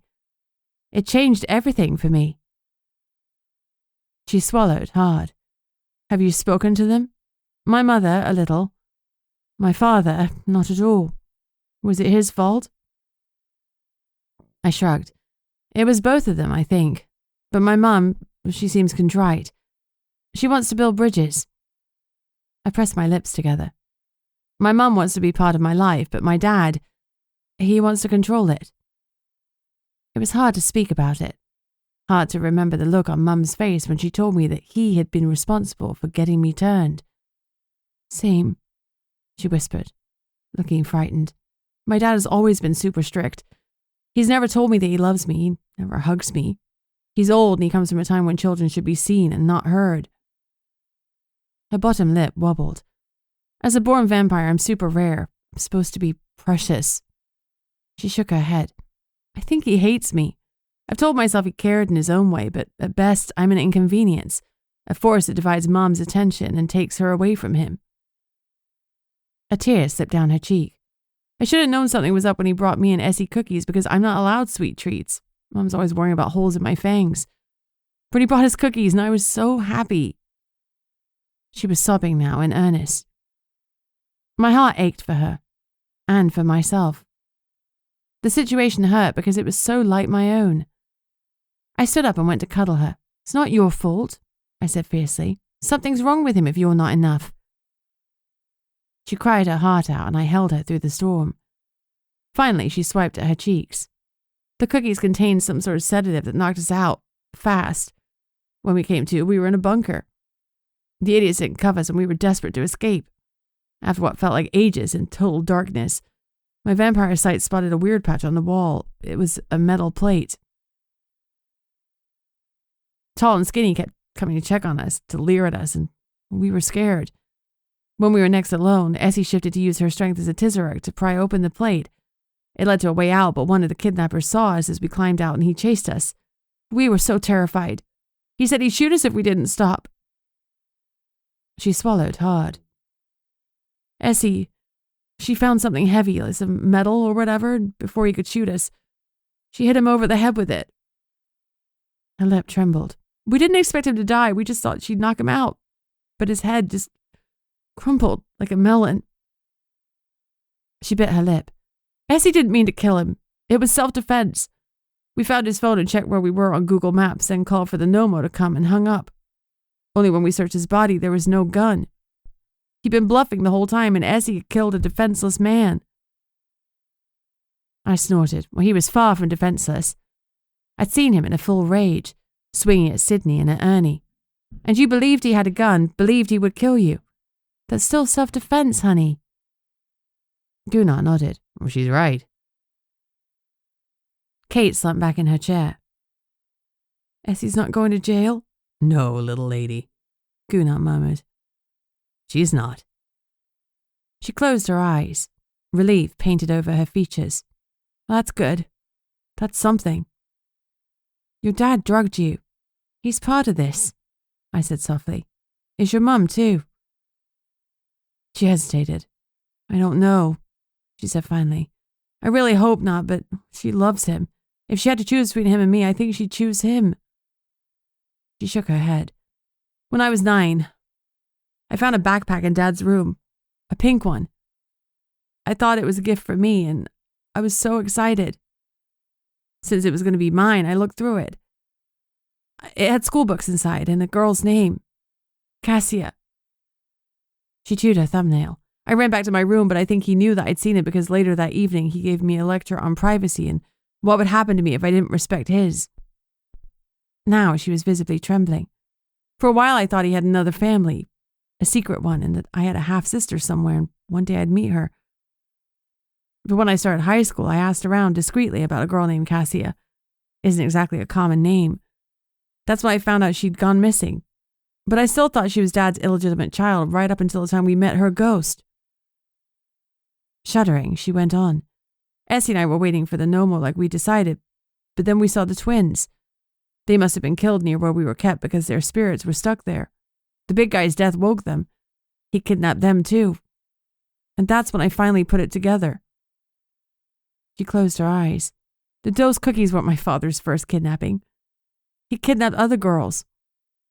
Essie had killed the big guy and my dad was evil. That's when we decided it was better for both of us if we just ran. We'd rather face a hypothetical beast than a real one. Only the beast beyond was real too. Her eyes were wide, and she was breathing too quickly, in danger of hyperventilating. I didn't point out that, as a vampire, she didn't need to breathe. Instead, I pushed her head between her legs. Breathe slowly, I instructed. Everything's going to be okay. You won't have to live with him again. I looked at Gunnar and he nodded solemnly. We would keep her from Cobalt Robertson. We would arrest him and throw away the key. Chapter 35. Essie told the same story as Kate, almost without variation. We reassured her we wouldn't be pressing charges against her for Donovan's murder. She told us a little more about the squalid conditions they'd been kept in, and about the other guy who'd come to check on them. When he visited, he always had a headlamp on, and used it to look at them, running the light up and down their bodies. Essie told us that he was slim, tall, brown-haired, and always armed. He sneered at us, she said quietly. He was brave while he was carrying his guns. She swallowed hard. He scared me the most, even more than the big guy. Skinny's guns were always cocked and loaded, one in each hand, so we couldn't rush him. You could see he was just itching to hurt us. He wanted us to put a step wrong. He taunted us. He said that we fetched a far higher price because we were virgins, and that was all that was stopping him from tasting our wares. Fear bloomed in her eyes as she relived the moment. We won't let him touch you, Gunnar vowed. Can you tell us anything else about him? I think his name was Bob. He spoke about himself in the third person like a total whack job. Just give Bob a reason, he'd say. Next to me, Gunnar froze, tension and rage in every line of his body. Did he touch you? He asked tightly. No, but he wanted to. After I killed the big guy, some twin girls appeared just like that. She clicked her fingers. They were ghosts. They said the skinny one had raped and killed them. Kate freaked out because she was scared they meant her dad, but I think it was Bob. He had this hungry look in his eyes. She shuddered. I'm going to need so much therapy. We can help you with that, I promised. We know some good local therapists. What's going to happen to Kate? She asked in a small voice. Her dad drugged us. We know he's involved in all this, even though he didn't visit the bunker. We need to find out if Kate's mum is involved, I said. Now it made sense why Cobalt Robertson hadn't wanted us involved, why he'd been angry about us searching the property and the grounds. He couldn't stop Connor from summoning us without raising a shit ton of questions, but he'd done his best to suggest the girls had run away or that a third-party necromancer had sneaked into town to disrupt the wards. I suspected he'd opened the window himself because there had been no ladder marks or footprints under the window. Nothing to suggest the kidnappers had used that as a point of ingress or exit. Robertson had probably let the kidnappers in through the front door. The total betrayal of Kate's trust made my heart hurt for her. For now, we'll keep Kate in protective custody, Gunnar promised Essie. She'll be safe. It was a broad promise, and I suddenly wondered what the true purpose of the King's Men was. If Cobalt Robertson was part of this, why would he summon other vampires to come in and investigate? He'd want to hush it all up. I thought about Connor's chilling words, that Reams would normally be torturing people by this point. Had Reams and his team been summoned not because the girls were taken, but because Cobalt had lost evidence that could point back at himself? And if that was true, was Connor's dad involved in the sex trafficking? Were Reams and his crew loyal to Cobalt Robertson because he was the King's lieutenant, or were they loyal to the King himself? How high did this go? I frowned. If the men weren't here to find the girls, why had they found the bunker? That didn't make sense. Maybe Robertson hadn't summoned them at all. Born vampires were incredibly rare. Maybe the King truly had sent the men to find Kate. I turned it over in my mind until I forced myself back to the here and now, with Essie. Do you want us to contact your mum? I asked her. I was learning about not making assumptions. Essie's relief was evident. Yes, please. Her eyes filled with tears. She'd been so brave, but the thought of her mum coming to find her had weakened her last reserves. I'll call now, I promised, and left the interview room to do just that. Lily Kaliak. Essie's mum answered the phone a few seconds after it started ringing. It's Bunny Barrington for Nanomo's office. Yes? Her voice wobbled with hope. Are you alone? Yes. Dread had crept in her tone. We found the girls and they're safe and sound, I said quickly. Oh, thank God, she said, and promptly burst into tears. I let her cry herself out. When the sobs lessened, I said, Kate isn't ready to go home. Can you come straight to the office? Please don't tell anyone they've been found, including Kate's parents. Oh, poor Kate. she said softly. Oh, I won't tell a soul. Why poor Kate? I asked. Oh, Essie's dad may be absent, but I prefer that to him being here and treating her like that asshole treats Kate. Do you suspect abuse? Physical? No. Emotional? Oh, he's an ice sculptor in a tuxedo. I'm not sure his heart ever functioned, even back when it was beating. She sounded bitter. I smother that girl in love every chance I get. I thought of Sigrid, who did the same to me. She appreciates it, I said, my voice cracking. This whole case was too close to home for me, and I was struggling to be objective. The parallels were too great with my own dysfunctional family. I was in the shower when you called, and I still have suds in my hair. I'll be with you as soon as I can. Tell Essie I'm coming for her. I will, I promised. When I went back into the interview room, Essie gave a watery smile. My heart ached when she slipped an arm around her bestie to comfort her. No one was coming for Kate. Not yet, anyway. We left the girls at my desk with Sigrid, Fluffy, and Shadow, while Guna and I went to tell Sidnee she was officially off the hook for Donovan's murder. Dull-eyed and weary, Sidnee looked up from her cell floor. Great news, Guna said with a smile. You're free to go. One of the girls confessed. You didn't kill Donovan. She burst into relieved tears. When the cell door was open, we bundled together, the three of us hugging with happiness. She'd been through so much, and she'd been so brave. In the other room, Fluffy barked twice before falling silent. It was odd for him to bark, but perhaps he hadn't reacted well to Mrs. Kaliak's arrival. Foxes and dogs didn't get on, right? Are you okay? I asked my bestie softly. No, she said, in all honesty. I'm an absolute wreck. She sniffed and tried to rein in her tears. Well, that's understandable, Gunnar said. But in time, this too will pass. He said the words like he'd said them to her before, like he was quoting someone. Her lips tipped up in a small smile, and she nodded against his shoulder. I know, but I'm not sure how much more I can bear. Where's Thomas, Gunnar? Gunnar shook his head. Well, I don't know, that's the truth. He was seen in Anchorage. He's near, and if I know him even a jot, he's fighting to get back to you. I'll go to Anchorage, she said fiercely. And do what? He asked softly. I don't know, but I can't do nothing for 1 second more. The cell door clanged shut behind us, and we all whirled around. Captain Reams was smirking at us. You'll do nothing for a few moments longer. He held up the key to the cell door, tauntingly. Dismay washed over me. We'd rescued Kate, and now Robertson's men had her and Essie, and Sigrid, Fluffy, and Shadow. I pulled out my phone to call for Connor, but my signal was completely gone. Reams winked at me. We're not rookies, Jessica Rabbit. Fuck you, I spat back.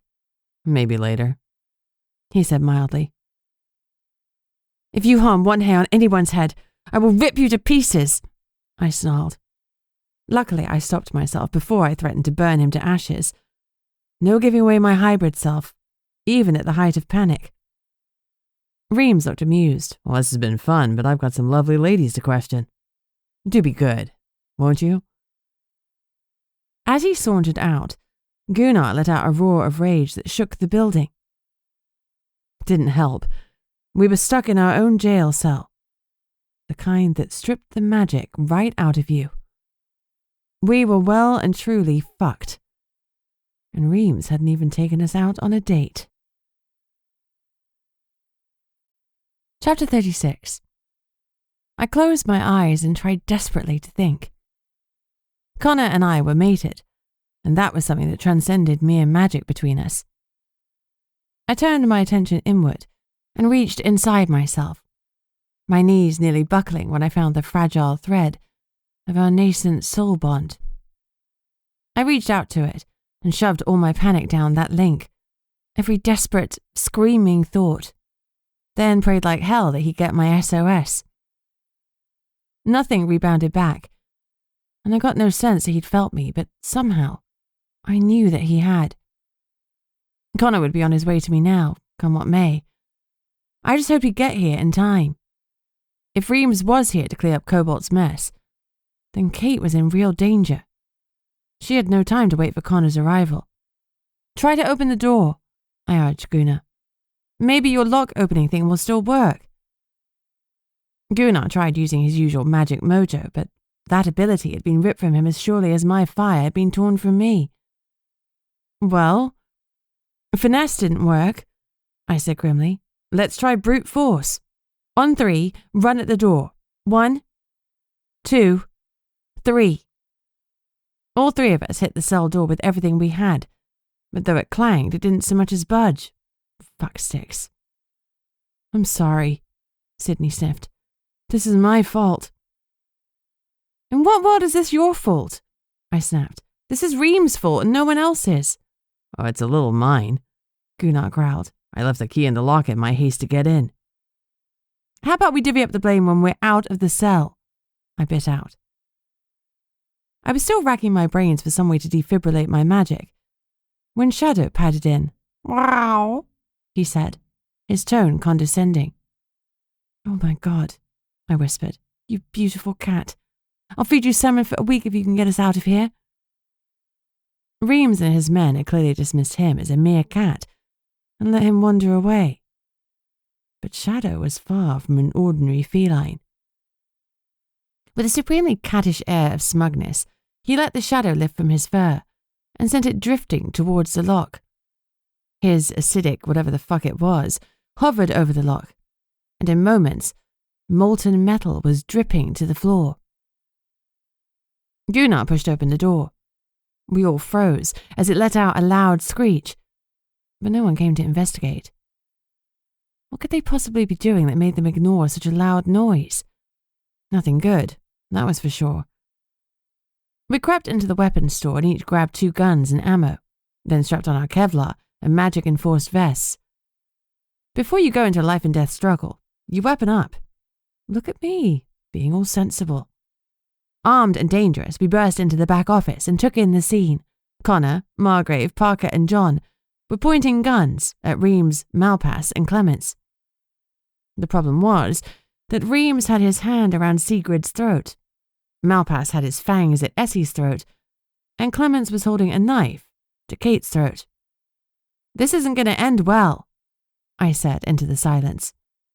Reams took in our arrival and our weapons, did some calculations, and grimaced. "We have what we came for. Let us walk out of here and we'll leave Portlock immediately. And if we don't," Gunnar challenged him, "then we'll see who dies first," he said simply. "You're not leaving with either of the girls," I barked. Reams blinked. "We're not here for them," he said finally. "You let us go, you keep the girls. Everyone lives. Win-win." He wasn't here for the girls. Then what the fuck was he here for? "You're here on Robertson's orders, right?" I asked in confusion. Reams said nothing. "Answer her," Connor ordered. Reams's jaw tightened. "You know whose orders I follow, Your Highness." His tone was mocking, and he'd made his point. He followed Hamish Mackenzie's orders, not Connor's, and not Cobalt Robertson's. Connor glowered. "I do, and yet the numbers are very much on my side here. Tell me, Reams, why should I let you walk out of here alive? You locked up my mate. I didn't harm her. Here she is, free as a bird. Or a bunny." He winked at me, and Connor growled at his obvious disrespect. "If you don't let us leave," Reams continued, "then innocent blood will be spilled. And we all know how Connor Mackenzie feels about that." There was no attempt to hide his disdain. Ugh. Now that he suggested Connor was weak, he wouldn't, or couldn't, back down. So I backed down for him. "Let them go," I pleaded. "Please. I don't want the girls to get hurt. They've been through enough."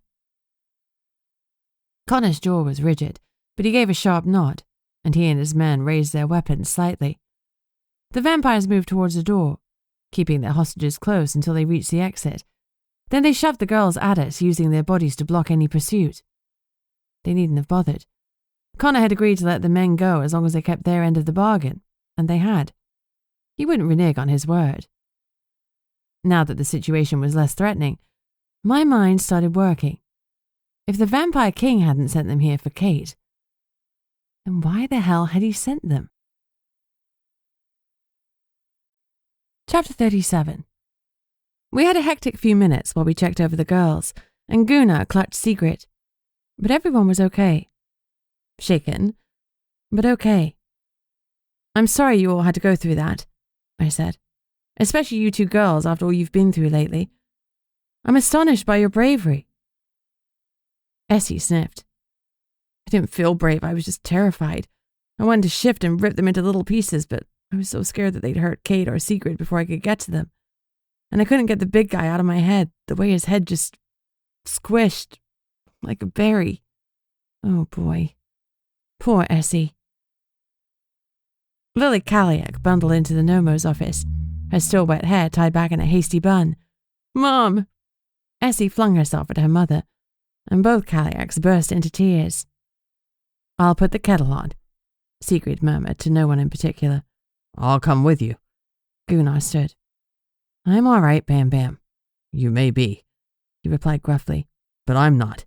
Forgive me while I follow you around like a lamb." Her smile was like the sun coming up. "Follow me wherever you like." "To the ends of the earth," he promised. The depth of their love made my eyes fill with tears. There was something so deep and true and honest about it, and they never shied away from letting their feelings for each other show, no matter the company. It was a contrast to Connor and me because Connor frequently had his leader hat on, and I had my officer hat on. Two professionals doing a job, all the while burning for each other but not letting it show. Even now, Connor hadn't crossed the distance to me. I knew it wasn't for lack of emotion. If anything, it was the opposite. He didn't trust himself to come close enough to touch me, or he wouldn't stop. He'd drag me away and make sure I knew exactly how loved I was. And because I did know, I smiled at him across the room. I pulled my eyes from him with effort and turned to Kate. "What did they want with you?" She looked confused. "I don't really know, but they asked a lot about the beast beyond the barrier." "The beast?" Connor frowned. "Why would they ask you that?" "Because we ran beyond," she confessed to her leader, eyes on the ground. "You—" He trailed off and stared at me. "You followed her beyond." It wasn't a question, but I nodded all the same. His nostrils flared, and his fist clenched. Whoops. Connor's emotions were firmly dialed to somewhere between not happy and very pissed off. Well, he'd have to deal with it. My job was saving people, and if that meant going beyond, I'd do it. I raised my chin defiantly. "Who did you take with you?" he asked tightly. "Gunnar, Fluffy, Shadow, Stan, and Anissa." "Anissa?" He muttered in surprise. "I could have sent others to help." "Without Reams finding out?" I asked dubiously. "I doubt it. And besides, it turned out we had Parker too. We just didn't know it until he flung me over his shoulder and ran me bodily back through the barrier." Connor glared at Parker. "And you didn't mention this because—" Parker flushed. I told him not to," I interceded.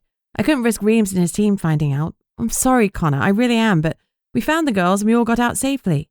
It's done now and we have bigger concerns, like why Reams gives two shits about the beast."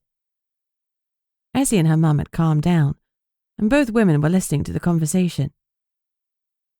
A sudden inspiration hit me. These girls were local, so maybe they knew more than me. Beast legends had to be rife around Portlock.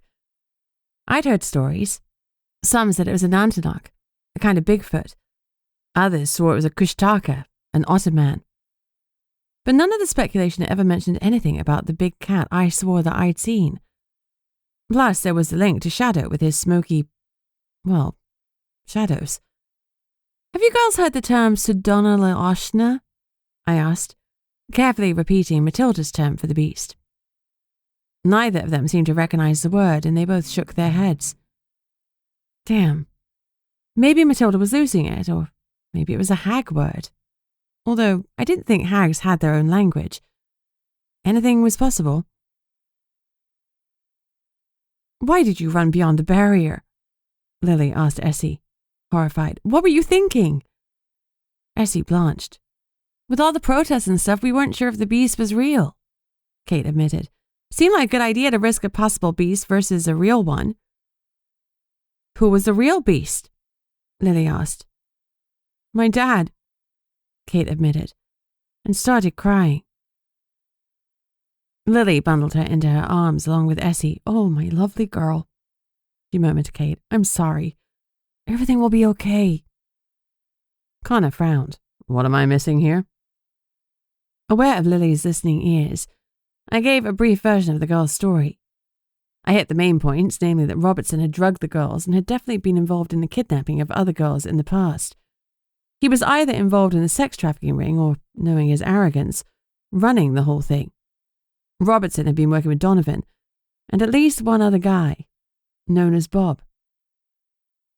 We needed to arrest Robertson, find out if Kate's mum was in on it, then locate and arrest his other accomplice. The problem was I was operating on a 1-hour nap, and I could hardly think. Adrenaline had taken it out of me, not just from our excursion beyond the barrier, but because of getting captured and the subsequent standoff. I was swaying on my feet, and I wasn't the only one. We need to guard Kate, I managed. Then we need to find Bob and move in fast on him and Cobalt, preferably at the same time. Connor turned to Kate. Would you feel comfortable at my home? Buddy and I will be there too. She blinked. Sure. Okay, Kate comes with us. In fact, he eyed the Kaliaks. You two should come as well, until we've arrested all the guilty parties. Lily bit her lip, but nodded. Okay, if you have room. Of course. Connor's house was massive and had a number of guest rooms. I'll wait for April, Gunnar said. She's due in shortly. I'll get her started on identifying a Bob who's associated with Donovan. Let's all get some rest, say 6 hours downtime. Then reconvene here to get this shit done. It was rare for Gunnar to swear in front of civilians. That he'd let the expletive pass showed how tired he was. I felt the same. The girls were safe. Sidnee was off the hook. And for the first time in days, we could relax. All we had to do now was tidy things up. How hard could that be? Chapter 38. Once everyone was fed and settled in the guest rooms, and Fluffy and Shadow were content, Connor and I hit the hay. I was beyond tired, but when the bedroom door shut behind me, Connor's eyes locked on me with the intensity of a heat-seeking missile. I suddenly found I had a second wind. He stalked towards me, his intent clear. I hated being apart from you, he said in a low voice. Let's agree to never do that again. I started to agree, but then he was upon me, his hands buried in my hair and pulling me close for a kiss that was hot and demanding in all the right ways. When he finally eased back, he rested his forehead against mine, as if he needed to touch me at all times. Missed you, he breathed. Missed you too, I admitted, so much. And I really had. It had been so hard not even talking on the phone, and yes, I'd missed his flesh against mine too. When I started to unfasten his plaid shirt, his eyes darkened in anticipation. He reached for me and we lost ourselves in each other. As we lay together afterwards, basking in the glow of finally being together again, my exhaustion came back with a vengeance. Before I could even murmur good night, I tumbled into a dream-filled sleep. I dreamed of the beast beyond, but it wasn't a nightmare, as my dreams about the beast usually were. It was a bright, sunny day, and I was in a clearing near the top of the mountain, near the cliff the beast had once chased us over. Yet there were no remnants of my fear and terror. Instead, I felt content. I was surrounded by grass and flowers. Birds were singing, and a gentle breeze was caressing my skin. as I raised my face to the sun. A lynx approached me. At first I thought it was Shadow, because it had the same smoky coat. But this feline was huge. Perhaps one day Shadow would grow this big too. But I knew in my bones that this cat wasn't mine. It approached me and morphed into the largest Nantinaq I'd ever imagined, over 14 feet tall. Even then, fear proved elusive, and I felt only a mild curiosity. The towering Nantinaq spoke to me with a high piping voice like a bird. Nashniken! I frowned and was opening my mouth to explain that I didn't know what that meant, when I was ripped from my dream by the siren call of my damned mobile phone. As I sat bolt upright, the fear came. What the hell? My floppy heart gave a hard, sharp beat. My phone rang again, and I glanced over to make sure that Connor was still asleep. But he was already gone. I looked at the screen and swiped to take the call. Gunnar, I mumbled, my voice cracking from sleep. Buddy Rabbit, he greeted me, sounding warm and amused. Are you planning on coming in today, or? I looked down at my phone screen, registered the time, swore and jumped out of bed. Oh, sorry, Gunnar. Oh my gosh, I didn't know it was so late. I slept through my alarm. I'll be there in 40 minutes. Well, it's not like you haven't clocked enough overtime, he said, but things have progressed, and I want your 2 cents. You'll have them, I promised. See you shortly. I ended the call and darted into the kitchen to turn on the kettle and feed my 4-legged friends, only to see they'd already been fed. There was a note from Connor on the kitchen counter. Food and microwave. I've already fed Fluffy and Shadow. Sorry about leaving while you were sleeping. Love you. Kiss, kiss. I smiled and opened the microwave to find a breakfast sandwich that was still warm. I took it out, replaced it with a cup of blood, and turned on the kettle. I drank the blood, ate my sandwich gratefully, and poured the water to let my tea steep in a thermos while I hurriedly showered and dressed. Finally, I called my furry companions, and we hauled ass to the station. As I opened the door, my phone peeped to remind me that Reggie had his next counselling appointment in half an hour. I sighed. Terrible timing. I glanced down at Fluffy. Should I try and talk to him beforehand or just take him to the appointment? I settled him in Shadow, then knocked on the door jamb to Gunnar's office. Really sorry, but I've got to drop Reggie off for his counselling appointment. Gunnar huffed a breath and tugged on his beard. Oh, can't be helped. Deliver the boy, then hurry your cottontail back here. He had really upped the ante on the bunny jokes. I'd have stomped on that one, but he was already cutting me some slack, so I let it slide. Thanks, I won't be long, I promised. I rushed out, grabbed Fluffy's lead, and put him in the Nomo vehicle. As I started the engine, I said, I'm sorry, Fluffy, but Reggie has a counselling appointment. I stared my dog in the eyes from the rearview mirror. He whined and lay down. Sorry, buddy, but you've got to face it. This is going to be hard until it's not. I know you can do it. You need to do it. You're a werewolf, not a dog. He didn't make a sound, but when I turned into the car park at the clinic, Reggie was sitting in the back seat. I smiled. Hey, it's good to see you. He didn't reply. I'm sorry, I didn't mean to spring it on you like this, but I forgot to give you a reminder. Still no response. You've got a key, right? Do you want to walk home or do you want me to pick you up when you're done? It would be hard to wrangle more time off, but I'd do it. Gunnar would forgive me, and Reggie needed to know that I had his back. He gave me a flat stare, looking like the teenager he was, then opened the SUV door and stormed into the clinic. I rolled down the window. Guess I'll meet you at home then. I half expected a middle finger salute, but he merely hunched his shoulders and kept on walking. I hated feeling like I was the bad guy, but I knew this would help him. He just needed to stick with it. While I was watching him walk in, I took the opportunity to call my mum. Her phone went straight to voicemail. Time zones were a pain in the arse, so I left a breezy message to say I was just checking in. When Reggie was safely inside the building, I gunned it back to the office to see what had hit the fan while I was asleep. Spoiler, colossal piles of poop.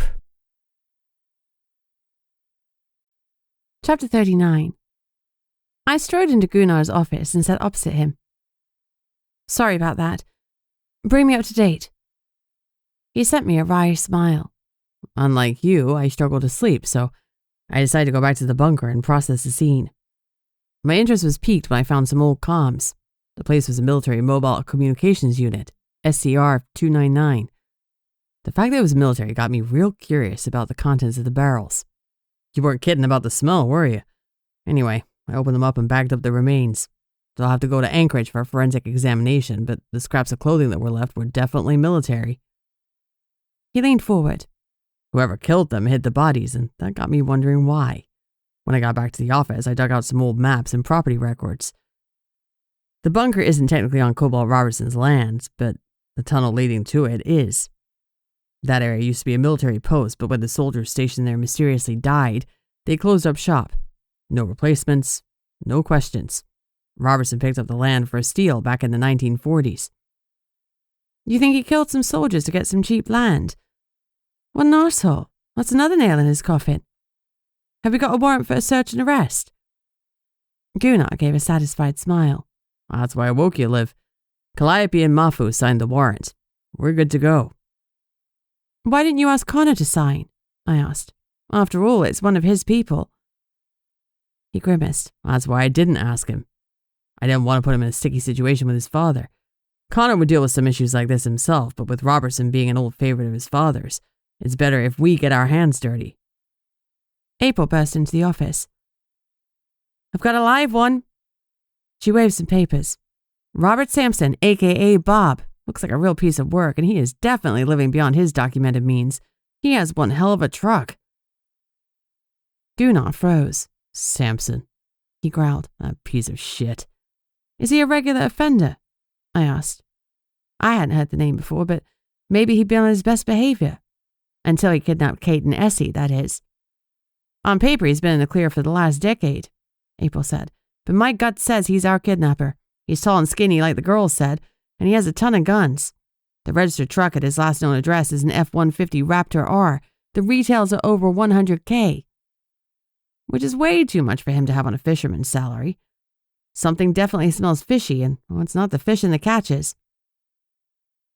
I grinned. You enjoyed that, didn't you? She beamed back. I sure did. She winked at me and spun out of Gunnar's office, humming a tune as she went. I laughed at her antics. April had become the glue that held this office together. She was far more than just an admin assistant.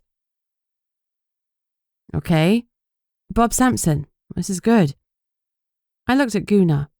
You want to fry him before we tackle Cobalt Robertson? Gunnar looked unhappy. I've got history with Sampson. Many moons ago, before Sig and I got married, she was dating someone pretty seriously. I'd had my eye on her for a while, and she was friendly with me, but she wasn't interested. I could hardly believe that, because Sig and Gunnar had the kind of deep, abiding love that was the stuff of fairy tales. The kind I hoped Connor and I would grow into one day when the carnal lust faded. Real soulmates.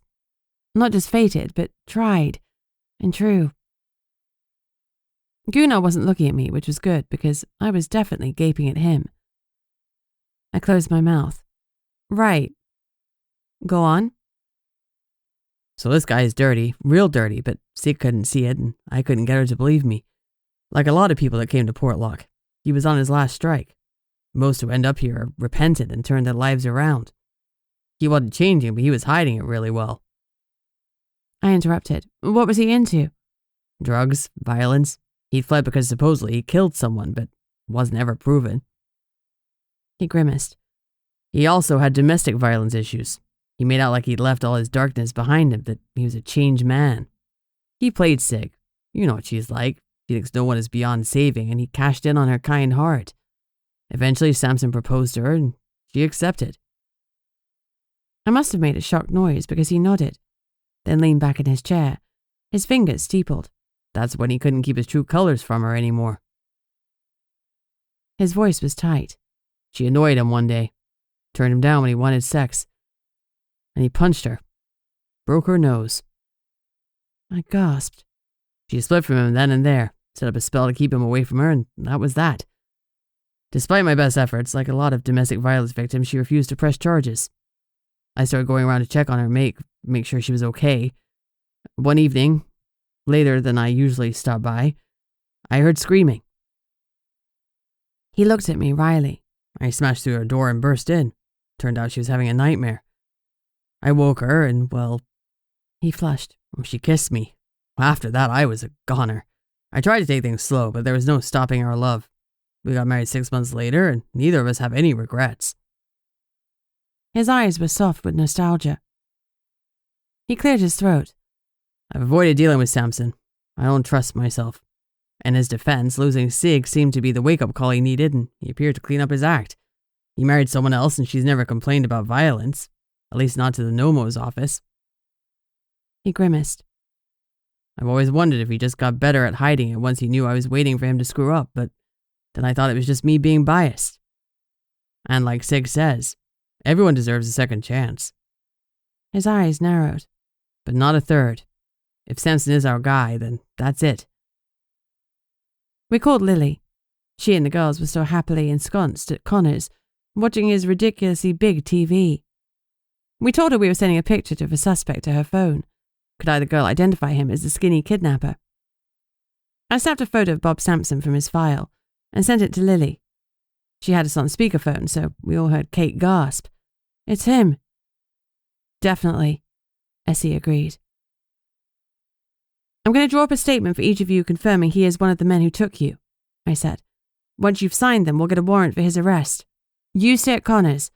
I'll be around with the statements within the hour. We rang off.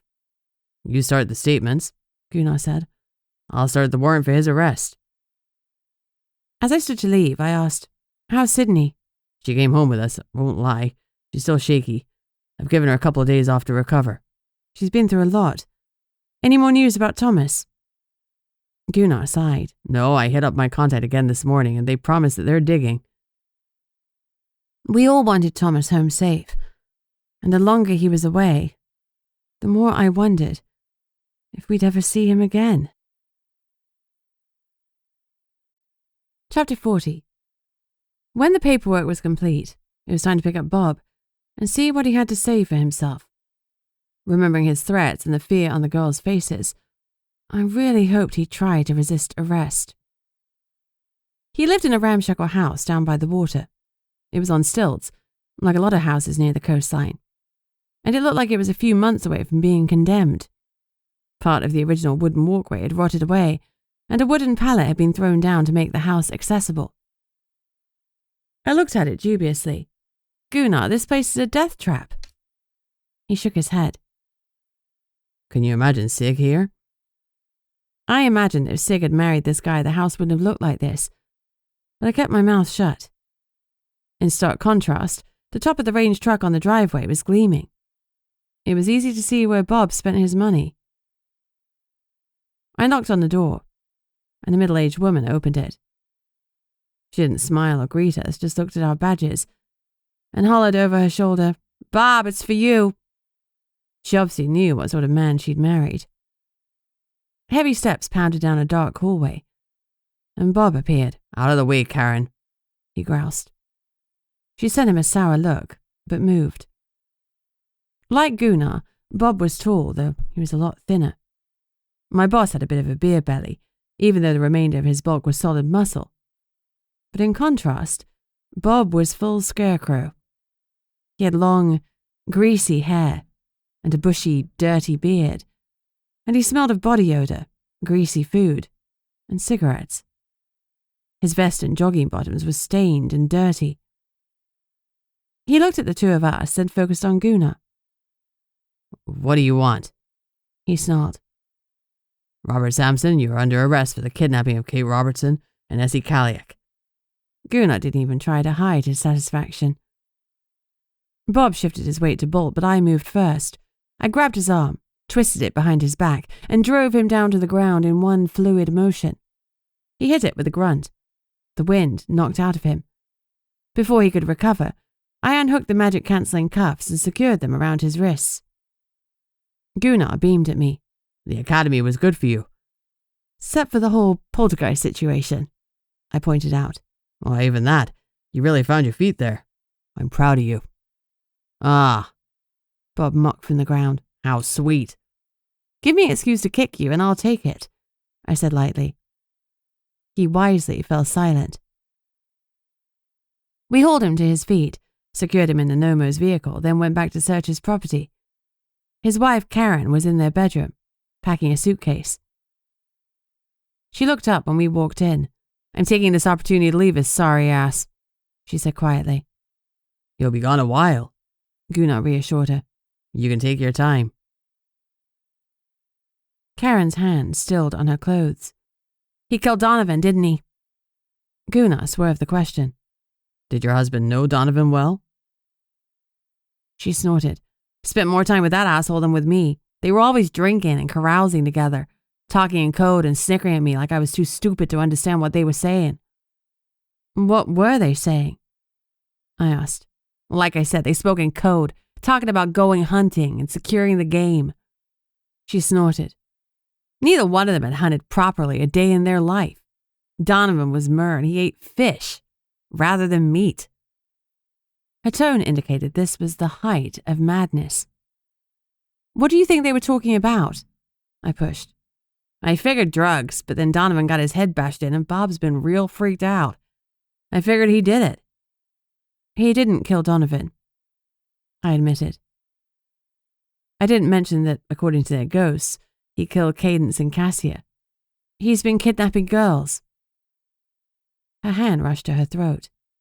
She would have clutched her pearls if she'd had any. Jesus, Mary and Joseph. Did he... She bit her lip. What did he do to them? As far as we can tell, he sold them. He was part of a sex trafficking ring. She closed her eyes and crossed herself. Holy hell, I'm done. I'm out of here and I ain't looking back. I'm going home to Chicago and I'm going to pretend real hard I don't know jack about anything supernatural. I'm going to be a boring-ass human for the rest of my life. I'm going to be grateful for it, too. She started packing her clothes now, in earnest. Does your husband have a quad bike? I asked. A what? A four-wheeler, Gunnar translated. Oh, sure, it's out back. He's got this shed, real private. I'm not allowed in. I bet good money whatever you're looking for is in there. You didn't have a peek? I asked. I couldn't understand that. I would totally have peeked. Nah, it wasn't worth catching a beating over. He hit you? I asked sharply. Will you press charges? You certain you got the bastard on kidnapping? Yes? Well then no, I don't need that in my life. Now if you'll excuse me, I've got to pack and book a plane to get the hell out of here. Her comment reminded me that I still needed to give Edgy the all clear to resume normal flights, now the girls were safe. I texted him quickly, then Gunnar and I donned gloves to search the residence. It was a sad sack place with few luxuries and hardly any basic amenities.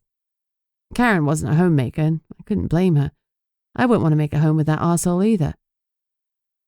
The cooker was rusty and takeout boxes were stacked on every surface. An old metal tray still had the remnants of some cookies baked onto it, so we bagged it. I bet any money that testing those found us out drugged cookies that Cobalt had fed his daughter. Besides the tray, we found nothing of interest in the property. But in the shed, which magically opened all by itself, with a little help from Gunnar, we struck gold. There was rope and duct tape, military ration packs, and a couple of potion bottles. MREs, Gunnar grunted, pointing at the ration pack. These are what they fed Essie. And the potions? He read one of the labels. Well, this one is an illegal memory wiping potion. Just having it in your possession is an automatic sentence. He read the back of the bottle. It says it wipes a half hour to an hour depending on the supernat you give it to. Humans could lose up to half a day. This is the sort of shit rapists use. It's a recent purchase. Still got over a year's shelf life. The instructions say it just needs to be inhaled, not even ingested.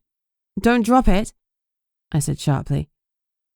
Gunnar sent me a flat look and carefully sealed the bottle in an evidence bag.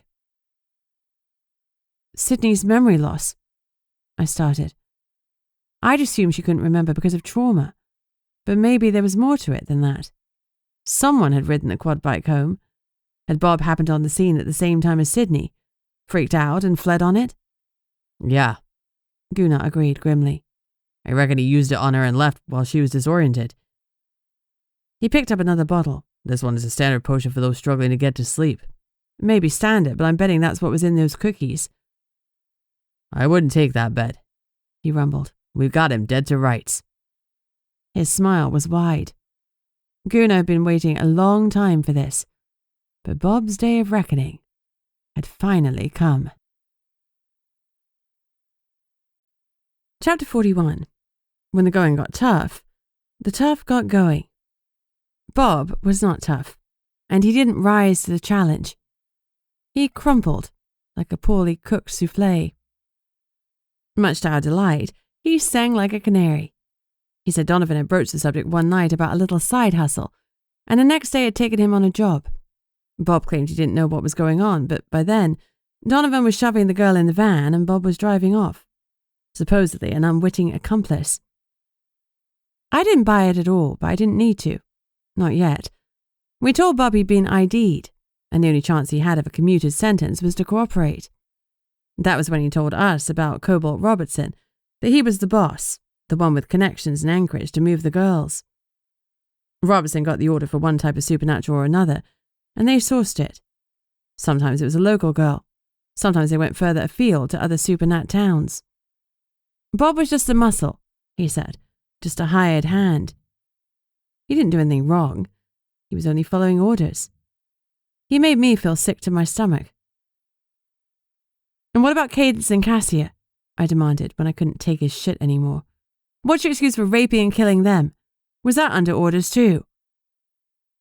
He licked his lips. I think I want a lawyer. We pushed back from the interview table and stood. Sure, we'll get right on that, Gunnar said flatly. In the meantime, make yourself real comfy in your cell. I marched out to the office and almost missed my step when I found Sidnee there in uniform, complete with badge. Hey! I rushed to her and hugged her. You're supposed to be off duty. She snorted. There is no off-duty in this place. It was hard to argue with that. She sighed. Oh, I'm going crazy. Give me something to focus on that isn't me or Thomas. All right. How about coming with me to arrest Cobalt Robertson? She grinned. Now you're talking. That's the exact shit I need. Gunnar emerged. Good to see you looking fighting fit, Sidnee. He turned to our admin queen. April, great work on spotting Bob amongst all the other reprobates Donovan spent time with. You were bang on the money. April beamed. Thanks, boss. We got him in the tank. You okay to stay a while longer while we bring him a friend to keep him company? My husband's out late today, but I can get the kids to come here to do their homework. Well, that'd be great, but if you do need to leave, just tag in secret. This shouldn't take us long. Do you mind if we drop Shadow home first? I asked Gunnar. Plus, I wanted to check in on Reggie post-counselling. No problem. The lights were on in my house when we stopped outside. I picked up my cat, ignoring his protesting yowls, and went inside. Reggie was sitting on the sofa with the TV off. I must have looked shocked, because he looked up and said gruffly, I promised the council I'd be Reggie for 24 hours. I put Shadow down and he immediately went to Reggie and jumped on his lap. Reggie ran his fingers through the lynx's silky fur. Hey, bud, he murmured, his eyes softening. The cat started to knead his legs, purring loudly. Reggie leaned down and planted a kiss on his head, then looked up at me. At least Shadow had given me enough time to rearrange my face to what I hoped was my usual, non-shocked expression. That's cool, I squeaked. Trying to think of something neutral that wouldn't drive him back to being fluffy, I asked, Are you hungry? Not really. I bit my lip. I'm heading out for an arrest. Do you want me to make you a cup of tea and find you some biscuits before I go? He opened his mouth to tell me no, but then changed his mind. Sure, he said, and I shot him a grateful smile. I wasn't entirely sure what to do about Reggie, but giving tea and biscuits to someone upset came as naturally as breathing. I made a quick brew and put 5 biscuits on a plate, fanned out like a flower. It made me think of my mum, but I immediately quashed the thought. I'd call her later when Reggie, her main victim, wasn't in front of me. Here, I said, as I set the biscuits down. Thanks, Bunny. He paused. Who are you arresting? Cobalt Robertson. He's the ringleader behind the kidnapping. Reggie shook his head in disbelief. Why take his own daughter? The working theory is that he resents her having so much of her mother's attention. What a wanker, he murmured. I'd like to come with you to the arrest. As Reggie? I asked, surprised. As Fluffy? He countered. You promised 24 hours, Reggie. It hasn't even been 3. He sighed. Fine, whatever. I'll stay here and have tea and biscuits. His tone was resentful, and my heart hurt. I was failing him. I was not Sigrid or Gunnar, and I knew nothing about helping hurt kids, other than remembering what had helped me.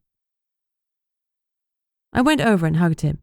Doing my best to channel Gunnar, I said, Thank you for wanting to help. I'm proud of you. He clung to me for a long moment. Thanks, he said, but his voice wobbled and his eyes were overly bright. He cleared his throat. I'm going to stay here and watch a film. He hesitated. If you want to stay the night at Connor's, I can look after Shadow. Of course you can. Thanks for the offer. I'll let you know. I promised Shadow salmon for a week, so make sure to indulge him if I stay out. He scruffed the purring cat under the chin. I will. Bunny? Yeah? Be careful out there. I will be, I promised. I'll be as careful as if the royal family were travelling in the same vehicle. He snorted. No, you won't, but text me when the dust has settled. He lifted his phone to show me he still had it, and to prove it was charged. If I texted and got nothing back, I'd know why. He'd be running on his paws again, playing ghost. No opposable thumbs, no messages. Just radio silence in the ever-increasing gulf between us. Oh, I hoped I'd get a reply. Chapter 42. When I slid into the SUV, neither Gunnar nor Sidnee mentioned how long I'd been in the house. But as we moved off, Gunnar asked, How's he doing? I shook my head. Not great. I don't know what to do. Just keep on loving him and everything else will fall into place, he advised gently. With Fluffy at the forefront of my mind, I thought about his contribution to the Robertsons' case, and how angry Cobalt had been when I'd rocked up with my dog. Knowing what I knew now, it was no wonder he'd been so freaked out. That thought made me pull out my phone and dial the Robertsons' maid, Jessie. Having an eidetic memory had been a curse for much of my life, but for an officer of the law it was awesome. I didn't need to sift through paperwork to find her number, I already knew it by heart. I'd interviewed Jessie briefly, but I hadn't thought to ask if she'd been called in on a day she didn't normally work. I hadn't asked if she'd come in specially to clean on the day the girls went missing. Jessie? I asked, once she answered. Yes, who's calling? It's Officer Barrington. I'm calling about the day Kate disappeared. Well, sure. How can I help? You came in and cleaned. Was it a day you normally worked, or were you called in specially? She was quiet for a beat. Well, Mr. Robertson called me in. I usually work 2 days a week, but he was upset about the state of the house, that it was a mess, and he wanted the whole place cleaned. I didn't mind. He paid me extra. Does he do that often? Call you in for extra days? Oh, not often, but I've done it a few times before. He always pays me those shifts in cash, which is handy. Do you recall anything else? Didn't hurt to ask. Well, now that you mention it, there were some muddy footprints in the entryway, and I'm not sure, but I think that the window in Kate's room was definitely open a crack. But that could have been the day before, during my normally scheduled clean. Well, that's fine. If you think of anything else, please call me. I will. Gunnar looked at me in the rearview mirror and corrected an eyebrow in question. The maid, I confirmed. Mr. Robertson called her in for an extra shift after the girls had been kidnapped. He was getting rid of the evidence, Sidnee murmured. What a cold bastard. It's all stacking up against him, but we want him wrapped up tighter than a mummy, Gunnar said.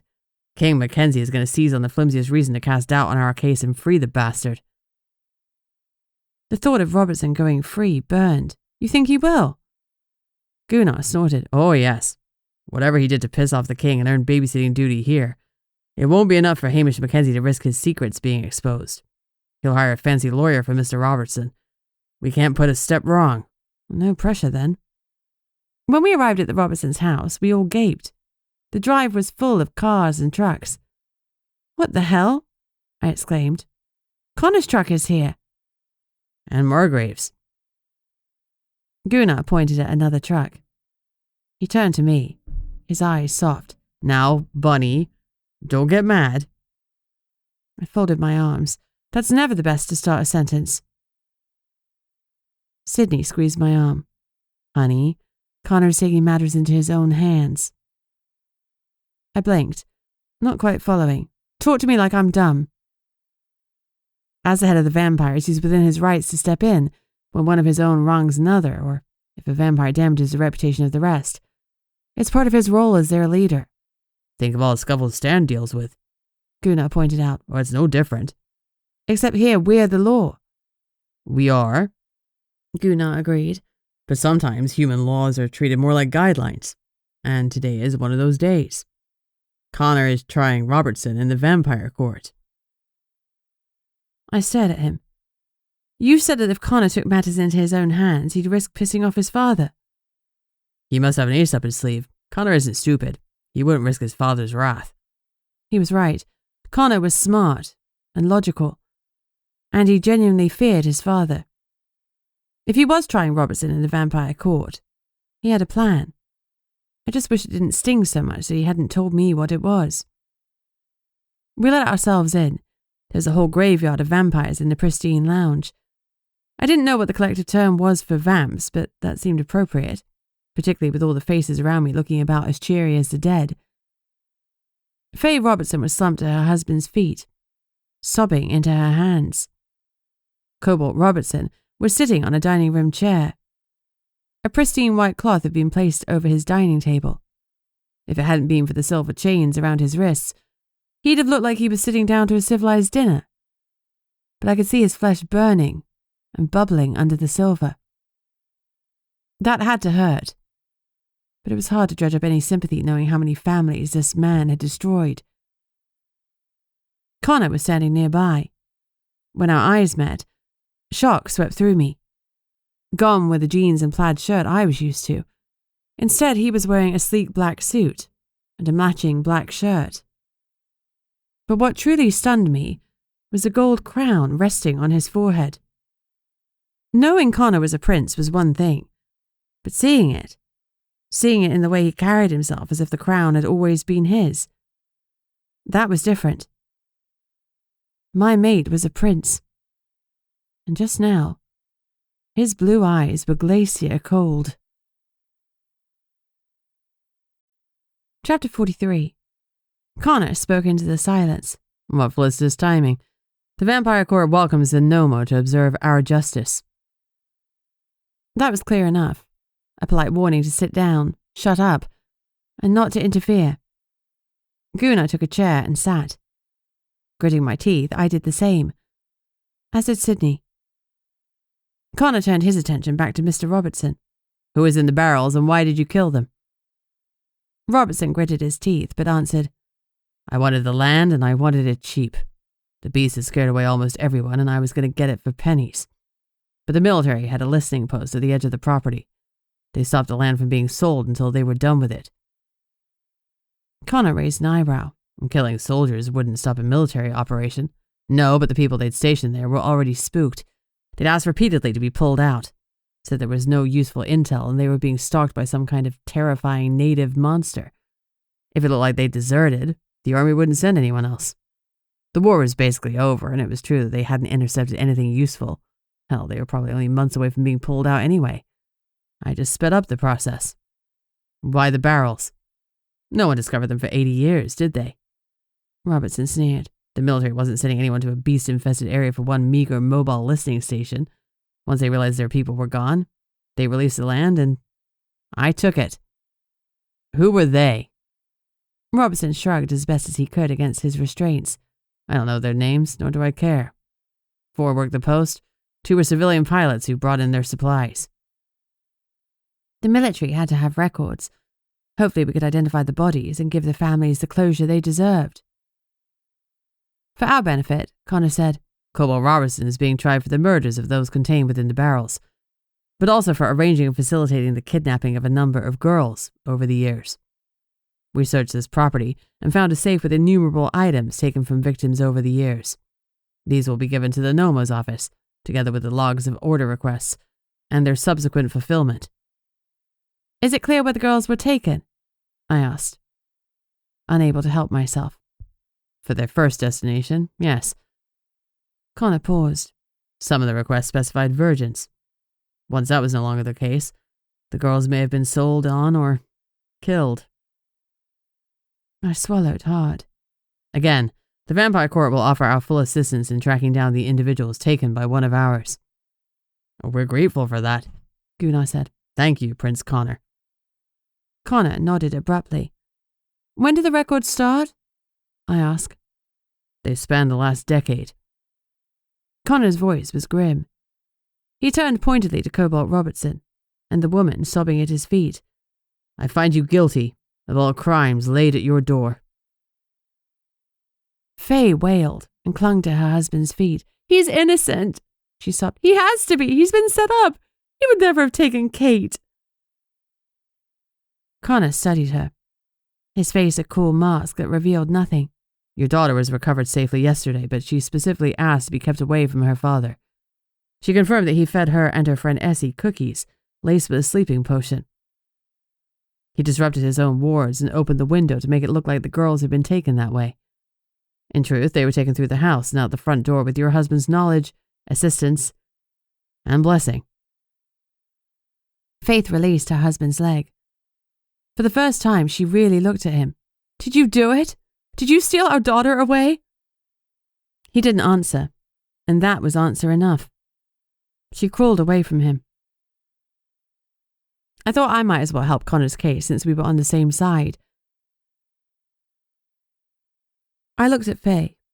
Your maid Jessie confirmed that she was contacted by your husband to clean, in addition to her usual hours. She wiped away muddy footprints in your hallway. He facilitated the kidnapping and hid the evidence afterwards. Faye trembled. He gave me a cookie too. Said I deserved a sweet treat. I slept like the dead. I blame myself for not waking when they were taken.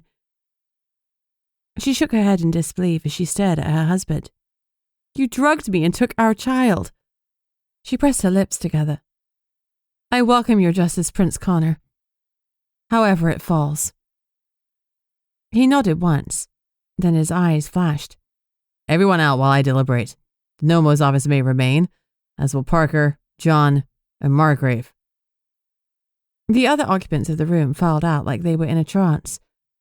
I'd seen Connor compel a crowd before, and it was as eerie now as it had been then. When everyone else had gone, Connor sat next to Cobalt Robertson. I've hated you for a long time, he said conversationally. When you were assigned here, I had my closest friend, Juan, break into your house and find the old books that you kept for Dad. It took a few tries with Liv in tow to get past the wards and to raise them again without alerting you, but we managed it. One stole the books, copied them, and returned them. You never knew they were touched. Do you know why we did that? Robertson swallowed hard, but shook his head. Because we created some more books. Special books. Ones that looked exactly the same. Except for one thing. What? Robertson asked with dread. Connor smiled. We altered the books so it looked like you'd cooked them. When Dad wants to talk to me about your death, I'll hand them over and explain you'd been stealing from him for years. I would never have dared. I would never steal from your father. You and I both know that, Connor said, but my dear father is always ready to believe the worst of people. Instead of being angry at me for killing one of his favorites, he will reward me. He'll be pleased at the proof that his son isn't soft. It'll prove to him that he was right to send you here for whatever imagined insult you supposedly gave him. I'm going to end you, he went on calmly, and not a soul will weep for you. Not your wife, not your daughter, and certainly not Hamish Mackenzie. Hatred poured from Robertson's eyes. You fucking little bastard. I should have killed you during your conclave. Yes, Connor agreed. You should have. He turned to John. Gag him. John pulled out a roll of duct tape, bit some off, and smoothed it over Robertson's lips. Connor looked at me. You don't have to stay for this. Yes, I replied. I do. His eyes glimmered with regret, but respecting my decision, he nodded. Get everyone back in, Parker. Parker opened the door and called in the other vampires to witness what was to follow. Sit, Connor ordered when they had all filed in. They all sat instantly, wherever they were. I do not often rule by fang and fear. This is not our way here. We live together and work together in harmony. But I'm not oblivious to those within our ranks who believe I am not firm enough. His eyes landed on Parker, who flushed. Let us set such concerns aside. I am many things, but soft is not one of them. He held a hand out to Margrave, who bowed low and passed over a sheathed sword. Oh my goodness, a freaking sword. Had we gone back in time? This was some medieval shit. Connor drew the silvery blade from the scabbard. As I saw his hands redden, I realized the blade and its pommel were made of silver. Cobalt Robertson, you have been tried, and you have been found guilty. For bringing all of vampiredom into disrepute, I sentence you to death. Connor swung back the silver blade and struck with such brutal force that he not only severed Robertson's head clean from his shoulders, but also sliced straight through the back of the ornate wooden dining chair that Robertson was tied to. The impact echoed around the room. A wet crunch, followed by the sharp crack of splintering wood. There was no fountain of blood, only a steady, macabre spill, like wine poured out so it could breathe. As Connor pulled the blade free with a yank, blood sprayed off his sword. Dark crimson splatters painted the white linen tablecloth, the porcelain dishes, and the wall behind him. Faye Robertson screamed, a high, broken wail that shattered the tense stillness. Maybe Connor was wrong. It seemed that Faye would weep over her husband, no matter how much of an arsehole he turned out to be. Robertson's head hit the floor with a dull, meaty thud. His eyes wide open in shock, mouth still taped over. No last words for him. His body, secured to the chair with chains, remained where it was. The bloody stump was weeping blood, but there was no arterial spray because the bastard didn't have a pumping heart. He hadn't had one for several centuries. Connor stood over the carnage, blade still dripping, breathing slowly and steadily. Justice is done, he said coldly to the assembly, then wiped the sword clean on a lace doily, like it was just another Tuesday. I looked at my mate and wondered if I knew him at all. Chapter 44. The vampires were responsible for documenting and clearing the scene. I didn't have a chance to speak to Connor because he was awash in a sea of sycophantic brethren, all eyeing his crown with poorly disguised lust or greed. They were praising his actions, and the women were fluttering their eyelashes. I trusted Connor, I truly did, but that didn't mean I didn't want to bitch slap the fluttering, flirty females into next week. To save me from needing to arrest myself, I urged Gunnar and Sidnee back to the SUV. Well, I said into the silence. That was different. You okay? Sidnee asked softly. I thought about it. I mostly am, I said finally. It's not like I haven't seen Connor kill people before. But the ceremony, the trappings, that was all new. And I wished he'd spoken to me about what he intended. He rolled away this morning and left me a note. He was too cowardly to face me and discuss it like an adult, so yeah, we'll be having words. I'll have them later. Gunnar said tightly. I got a message when we were in there. My contact has eyes on Thomas. Oh, thank God. The words exploded out of Sidnee. What happened? I asked Gunnar. What do we know? Not much, he groused. Just that there was some kind of fight in the corridor and my man caught sight of Thomas before he was hustled away. He'll try and determine which floor he's being held on and which cell, and then we'll be good to go. Some kind of fight? I grinned. That's Thomas, all right. Sidnee was beaming, hope shining in her eyes for the first time in far too long. That means he's fine and causing problems like he always does. She gave a little bounce on the seat. A flash of her old self. We drove to the office and processed the paperwork for a council trial for Bob Sampson. He wasn't getting out on bail. The only place he was going to was jail. We were all on tenterhooks, waiting to hear more about Thomas, so it was hard to concentrate on anything else. But I managed to finish the admin and sent it all to the council. Sidnee's legs were jiggling with the effort of stopping herself from running into the street and trying to find Thomas, wherever he was. It was only a lack of location that stopped her from barreling out and making bad decisions. Finally, Gunnar summoned us. I've got Thomas's location, he announced, triumphantly.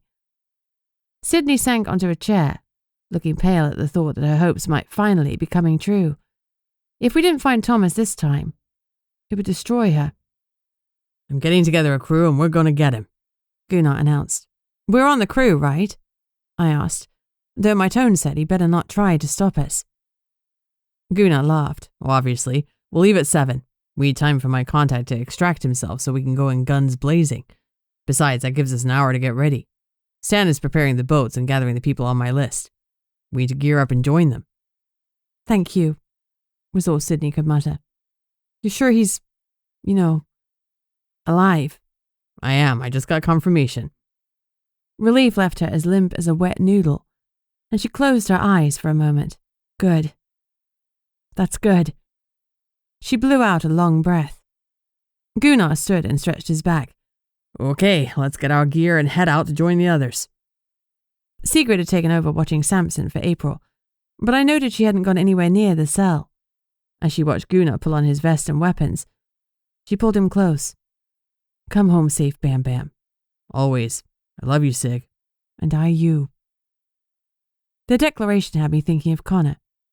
He wouldn't be best pleased when he learned I'd gone to rescue Thomas without a Tatar.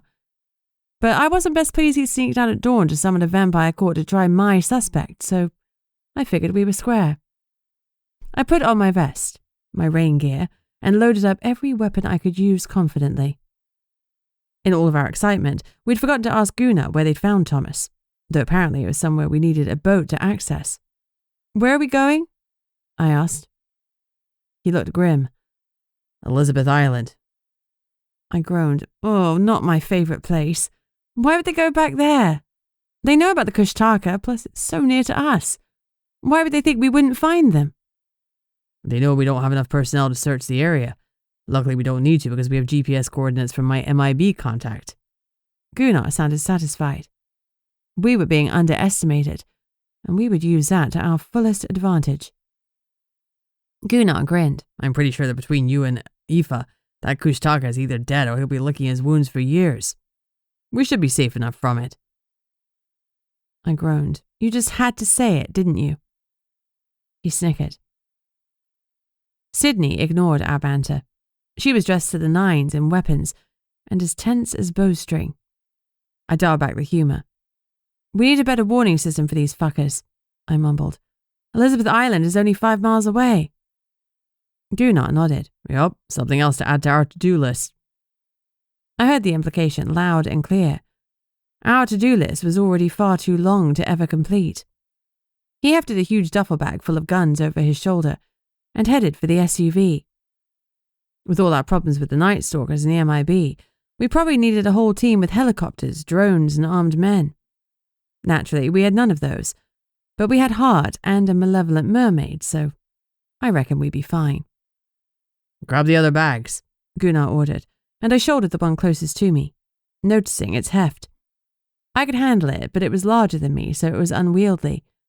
Sidnee collected the last bag, and we loaded up. When we carried our gear down the ramp at the North Harbour, Stan was already there with a hodgepodge of supernatural help. He brought Mads, his second and April's husband, together with a couple of large, tough-looking shifters. He'd also enlisted Calliope and Soapy, who had brought a few more sirens. To my surprise, Connor was there too, accompanied by John, and a handful of vampires I recognized from the gathering I just left. He was looking at me, and he was none too happy that I hadn't let him know about this adventure. Well, see how he liked it. He closed the distance between us. Doe? He barked. The snarky part of me wanted to reply with Prince Connor, but that would be bitchy, so I didn't.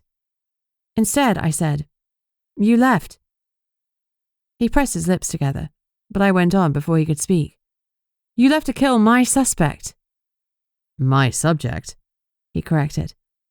"You could have told me," I said, and all of my hurt leaked into my voice. His eyes softened. I wasn't sure what I was going to do, he admitted. But when I found those trophies, Doe, there were so many. He closed his eyes. Girls from other towns as well. I just saw red. I understood that. I really did. When I realized what sort of man he was, I vowed that if he'd abused Kate, I'd stake him myself. He stared at me. "There's all sorts of justice, Connor, and I don't begrudge you yours. I just wish you'd spoken to me about it." Bunny. "We don't have time for this now," I said firmly. "We can't face the MIB with our heads up our asses." He looked amused. Such a colourful phrase, but you're right, of course. A thought occurred to me. One last thing. What will happen to Kate and Faye? Nothing. They can stay in the house in Portlock for as long as they want. Neither of them know anything about Cobalt's activities. If they remain, they'll be part of my vampires, and I'll watch out for them. He ran his hands through his curls. His forearms were covered by his rain gear, but I looked at them as his movement showed a patch of plaid flannel shirt. He'd taken the time to remove the suit. The smart shirt had looked good, but the plaid did something inappropriate to my insides. He looked at me, his eyes burning. Don't use that look with me, Doe, or we'll be staying behind, and Thomas will be on his own. I smiled as I teased. We can't have that, so I'll try not to look at you. He growled and pulled me in close. The duffel got in the way and I dropped it carefully to the ground. Then we drew together with the intense pull of two electromagnets. I lifted my lips towards his, but before they could touch, Gunnar bellowed, "Lovebirds, let's go." We parted reluctantly, our eyes silently promising, later. Armed to the teeth, we loaded into 4 fishing boats, started out of the harbour, and into Port Chatham Bay. Chapter 45. I felt the tug as we passed through the barrier. Then we increased our speed. Once clear of the bay, it was open throttle to Elizabeth Island. We had no idea what kind of resistance we'd meet or how many Night Stalkers would be there. Gunnar had told me that the Night Stalkers were relocating here, but that could mean a full garrison or a few men holding down the location until their foot soldiers arrived. Our intel had helpfully started and ended with, "They're there with Thomas." Our spy had now left the vicinity, and we were on our own. He didn't want to risk his neck by being there when we arrived. He couldn't wear a red nose in his pocket to proclaim he was our inside man. If he stayed, he'd be as dead as the next MIB agent, and, for obvious reasons, he was keen to avoid that. I could relate. I was keen to avoid that too. Halfway across the water, Gunnar yelled for Sidnee, Connor and me to join him in the wheelhouse. "What's up, boss?" Sidnee asked anxiously, eyes darting out front and at the instruments. From the look on her face, she was terrified he had bad news.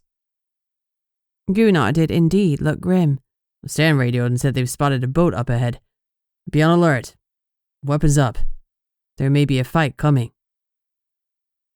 Stan had slowed so we could line up with him to maintain a united front. I could see our allies on the other boats preparing themselves. As a polar bear, Stan could swim well. He was a marine mammal after all. But he was sticking to his human skin since he was piloting his boat. Mads was wearing a vest and had a large rifle. He was also in human form and not a Kodiak brown bear. The other bear shifters were also fully armed. They'd shift if they had to, but for now, guns gave us far better range than claws. Soapy and Calliope watched, looking unconcerned.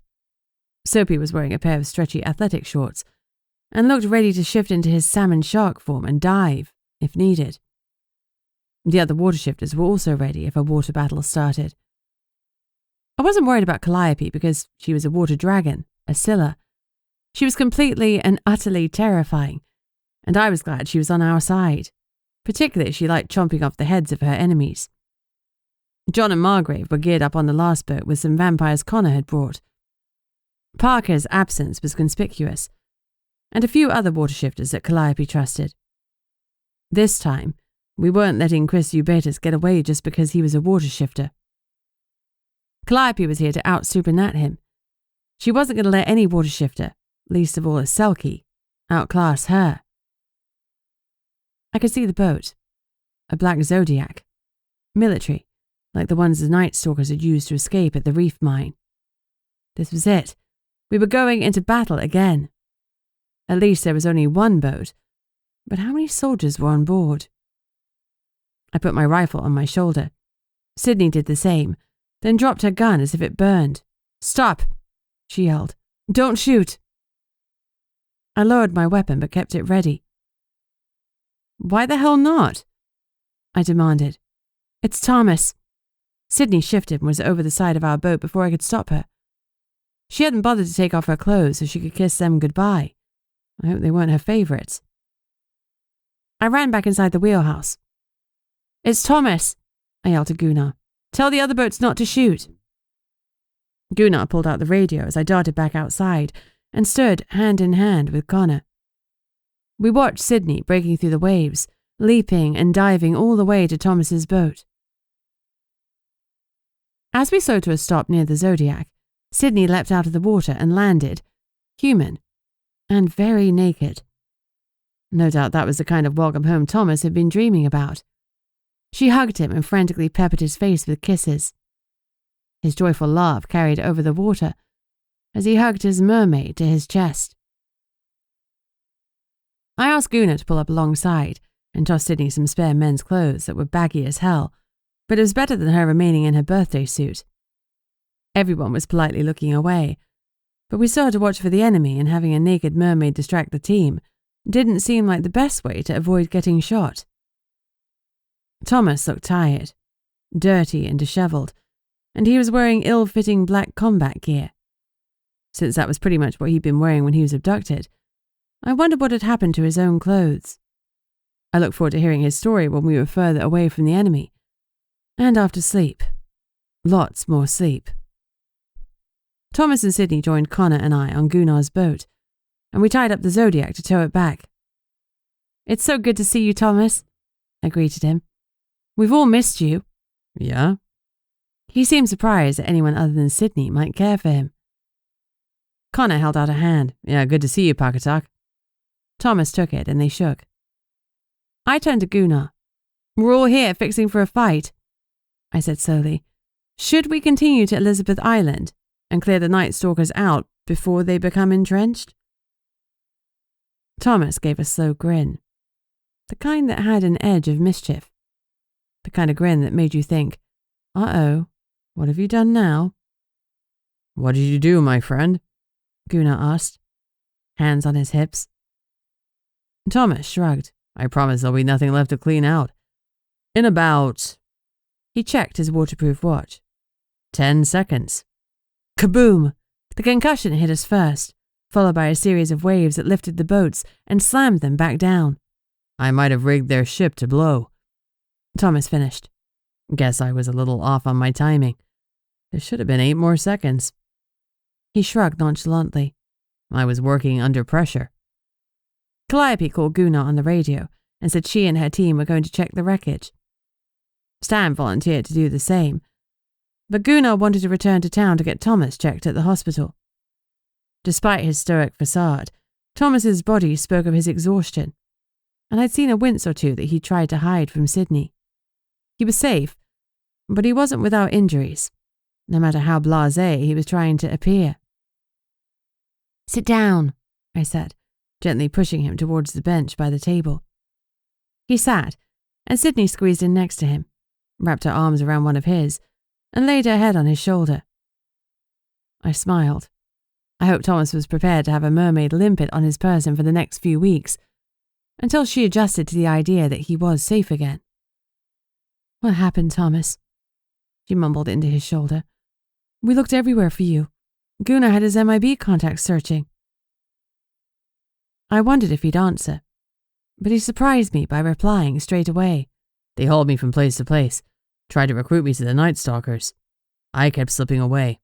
They moved us several times because I kept exposing them. They were arguing amongst themselves, and some of them decided their best bet was to execute me. I didn't agree. When they came back near Portlock, I took my chance." That was more than I thought we'd get.